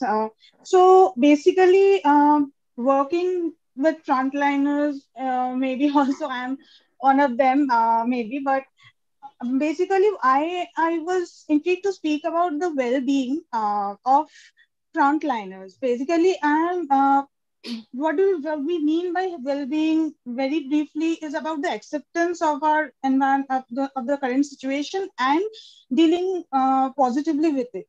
So, but as you had also mentioned that this pandemic has been a revealer. It has pointed out all the cracks and all that which are existing in the system. So, and for us, we who are like working in the forefront, so the whole definition of well-being seems, muddled up sometimes. So me being a clinical psychologist also, but I also get overburdened by the ongoing stress going on. Hello. Hello. Hello. Yeah, Am I audible? Yes. Yeah. Yes. So if you could just share your insights about what do you feel that given this change in the in every perspective of well-being, and also especially for us who are dealing with this clinical population and the stress of keeping ourselves healthy and okay, and hopefully keeping our family members also safe at the same time. So our well-being kind of seems jeopardized at some point of time, so which I don't think is unnatural. So if ma'am, you could just share your insights regarding this. What do you feel about it? So first of all, I'll say that I speak from a place of non-expertise, right? So I speak as a geographer, anthropologist, right? So you are the one who, right? So but from a certain philosophic, a certain meta perspective, first of all, I would want to thank you for your work, right? So I would like to say that I hear you, I see you, I affirm your work. That's so important. And, I would say that you must affirm yourself every day. You are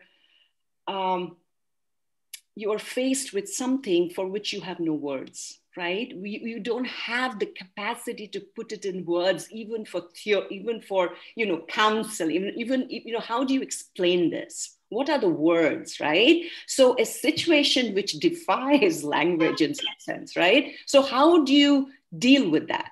So one of the ways that I would, in any situation which is so traumatic at a social level, historically, socially, is to affirm one's place in the world, right? Where you are, what you're doing, is to be able to be vulnerable, is to be able to say, I am tired, right? Use a word that we are not allowed to use on this online forum, right? Admitting your vulnerabilities, admitting your limits. Yeah, that's what I thought I would share it. I don't know, something in your speech, something in your session which made me intrigued, to motivated to speak up. So yes, I am obviously I'm exhausted, and sometimes I was just coming back from work and I was listening to your session as I was in my car traveling all the way from my home, my hospital, to my home. So but I couldn't I must admit that your session was so nice and so enriching that I couldn't let go of it, and of course, and motivated me to speak up and just express that our vulnerabilities, yes, we have, and we have realized that we are vulnerable. Even being mental health professionals, we are vulnerable, and we are humans at the end of the day. So, right. Anyway. And I would also say that, making some, again, that is also elite in some ways, but if you are able to make some space for yourself, some time, an hour or two, where you're not, you're not called upon to do anything, because you're called upon to do so much, right? I understand that this is also something that some people, some bodies can do, but if you can do it, right? That idea of vulnerability and taking some time out, and go ahead, be angry sometimes, express yourself, right? I mean, we are told to be happy. I get very irritated when I'm told that, and sometimes we come with comments like, oh, come on, you're a psychologist, right? So, and how can you be so upset? And also we do deal with some comments like this. So, but anyway, I'm also worried about the well-being of my colleagues, fellow colleagues, and the frontline workers, the doctors, whom I get to interact so much throughout the day. And sometimes all this takes a toll, but yes, hopefully we will be fine. But I just wanted to know your insights about the how to maintain the well-being, being working in a hospital and dealing with so much of crisis. I just want to ask you, do you have any sessions where you check in with each other, like group sessions? No, now that has changed. I mean, what we used to do earlier was we had a social circle, like at least our family with whom you can speak to, and went out in different forms, of course. But now that has also been restricted. We can't go and meet them, because do you have, working in a college. But do you have Zoom sessions with your colleagues just to check in, like where you talk about? Okay, so that is a practice. Again, some kind of a practice that helps all of you to come to a space and just unload, unload. Just say, okay, that person was really not, irritating me, or, being able to, being able to be heard in ways that doesn't make you feel that half, like being heard is very important. So having those spaces, it's very hard to have those spaces, and it's very hard to connect, but at least if 2-3 people in your group can sit and just actually everybody are dealing with their own shares of struggle and their own problems. Everybody has I think as you said, that this pandemic has taken a toll on this. Not only social distancing has been implemented on us, but this social distancing has occurred in different ways as well, and it has. People have become more, person centric, maybe family centric. People are more insecure about giving time to their families rather than reaching out to others. So that has of course happened, and we are also dealing with so much changes in our social structure. So thank you for the suggestion. That we'll try that out sometime. Thank you so much.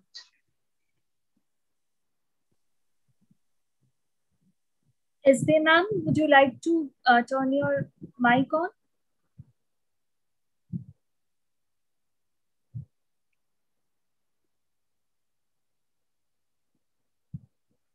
Ma'am? Yes. Are you talking to me? SD ma'am? Actually, I couldn't follow the full session, okay? So I would not like to. Do you want to ask, tell me anything? So I'd not like to make any comment. Okay, ma'am. Okay.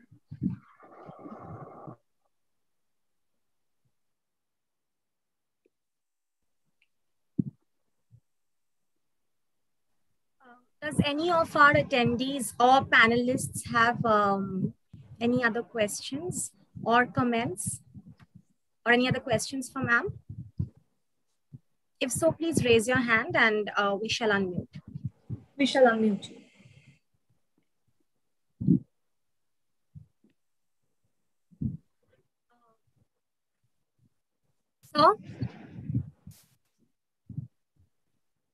So you have unmuted yourself?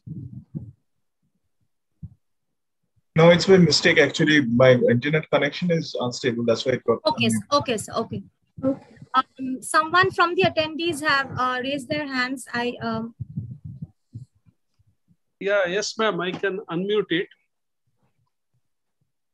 Yes, sir. You can switch on your camera.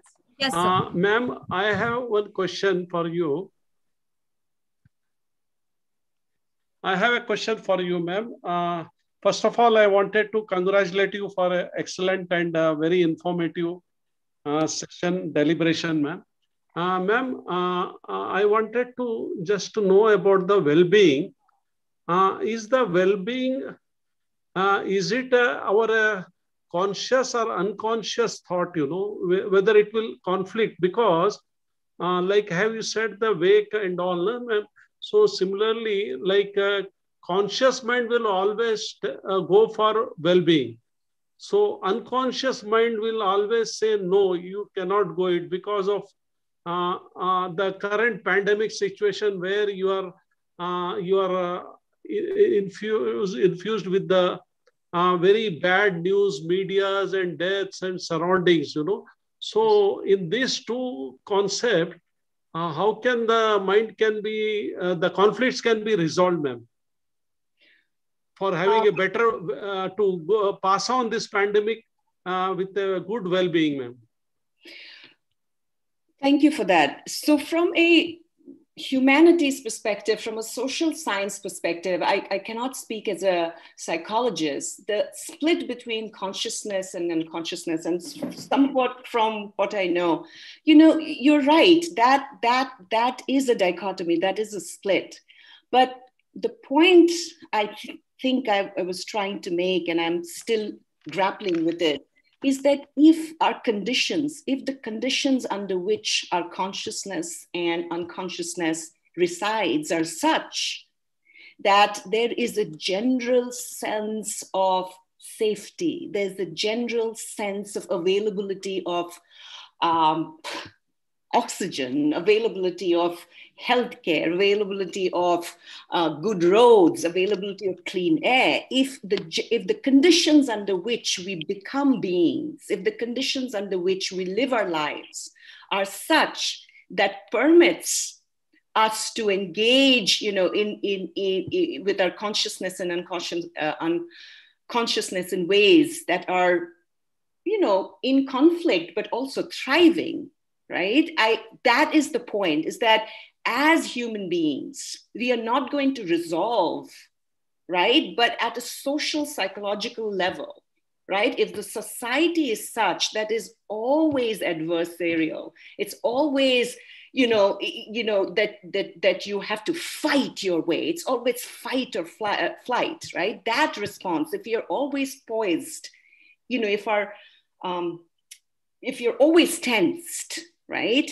So an example is, in America, sir, there are many places where Black and brown bodies, especially Black bodies, when they see a cop, right, they are always in fear of their lives, mostly, right? So if they're driving while Black, right, and they're stopped, they know that if something happens, they could be shot. Not always, of course, right? If something untoward happens. So what I'm saying is, if the conditions under which you operate as a person, right, under which you have as a person, your ego, your subconscious, conscious, if those conditions are always adversarial, always oppositional, then you can't really, get to a point where there is some kind of a equilibrium, some kind of a peace, some kind of a coming to a sense of self, which is whole,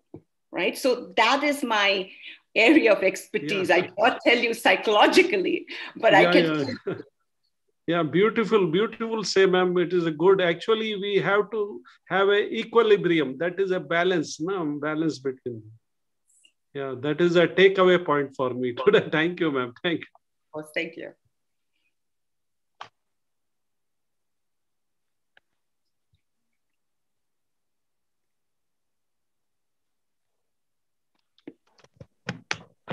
Ma'am, there's a question on YouTube.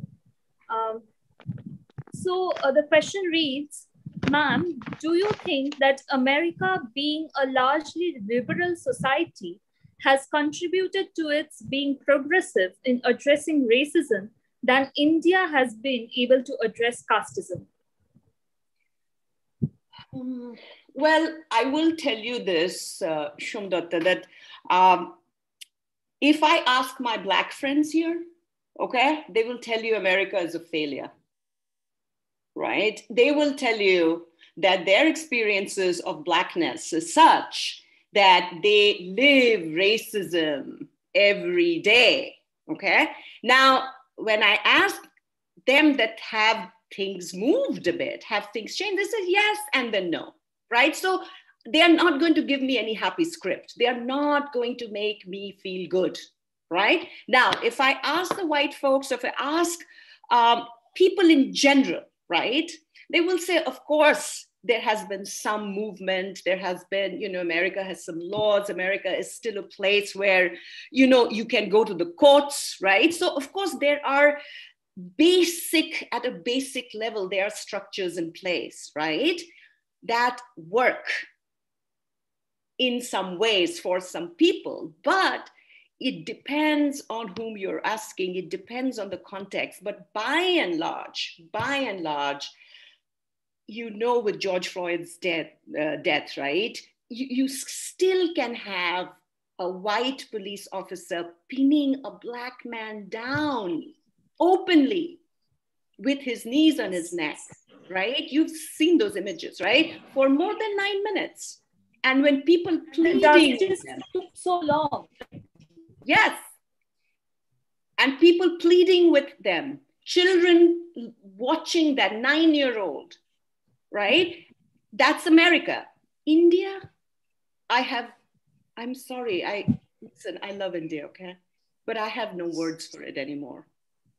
I'm being so open among you all. I have no words for it. I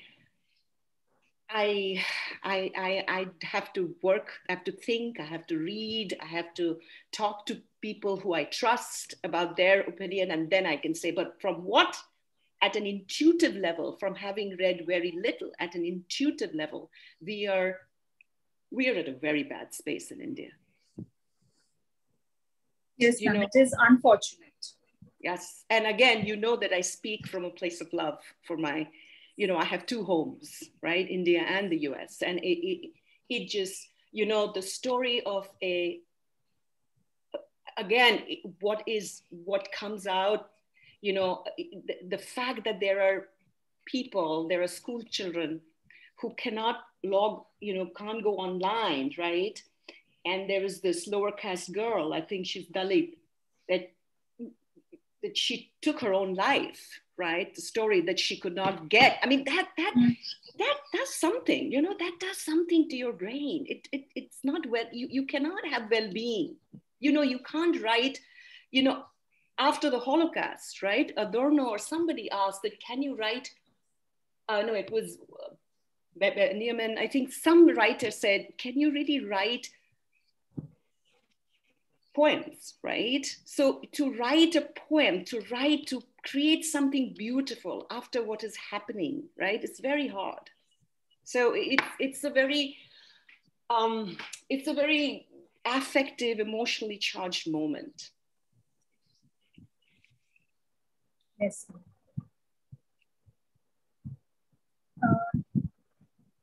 Do any one of the participants have any more questions, or should we move on?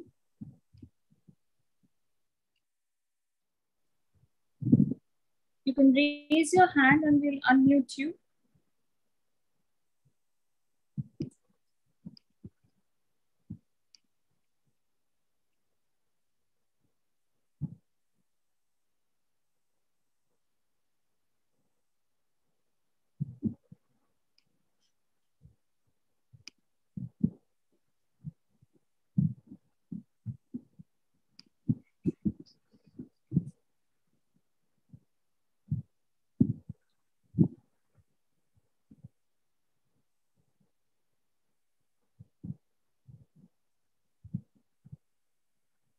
Tilottama ma'am, would you like to say a few words?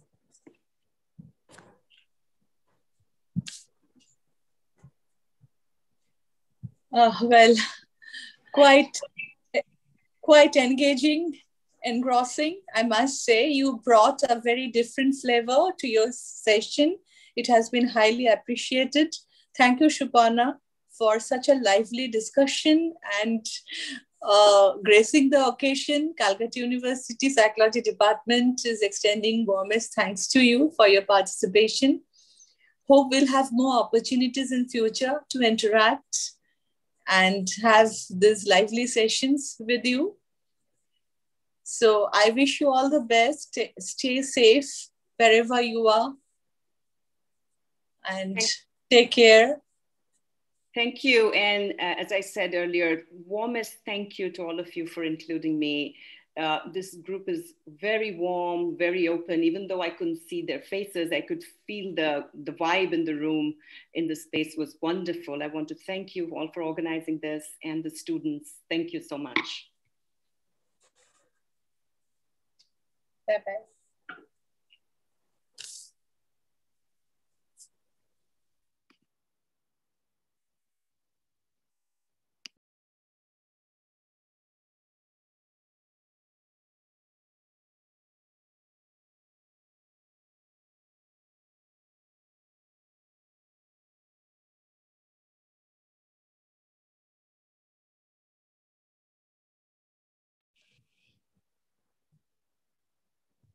Our next session will begin shortly. Please stay tuned. Our speaker will be joining momentarily.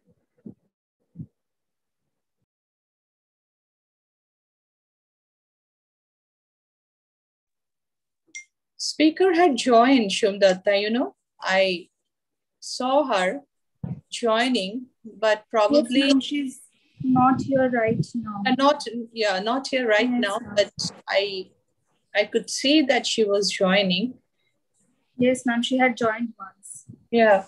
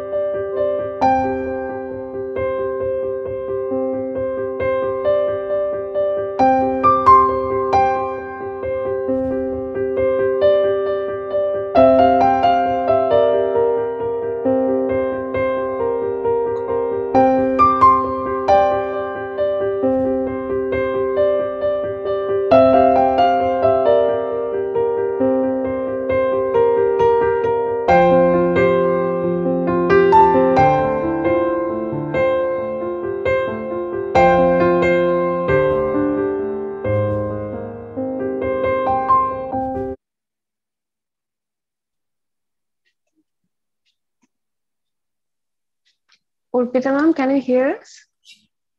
Yes, I can hear you. You can hear me? Yes, ma'am. Okay, ma'am. So our next honorable speaker for this session will be Dr. Urpita Bishwas. She will be speaking on mindful self-compassion and its application in difficult times.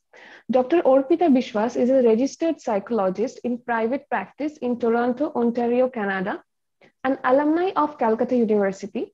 She completed her master's from the Department of Applied Psychology and PhD from the Department of Pure Psychology of Calcutta University. Additionally, she also completed MPhil in Medical and Social Psychology from NIMHANS, India. Together, she has over 30 years of extensive clinical experience. After working in India as a clinical psychologist for 11 years, over the last 20 years, she is providing psychological services in Canada. She is extensively trained in mindfulness meditations from world-class premiers like John Kabat-Zinn, Saki Santrelli, and Zindel Sigal, and has taken in-depth training in personal meditation and attended long retreats from Zen Buddhist monk Thich Nhat Hanh.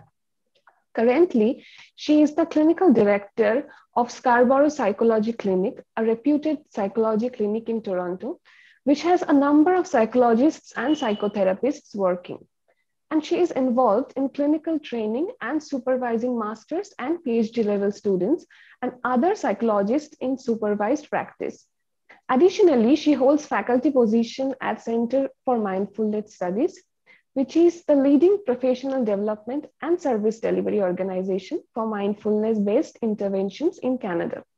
She also has a strong interest in clinical hypnosis and holds leadership position and is the executive board member and educational committee member of Canadian Society of Clinical Hypnosis, Ontario Division, which engages in training, research, and education of clinical hypnosis to registered healthcare professionals in Canada. At present, she is interested in exploring the role of self-compassion and is obtaining advanced training in mindfulness self-compassion from Dr. Sherry Gaylor and Megan Prager, Compassion Program Director of University of California, San Diego Center for Mindfulness. Now I would request our head of the department, Dr. Tilottama Mukherjee, to say a few words. Welcome, Urpita Di. Thank you. So good to see you. Extremely delighted that you could make it today. Really looking forward to your session. A very, very warm welcome to you. Thank you, Tilottama. Thank you, everyone in the University of Calcutta. It's my great honor to be here today. It's like, for me, it's a homecoming. Now, haven't been able to travel to India for so long. So it's a real pleasure for me to be able to see all of you and to address and talk about something which I really feel passionate about and share the journey with all of you. And thank you again. I'm very honored. Okay, so today, let me just try to share the screen first of the presentation, what I would be doing today.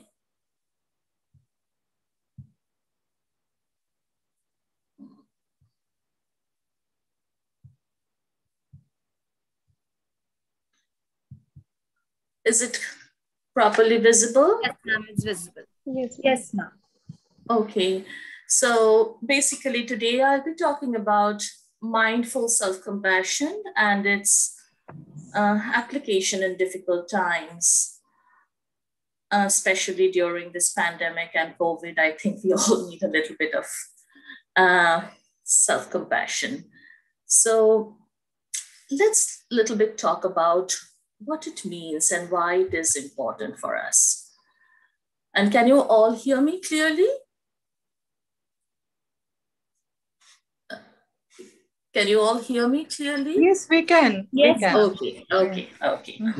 So what we know that self-compassion is the most natural thing in this world.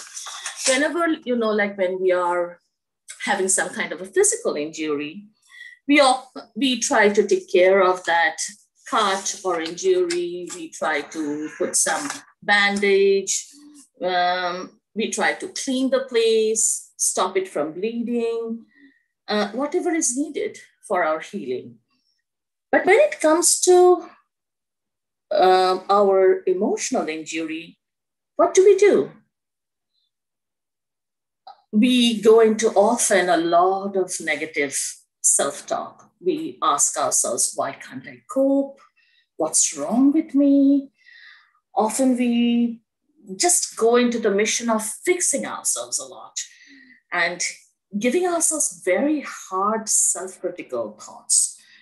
So, but in our everyday life, if you look into it, we really cannot avoid any emotional pain, and it follows us everywhere. So let's see what happens when we are in emotional pain. When we are in emotional pain, we see that we try to resist it. We try to avoid talking about it. Sometimes, like even this COVID and this pandemic, we just, no, don't talk about it, or we don't want to listen about it. Otherwise, we can go on ruminating and worrying continuously about it. We keep watching them as if that it will give us some kind of a solution for us. Or we fight, we blame the system, we blame ourselves. So there's a continuous pattern in emotional pain that we try to resist that pain at any cost. But we also know that when we resist a pain, it increases our suffering. And we also know that this pain is inevitable in our life. We can never stop ourselves from having any pain from our life, because there'll be breakups, there'll be death, there'll be loss, there'll be some situation what we are now all stuck into. So death of close persons. But pain is inevitable, but the suffering from it is optional. And we often believe that happiness is dependent on external circumstances. So we spend our life on almost like a treadmill. And so we try to have more pleasure in our life and avoid pain. And when we experience some kind of pleasure, we really try to grasp it. We really try to want to have it more of that kind of a thing, and just want to avoid that pain at any instance. So what self-compassion basically means is opening up and bearing witness to it. It's much easier to say this. This is a really difficult thing to do it. And that's why we are talking about it. But one thing is definite, that if we resist it, the pain lingers, the suffering comes. So the whole concept of it is like how we can open up to this pain, to this and this suffering, and just be a witness of it. And whether we can bring a certain amount of kindness and understanding to it. And whether we can accept all our failures and vulnerabilities as common human nature, because we all suffer. So there's a very common human element in it. So when we talk about the acceptance, it is a huge journey one has to take. And so it's very natural to have this aversion at the very beginning. Whenever this is coming, we just want to resist it. We want to avoid it. We continuously go into our ruminations. And so how we can go into this journey of acceptance is we need to bring an element of curiosity in it. So asking ourselves, like, what does it actually mean? What is this feeling? Like even naming it, sometimes we find it easier. Like when we name the feeling, is it fear? Is it anxiety? Is it sadness? So it's more like leveling and opening up to it with a little bit of more curiosity. And tolerance, the next stage is this tolerance. Like it's still tolerance means it's not gone. It's still, the discomfort is there, the resistance is there, but you're but you still wish it to go away, but you're enduring it. You're ready to endure. You're bringing a little bit of more tolerant approach towards that. And so you're getting less reactive. And this is the time when that slowly the resistance starts melting away. And then we enter the fourth stage of allowing. So just opening up our heart as we do in our mindfulness, sitting with the feeling, whatever is arising, and then noticing that how the feeling comes and goes. And lastly, the stage which comes in our acceptance is the friendship. So where we can bring up not only just noticing, we can bring the quality of friendship, quality of kindness and compassion, so that we can embrace that feeling of whatever this discomfort is. This whole journey of acceptance and incorporating it into therapy is a kind of a third wave journey, because historically we all know that the therapy had focused on alleviating our pain. We used to teach, and we still teach, it's helpful still, like by relaxation exercises, or by challenging negative thought patterns as we do it, CBT, to fix the problem. All those are great techniques, but sometimes those strategies don't work. And so on those times, it's really important that when the healing needs to happen, a new relationship needs to develop in our thoughts and feelings, and rather than directly challenging them.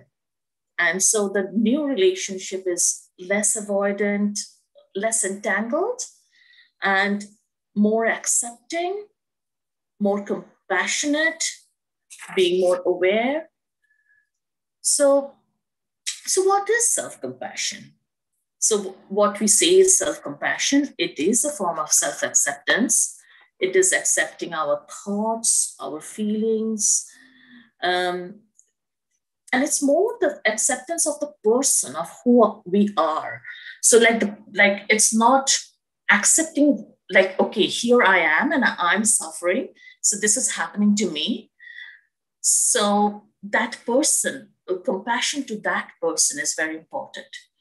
The compassion comes from the Latin word com, means with, and pati means suffer. So basically it means to suffer with. So historically, even the compassion had been given to outside, like to outside people.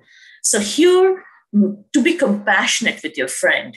But here we are talking about self-compassion. So we are bringing the same quality of kindness which we offer to our friends, and then we give it to ourselves. And so we are joining hands with self with full acceptance. So if we start, I would really like, as I would like to tell you, like this, I would like to do this today's thing more as exploratory journey, and more together with you, like we will be exploring the self-compassion with more experiential ways. So if you have a pen or paper, maybe we can just do a quick exercise, just to jot down some points. Or if you don't feel like doing that, if you just want to do it mentally, you can just do it. You can close your eyes.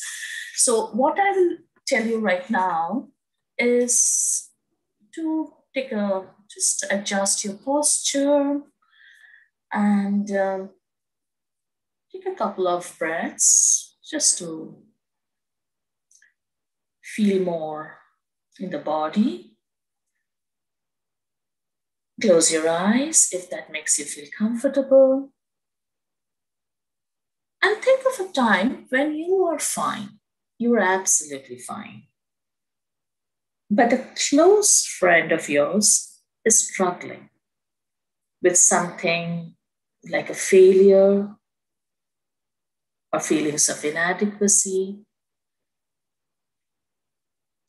So reflect on these questions as I'll be telling you one by one some of the questions. So how would you typically respond to your friend who is suffering? What would you tell her or him?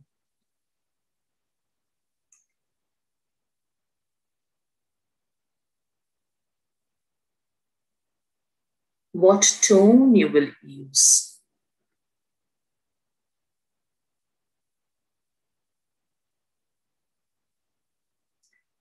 And what about your posture, your bodily posture, when you'll be saying those tones and something you're telling your good friend who's struggling?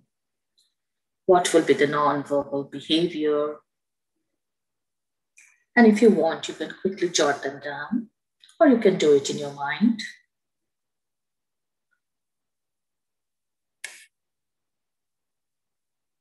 And now, again, close your eyes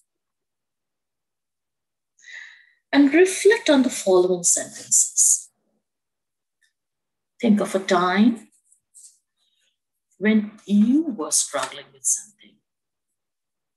It can be a recent time when you were really feeling the struggle, something really stressful had happened. And how would you typically respond to yourself? What would you say? And what tone you would use? And if you want, you can quickly write down those answers. What would you tell yourself? In what tone?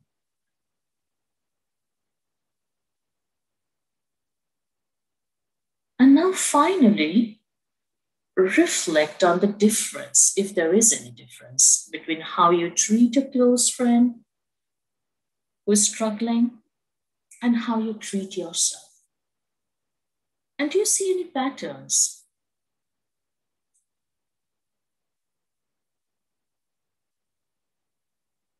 So if you take a moment to reflect in your mind, what came up for you looking at these patterns? I know that many people often feel very shocked to see how badly they treat themselves in comparison to others. I know I do often. I often say, I'm so stupid, how I couldn't do it. I'm such an idiot. If that was your experience, then you're not alone. Generally, our culture does not give us much encouragement to be kind to ourselves. So here, we are learning more about the self-compassion and learning how we can engage in a deliberate practice to change our internal relationships with ourselves.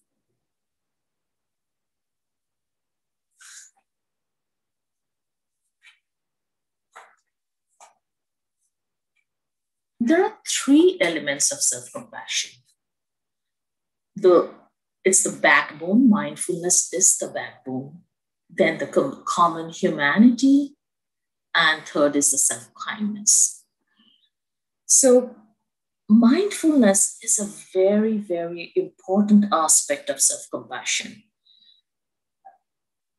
Like if we don't even identify, if we don't even understand that we are suffering, we cannot go into doing something to change it. So often, as I was telling, that the moment the suffering comes, we try to resist it, we try to distract ourselves, we try to go into the action mode of fixing it. So mindfulness is a very important component where we are just turning towards our pain and feel the compassion for it. So being aware of the pain in a non-judgmental way, in a receptive way, is the precursor for self-compassion journey. At the same time, mindfulness also requires us that we don't get overly identified with our suffering. Because often people are so scared to turn into their suffering because they're scared to identify too much with their suffering, to get caught up, to get swept away by this negative reactivity. But mindfulness gives us that stability and calmness and clarity to be present with our suffering without judgment and without going into a lot of self-pity and reactivity mode. So it helps us neither to suppress the emotion nor to identify with it too much. The second part is the common humanity part, which is very important in this journey.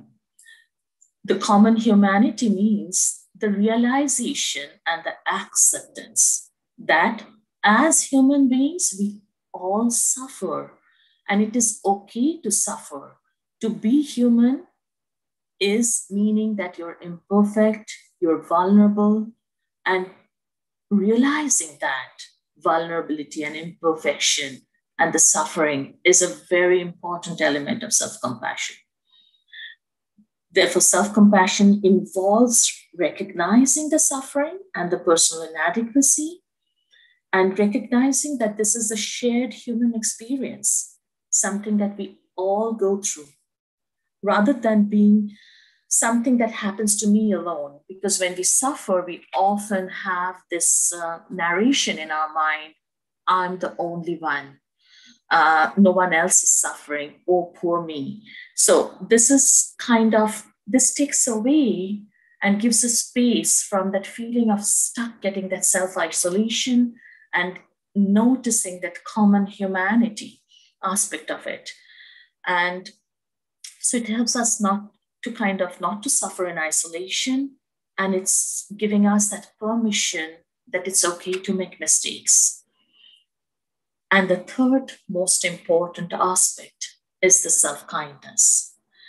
So bringing that quality of kindness, warmth, understanding, and recognizing that we all feel and can feel inadequate and imperfect. And so knowing that, to bring some warmth, to bring the kindness and gentleness towards self. This quality helps us to act in a very different way than the usual way of being judgmental, angry, intolerant towards our failure and becoming self-critical. So self-kindness versus self-judgment. It really helps us to foster that self-kindness. So let's look into some of the misconceptions about self-compassion. People are very scared often to practice self-compassion. They often say it's self-indulgence, like I'm giving myself permission to be lazy. I need a little bit of to be hard on myself so that I can perform well. So they remain reluctant to practice self-compassion. They're afraid that if they let themselves go into self-compassion, they will get away with anything. We often feel that for motivating ourselves, we have to be critical. Otherwise, if I give self-compassion, I'm not doing this work. If I give self-compassion, that means, okay, I'll end up watching TV or eating ice cream or pizza all the time, not taking care of myself. I'm self-compassionate. I'm suffering, so I need some self-compassion. But these self-indulgent behaviors are very different from self-compassion because they are only pleasurable activities, like eating unhealthy, drugs, not exercising, and these are all eventually harming ourselves. But being compassionate to oneself means exactly the opposite. Eventually, you want to be happy, you want to be healthy in the long term. For that, one may need to develop certain amount of a displeasure, may need a little bit of displeasure in their life. So And that's okay. So the second question, which often we hear, is, does self-compassion means self-pity? Actually, it's just the opposite, because when individuals feel self-pity, they become immersed in their own problems and forget the others, the fellow human beings who are also in the same problem. So they often feel like, oh, poor me. So it creates that sense of isolation, being individually getting wrapped in our own emotional drama, feeling sorry. While in contrast, self-compassion, as we already were talking about, it just incorporates that broader human suffering, the human context of one's experience. And so it helps us to give us a little bit of a loosening, a greater perspective of the whole thing. So self-pity is more egocentric and separation from others, and it can actually exaggerate one's personal suffering. And another question we often hear is whether self-compassion is synonymous to self-esteem. There's a lot of literature that happened all over throughout the psychology about how to improve the self-esteem. So it may seem a little bit similar to self-esteem, but they're very, very different. Self-esteem actually refers to a sense of self-worthiness and the value we put to ourselves, and so how much we like ourselves. So there's a kind of an evaluation keeps going in our head. And so both low self-esteem can be problematic as well as the high self-esteem. In low self-esteem, it can lead to depression, or it can lead to lack of motivation. Self-esteem can lead to more narcissism, more self-absorbed behavior, or tendency to put someone else down because I feel better than others. So the need of high self-esteem sometimes can encourage us to ignore or distort or hide personal shortcomings, like, oh, it's not to own up my failure because it's bad to own up my failures or my suffering. So because it's not good for my self-esteem. So, and that hinders us from seeing ourselves more clearly and accurately. So, and also self-esteem is very contingent on success or failure, which means that self-esteem can fluctuate. If you're successful, you have a good self-esteem. If you're failing, you have just a dip in your self-esteem. But self-compassion is very, very different. It is when we are feeling. It does not need for persons to feel good about themselves. It is just to acknowledge with kindness that here I'm suffering, I'm failing, and I do not need to hide it from myself. And so it is not dependent on any external circumstances, and it is always available when one really needs it. So a lot of programs have developed. One of the most important one is the MSc program, the Teaching Mindful Self-Compassion program. Christopher Germer is a psychologist and Kristen Neff is a researcher psychologist. So both of them had come together in 2010 and they developed an 8-week program for general public, specifically designed to enhance a person's self-compassion. So they have found out ways through series of experiential meditation and learning processes with a variety of practices where each exercise gives a kind of a experiment to ourselves to open up to our suffering and how we can bring a different level of a relationship towards our suffering. So this 8-week program is loosely modeled on the MBSR, the Mindfulness with Stress Reduction program, but it has a specific emphasis on self-compassion. And each session has a separate curriculum. Each session is about 3 hours a week, 3 hours once a week. And so people go into discovering mindfulness, self-compassion, practicing them, practicing various loving kindness, and finding loving kindness phrases which specifically for them, discovering their own compassionate voice so that they can live more deeply and meeting the difficult emotions.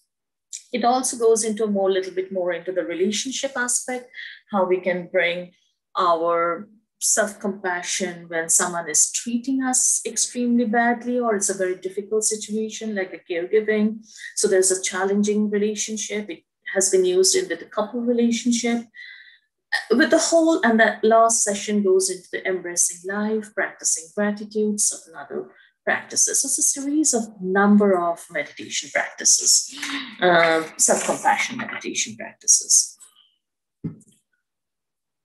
So we will do another exercise here, but I will really, really encourage all of you not to go through this whole text, which is on the screen. The reason I put it, because sometimes people want to learn and they feel like they need all the things exactly what they want to do later on with their clients. But forget about it. I'll share these slides with all of you. And so you can use it later on. But the thing is really for you to experience it with me and go with me right now, just so that you can experience some soothing touch. This is something a very easy thing what we can do. These are some of the one of the informal practices what we do in the beginning in the self-compassion groups. So it's a very easy way to support ourselves when we are feeling badly about ourselves, and to offer ourselves some comforting or soothing touch, just the way we do that with our friends, with our loved ones, or we want them to do it with us. But here we are bringing the same quality to ourselves. So if you want, again, take that posture and taking few deep breaths.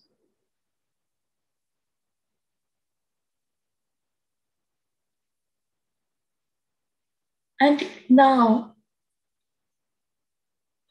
you can use this. You can bring your hand on your heart. Imagine a situation where you feel stressful. It can be a recent situation, and you just need a soothing touch. So when you notice the stress, taking 2 or 3 satisfying breaths, and gently maybe placing your one hand on your breath, on your heart, and simply feeling the gentle pressure and the warmth of your hand. And if you wish, you can even put both the hands on your heart. Feeling the sense of warmth the hand is giving to your heart.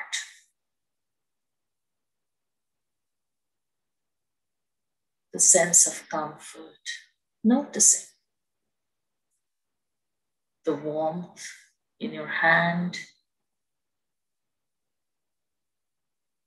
If you need, you can just gently stroke your chest, thinking that I need a little bit of a gentle touch in my chest. There's so much right now, there's so much stress here building up.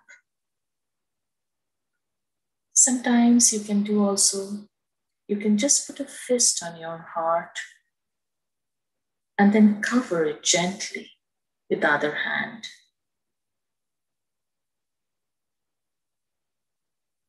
Noticing, giving yourself that soothing, comfortable touch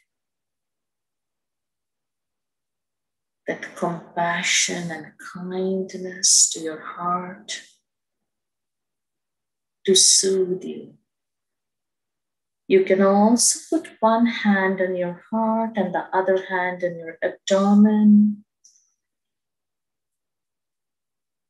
or perhaps two hands, both the hands on your belly. Feel the breath, the movement of the breath in your belly as you're sending some soothing, comfortable touch in your abdomen. If you want, you can even cradle your one cheek or maybe both the cheeks. Just feeling, sending more warmth.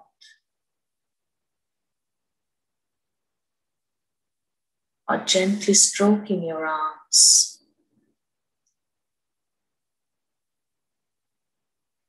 Or holding your hands together. Or perhaps giving a hug to yourself.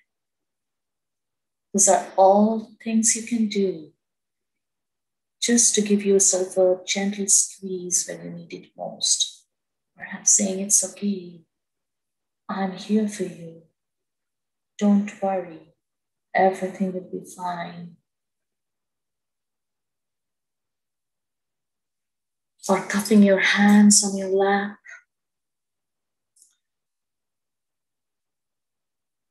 And you can keep experimenting in this way until you find the type of touch that best supports you.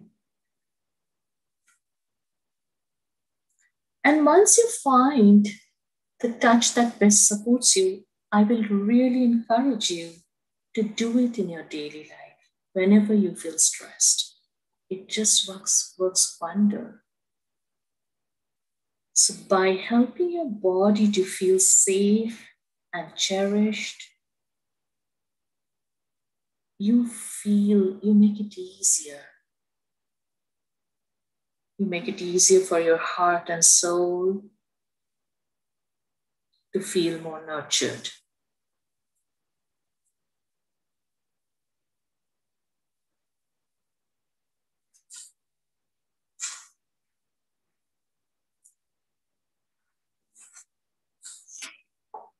Another quick exercise I would like to do is a self-compassion break. This is another one. I'm just trying to give you some tools, some experiential learning. Hope you have a little bit of a taste of self-compassion, because it's very hard to talk about self-compassion without really experiencing it. So this is a self-compassion break, is a quick 5-minute exercise you can do with yourself when you notice that you're feeling very stressed or there's an emotional discomfort. You just got some news about your friends getting hospitalized or someone in the family suffering. There's a whole lot of stress and discomfort coming, and see if you can give this break to yourself. So just think, again, closing your eyes, and think of a situation, not too stressful, I would say, which will make you very vulnerable, a mild to moderate one, not someone who's very close to you suffering, but a little bit of a distance. Or maybe you suffering, but not too much. So think of that situation and visualize in your mind's eye and how it feels to have that problem right now. And now bringing that first component and saying yourself that this is a moment of suffering. This is a moment of suffering. In whatever words you need to describe. So So here you're really trying to validate your suffering. So give that validation, perhaps saying, I notice this suffering, it really hurts. Ouch, this is stressful. So notice this moment of suffering, holding it, validating it. And then going to that second part, second component of validating that suffering is a part of life. It's a part of common humanity. It is a part of everyone's life. And validating it and remembering that we are not alone. I'm not alone. Others are just like me. We are all struggling in our lives. And this is how it feels when a person struggles in this way. So it's okay. Just validating. Putting your hands over your heart or wherever it feels soothing, feeling the warmth, the gentle touch of your hands. And finally, the part 3, giving yourself more self-kindness. Reminding yourself that this is an opportunity to give self-compassion. May I treat myself as a good friend? And if it is hard, you can imagine a good friend and thinking, what would you tell him or her? And what kind words you will tell that person.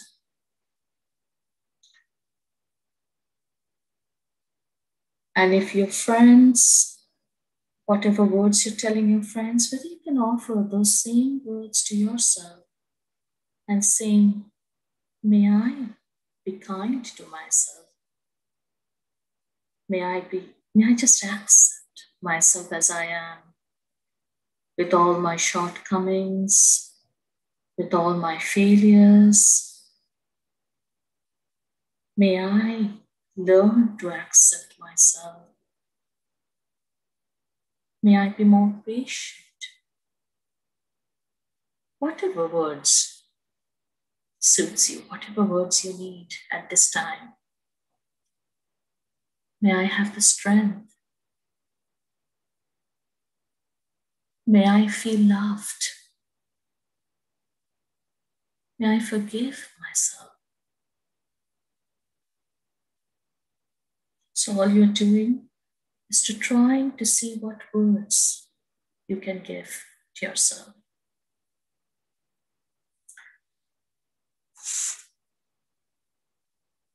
So this is a practice you can do as we did the self-compassion touch, the soothing touch.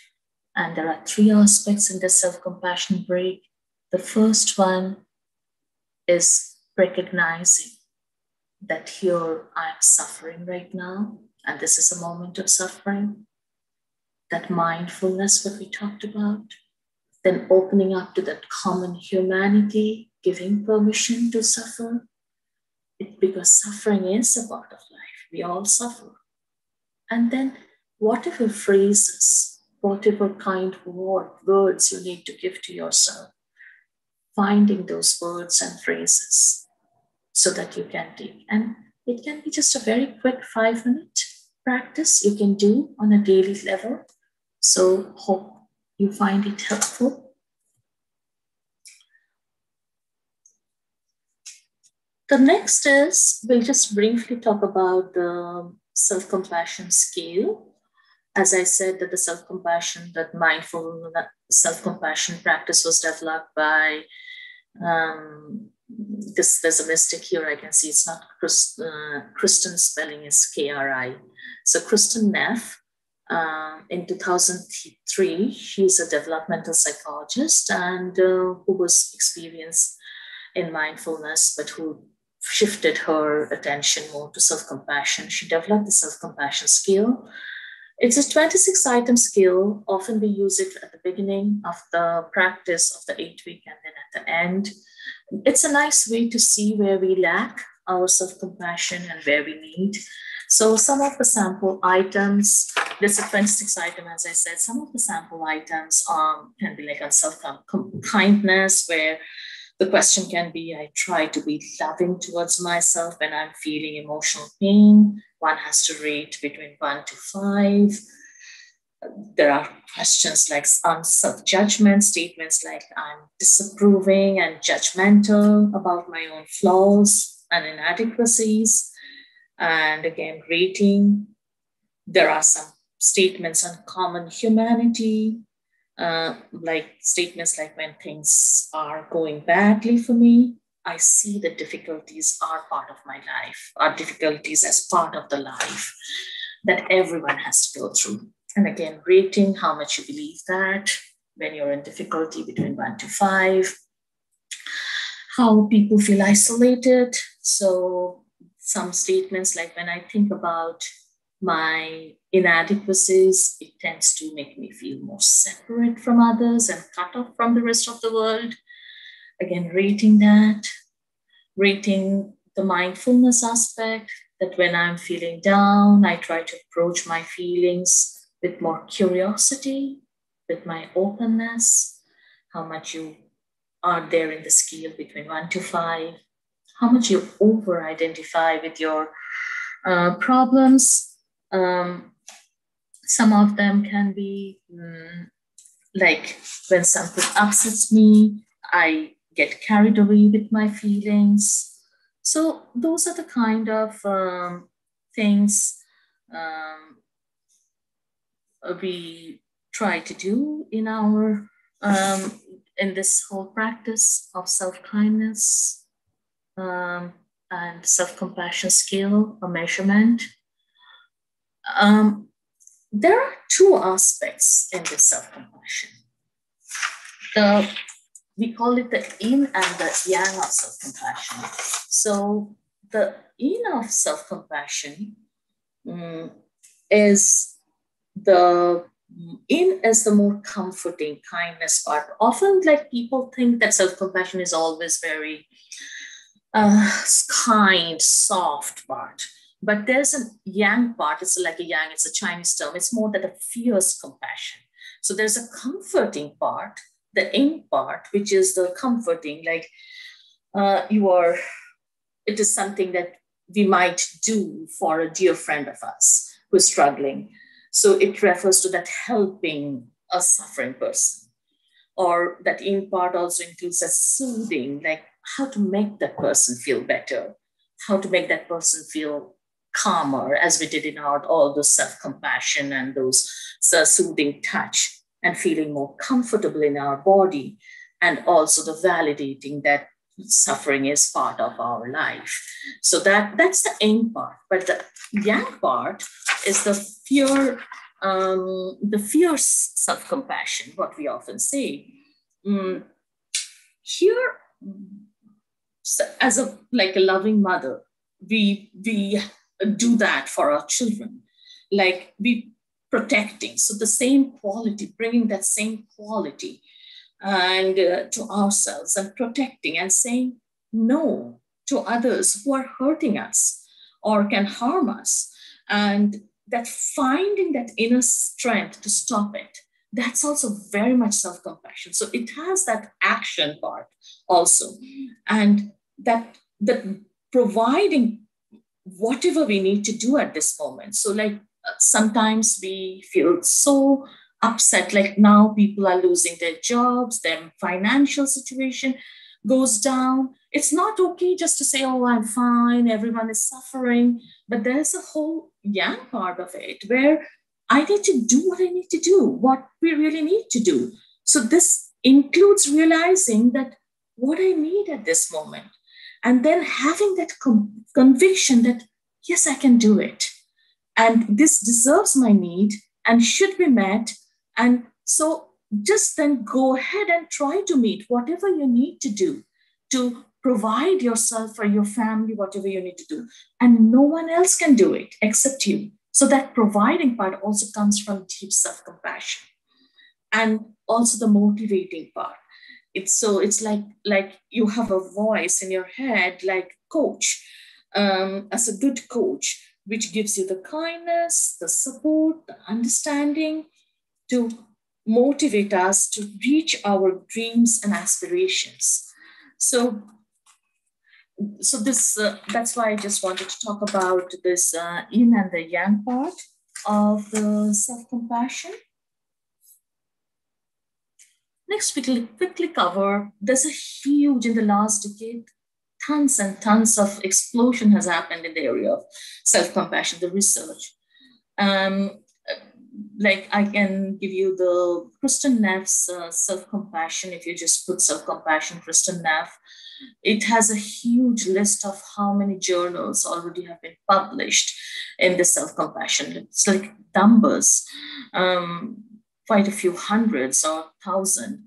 So some of the areas, I'm just quickly highlighting, there are more areas. If you can broadly group into, like self-compassion has been used, the role of self-compassion in adolescents and children, in aging, how self-compassion plays a very helpful role in body image and eating behavior, eating disorder behaviors, and caregiving and burnt out, areas, use of self-compassion in our parenting, in attachment and family, couple relationship, in gender and sexual orientation, how we can use self-compassion when we are suffering from chronic health issues, and as such in motivation, learning, performance, in work areas. So there's umpteen research. If anyone is interested, you can go and there's tons of PDF articles in that site, and you can go and look into it.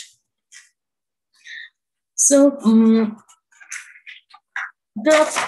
I would really, this will be our last exploratory and experiential practice I would like to do for the next 10 minutes. And we are reaching the end, or more or less, for our thing. So just, this is a very favorite practice which I have. It's called giving and receiving compassion. So if you want to go with me and experience the journey, I would say that find a comfortable posture and a comfortable position. If you're sitting, taking a more erect, alert, but relaxed posture.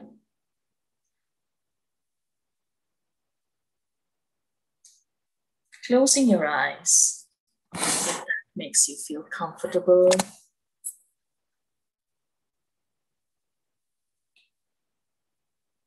And if you want, you can give a compassionate hand on your heart or any other soothing place. It can be on your abdomen.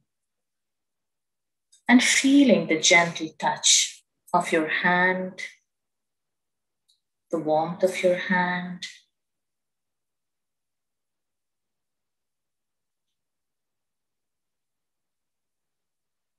So bringing a loving awareness to your experience and to yourself at this time.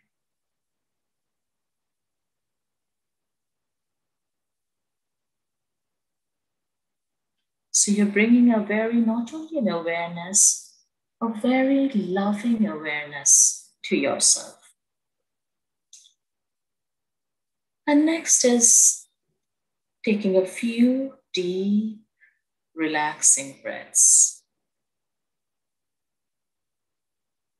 And as you breathe in, noticing how your breath nourishes your body.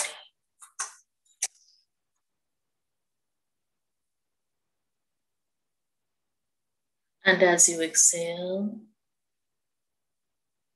noticing how it soothes your body.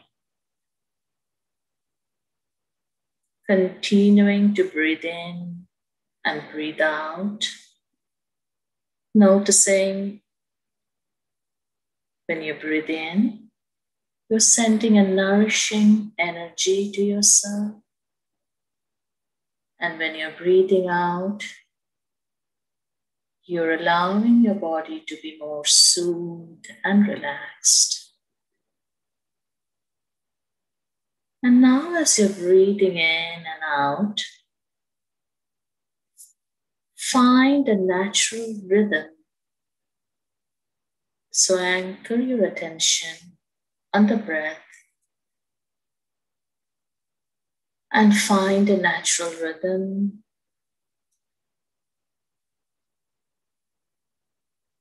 Continue the feeling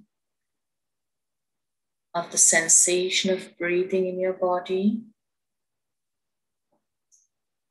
and allowing yourself to be gently rocked and caressed by this natural rhythm of your breathing. And now, focusing your attention on your in-breath and letting you feel the sensation of your breathing in and how it is nourishing your body, breath after breath.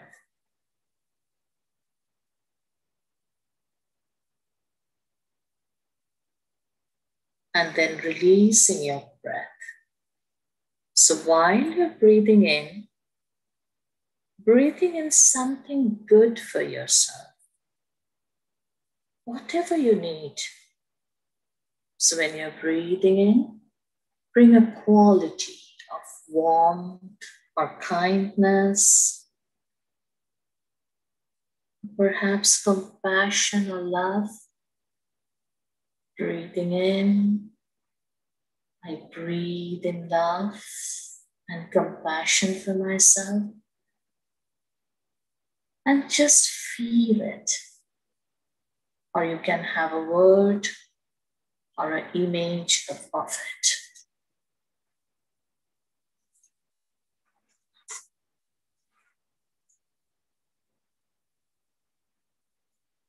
Now shifting your attention and your focus to your out-breath.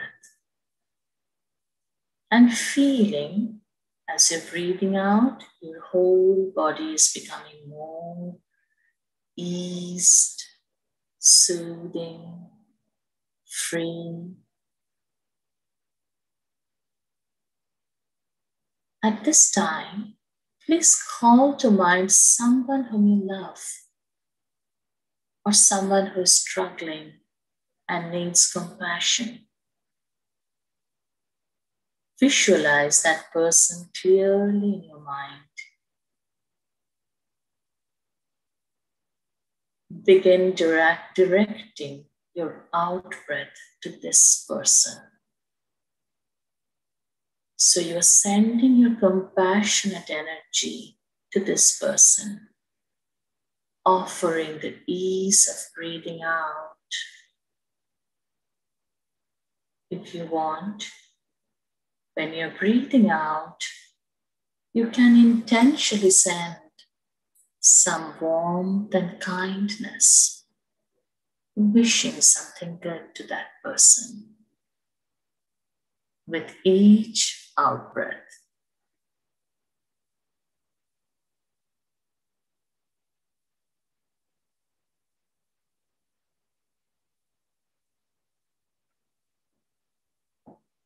And now we will alternate the breathing in for me and out for you. So just focus for that. Again, bringing back your focus to your breathing and breathing compassion in for me When you're breathing compassion out for you, one for me and one for you.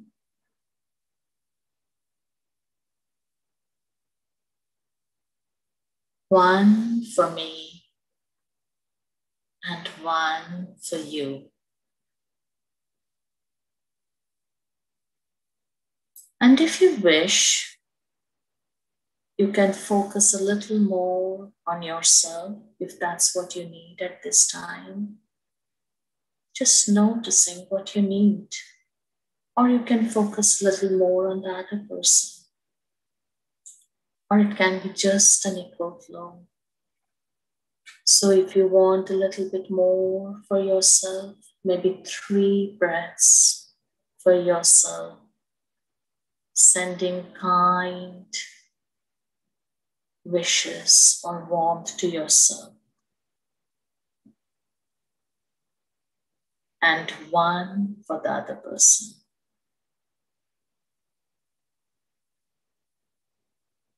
Or just the opposite.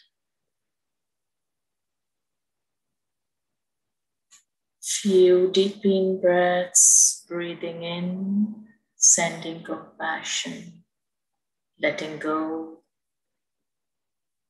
sending compassion within breath, letting go, sending compassion to myself. And when I'm breathing out, sending compassion to my loved one. Or you can alternate with 1 for you and 3 for the other in whatever way, what you feel right in this moment.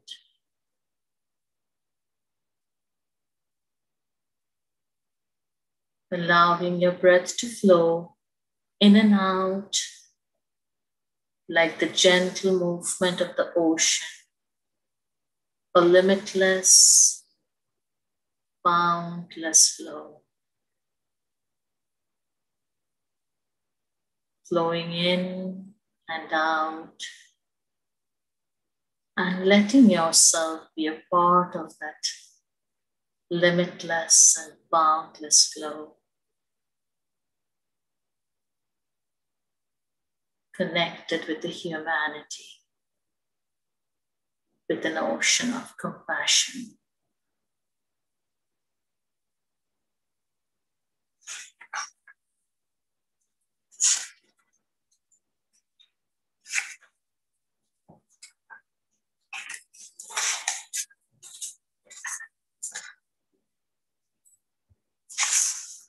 When you're ready, you can gently open your eyes, or you can keep it closed.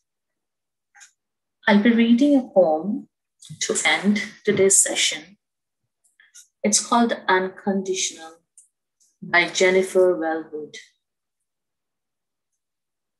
Willing to experience aloneness, I discover connection everywhere. Willing to experience aloneness, I discover connection everywhere. Turning to face my fear, I meet the warrior who lives within.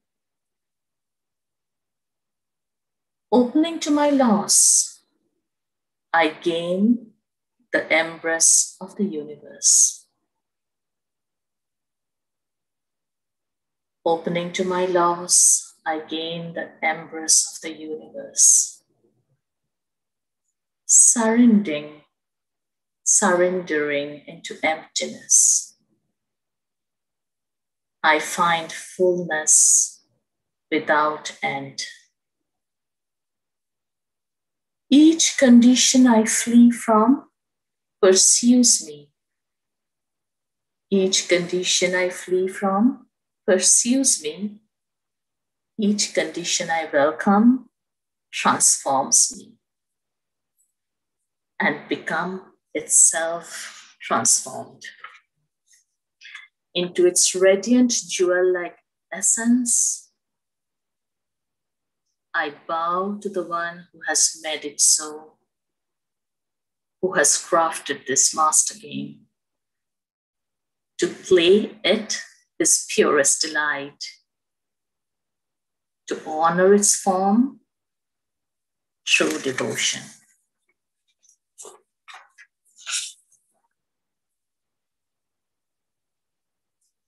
Thank you, everyone, for being with me. And if you have any questions, I can see some questions now. Thank you so much, ma'am, for that enriching session and for reminding us how important self-compassion is. We do have a few questions from our participants. Should I read them out, ma'am? Sure, please. So the first question is, in a country like India, where the concept of mental health is still heavily stigmatized, what steps can be taken to reach out to general public about incorporating self-compassion as a way of life during pandemic situation?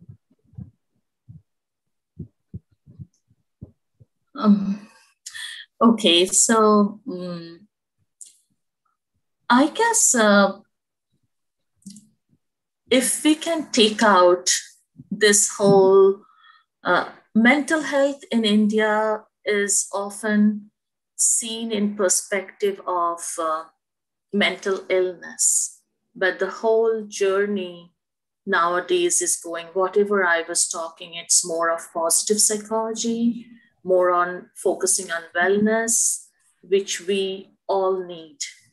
And so I guess if we just the way, I think there's already lot of openness had happened in India in mental health. I'm seeing continuously people are coming and talking about it.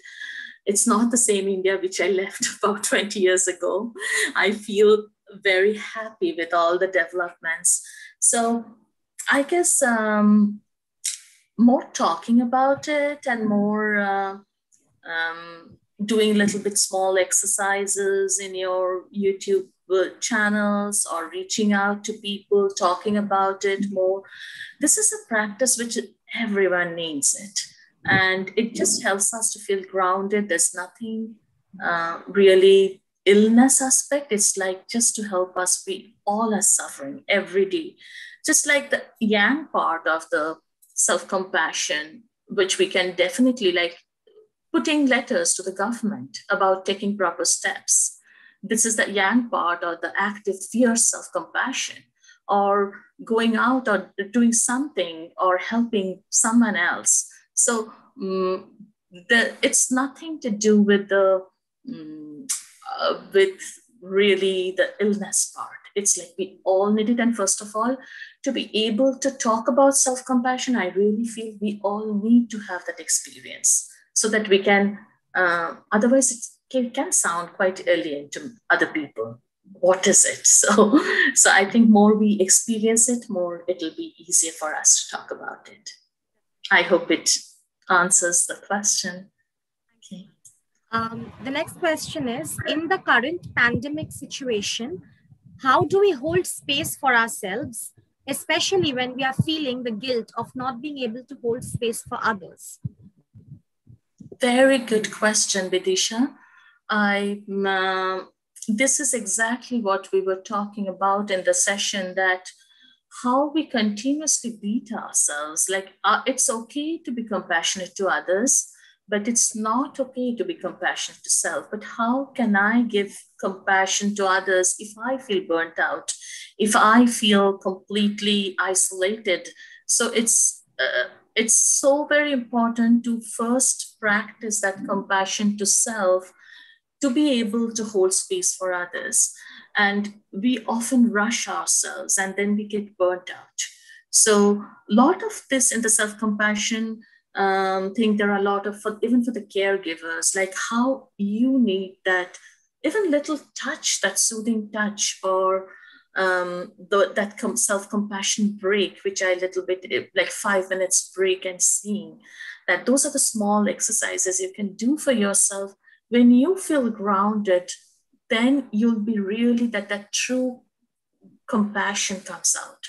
Otherwise, it becomes very difficult when we are feeling so stressed, anxious, frustrated, angry, lost. It's a very, very difficult situation in India right now. And so it's very important for us to cultivate that for ourselves first so that we can be present for others. Thank you, ma'am. Shinjan has written that, thank you, ma'am, for such a wonderful session. I was wondering whether these exercises of soothing, touch, and self-compassion works as a type of self-hypnosis. There's a lot of, there are a lot of similarities between self-hypnosis and any meditation practice. There are a lot of books also, like Michael Yapko who trained me in self-hypnosis. He has a famous book in mindfulness and similarity of mindfulness and hypnosis, clinical hypnosis. There are a couple of things, the similarity part is there in the hypnosis and mindfulness, that component of some self-suggestions. Like, so we are giving ourselves some suggestions, but hypnosis is, it does not, the whole mindfulness part, of course, has a more philosophical thing, root of Buddhism. So it comes with that common humanity, that suffering is integral part. The Buddha's teaching of suffering is integral part of our life, and that common humanity and how we can find. So it is little different from the suggestion part can be the one part which I feel the similarity, but there's a other whole foundation part of mindfulness, which is different from the self-hypnosis part. There are two questions by Debanjali Shah. What kind of self-care activities would you recommend in regular life during the ongoing pandemic? And in clinical practice, do you find that self-compassion can be used as part of the treatment for people suffering from clinical depression and anxiety? Thank you, Debanjali, for your questions. These are something like these self-care activities, you have to explore what works for you. Like, you have to open up and see what you really enjoy. What are the self-care activities you really need to do to just take a kind of being compassionate. So whether what you need, whether you are exercising properly to take care of your health, whether you're eating properly, whether you just need some time to connect with your family members or friends, whether you can just go have a little bit of a calm moment of meditation. It is something so individual. So it's difficult for me to say like what self-care activities would I recommend, but I would say like keeping in mind that sense of kindness, like that I want to be kind to my body. I want to be kind to my soul, and whatever, whether it's listening to music, whether it's doing some creativity which you want to pursue, whether it's just being with the nature. I know it's now going out is difficult, but maybe just watering your plants, something like whichever is your value, finding your value is very important. And then you can do that self-care activities which are needed for you. And of course, there's a lot of work had happened with clinical depression and anxiety, with self-compassion, because again, as in the beginning, I was telling that how CBT and which are very important. I do CBT and I like it, but often people get too focused on fixing the problem and challenging the problem, and then they get frustrated when they cannot fix it. So sometimes in depression and anxiety, and there's a lot of negative thoughts go in the head, and a lot of the time self-critical thoughts. So being able to bring this component that how I can be a little bit more kind to myself, how I can incorporate a little bit of kindness, which I do with our friends, and bringing that awareness is a great tool, I feel. in our work with anxiety and depression. Thank you, ma'am. And we'll take one last question. Urmimala Ghosh has written, thank you for such an intriguing experience throughout your session, ma'am. While listening to you, a thought crossed my mind. Can self-compassion pave the way for companionship, especially in these trying times of isolation and loneliness? It's very interesting word. Yes, Urmimala, I like that work of self-companionship. Absolutely. Self-companionship means like bringing a quality of friendship to yourself, right? So bringing that quality of a kind friend. And that's exactly what we do in the self-compassion practice, whether it in terms of touch, whether it is in terms of our sending nice things to ourselves, the messages which we want to tell, which we want to hear from our friends. So definitely it helps in the isolation and loneliness, and it does help us to go away from the sense of loneliness and isolation, that I'm not the only one trapped in suffering. There are others also, and let's all try doing this for ourselves. Thank you so much, ma'am. That brings us to the end of this session. I would now like to call upon our head of the department, Dr. Tilottama Mukherjee, to say a few words. Over to you, ma'am. Hi, Urpita Di. Hello, Tilottama. As wonderful as it could be, as expected, it Thank brings you. solace to a troubled soul at the end of the day, Urpita Di. Thank you. There is a kind of enigma about it, the whole of it. And probably we all need to engage ourselves in this self-compassion practices time to time, particularly this difficult time that we are passing through.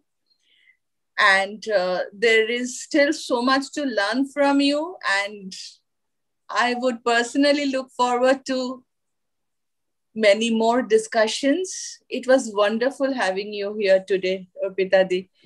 On behalf of the department, all the faculty, students, in fact, one student, Momita, has written in the chat box how grateful she is for the session. So I'm thanking you. Hope we'll meet in person soon in a better world.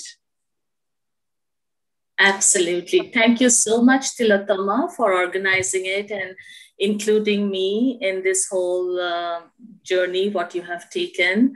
It's a huge endeavor, and definitely I hope like I can help in this horrible situation which all of you are trapped in, feeling very helpless, staying away from all of you for so long. And so wishing all of you all the best and safety, and be safe, and really looking forward to have more discussions in this area. Thank you again, Tilottama, and everyone in the University of Calcutta Psychology Department. Thank you. Urpita Di, I think Shonali would like to say something to you. Shonali, you can unmute yourself. Oh, Shonali. Yeah, Shonali is here. I just have to say hello to you. So nice to see you. So nice to see you, Shonali. Yeah, we'll talk sometime. Not here. Sure. Yes. And of course, We are I was doing with you, and I have something to share, but I'll share that with that personally, not here, because it's late and everybody hungry. Yes, please share which you need, all the reflections. It was a one-way, but Shonali, very nice to see you, and thank you so much for coming up. We are batchmates. I feel very connected. Okay. Take care. Take care. Take care. Okay. Bye. Bye-bye. Bye-bye. Bye-bye.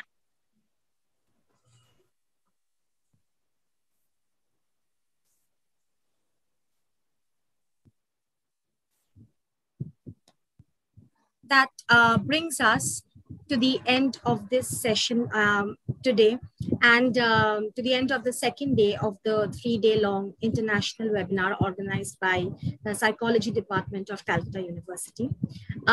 So we shall end the webinar here today, and we will all meet tomorrow again at 9:30 a.m. in the morning for the third day of the webinar and the final day. The link for the same will be mailed to all the participants. So we shall meet tomorrow. Stay safe and stay healthy, and please look after yourselves in these difficult times. Thank you.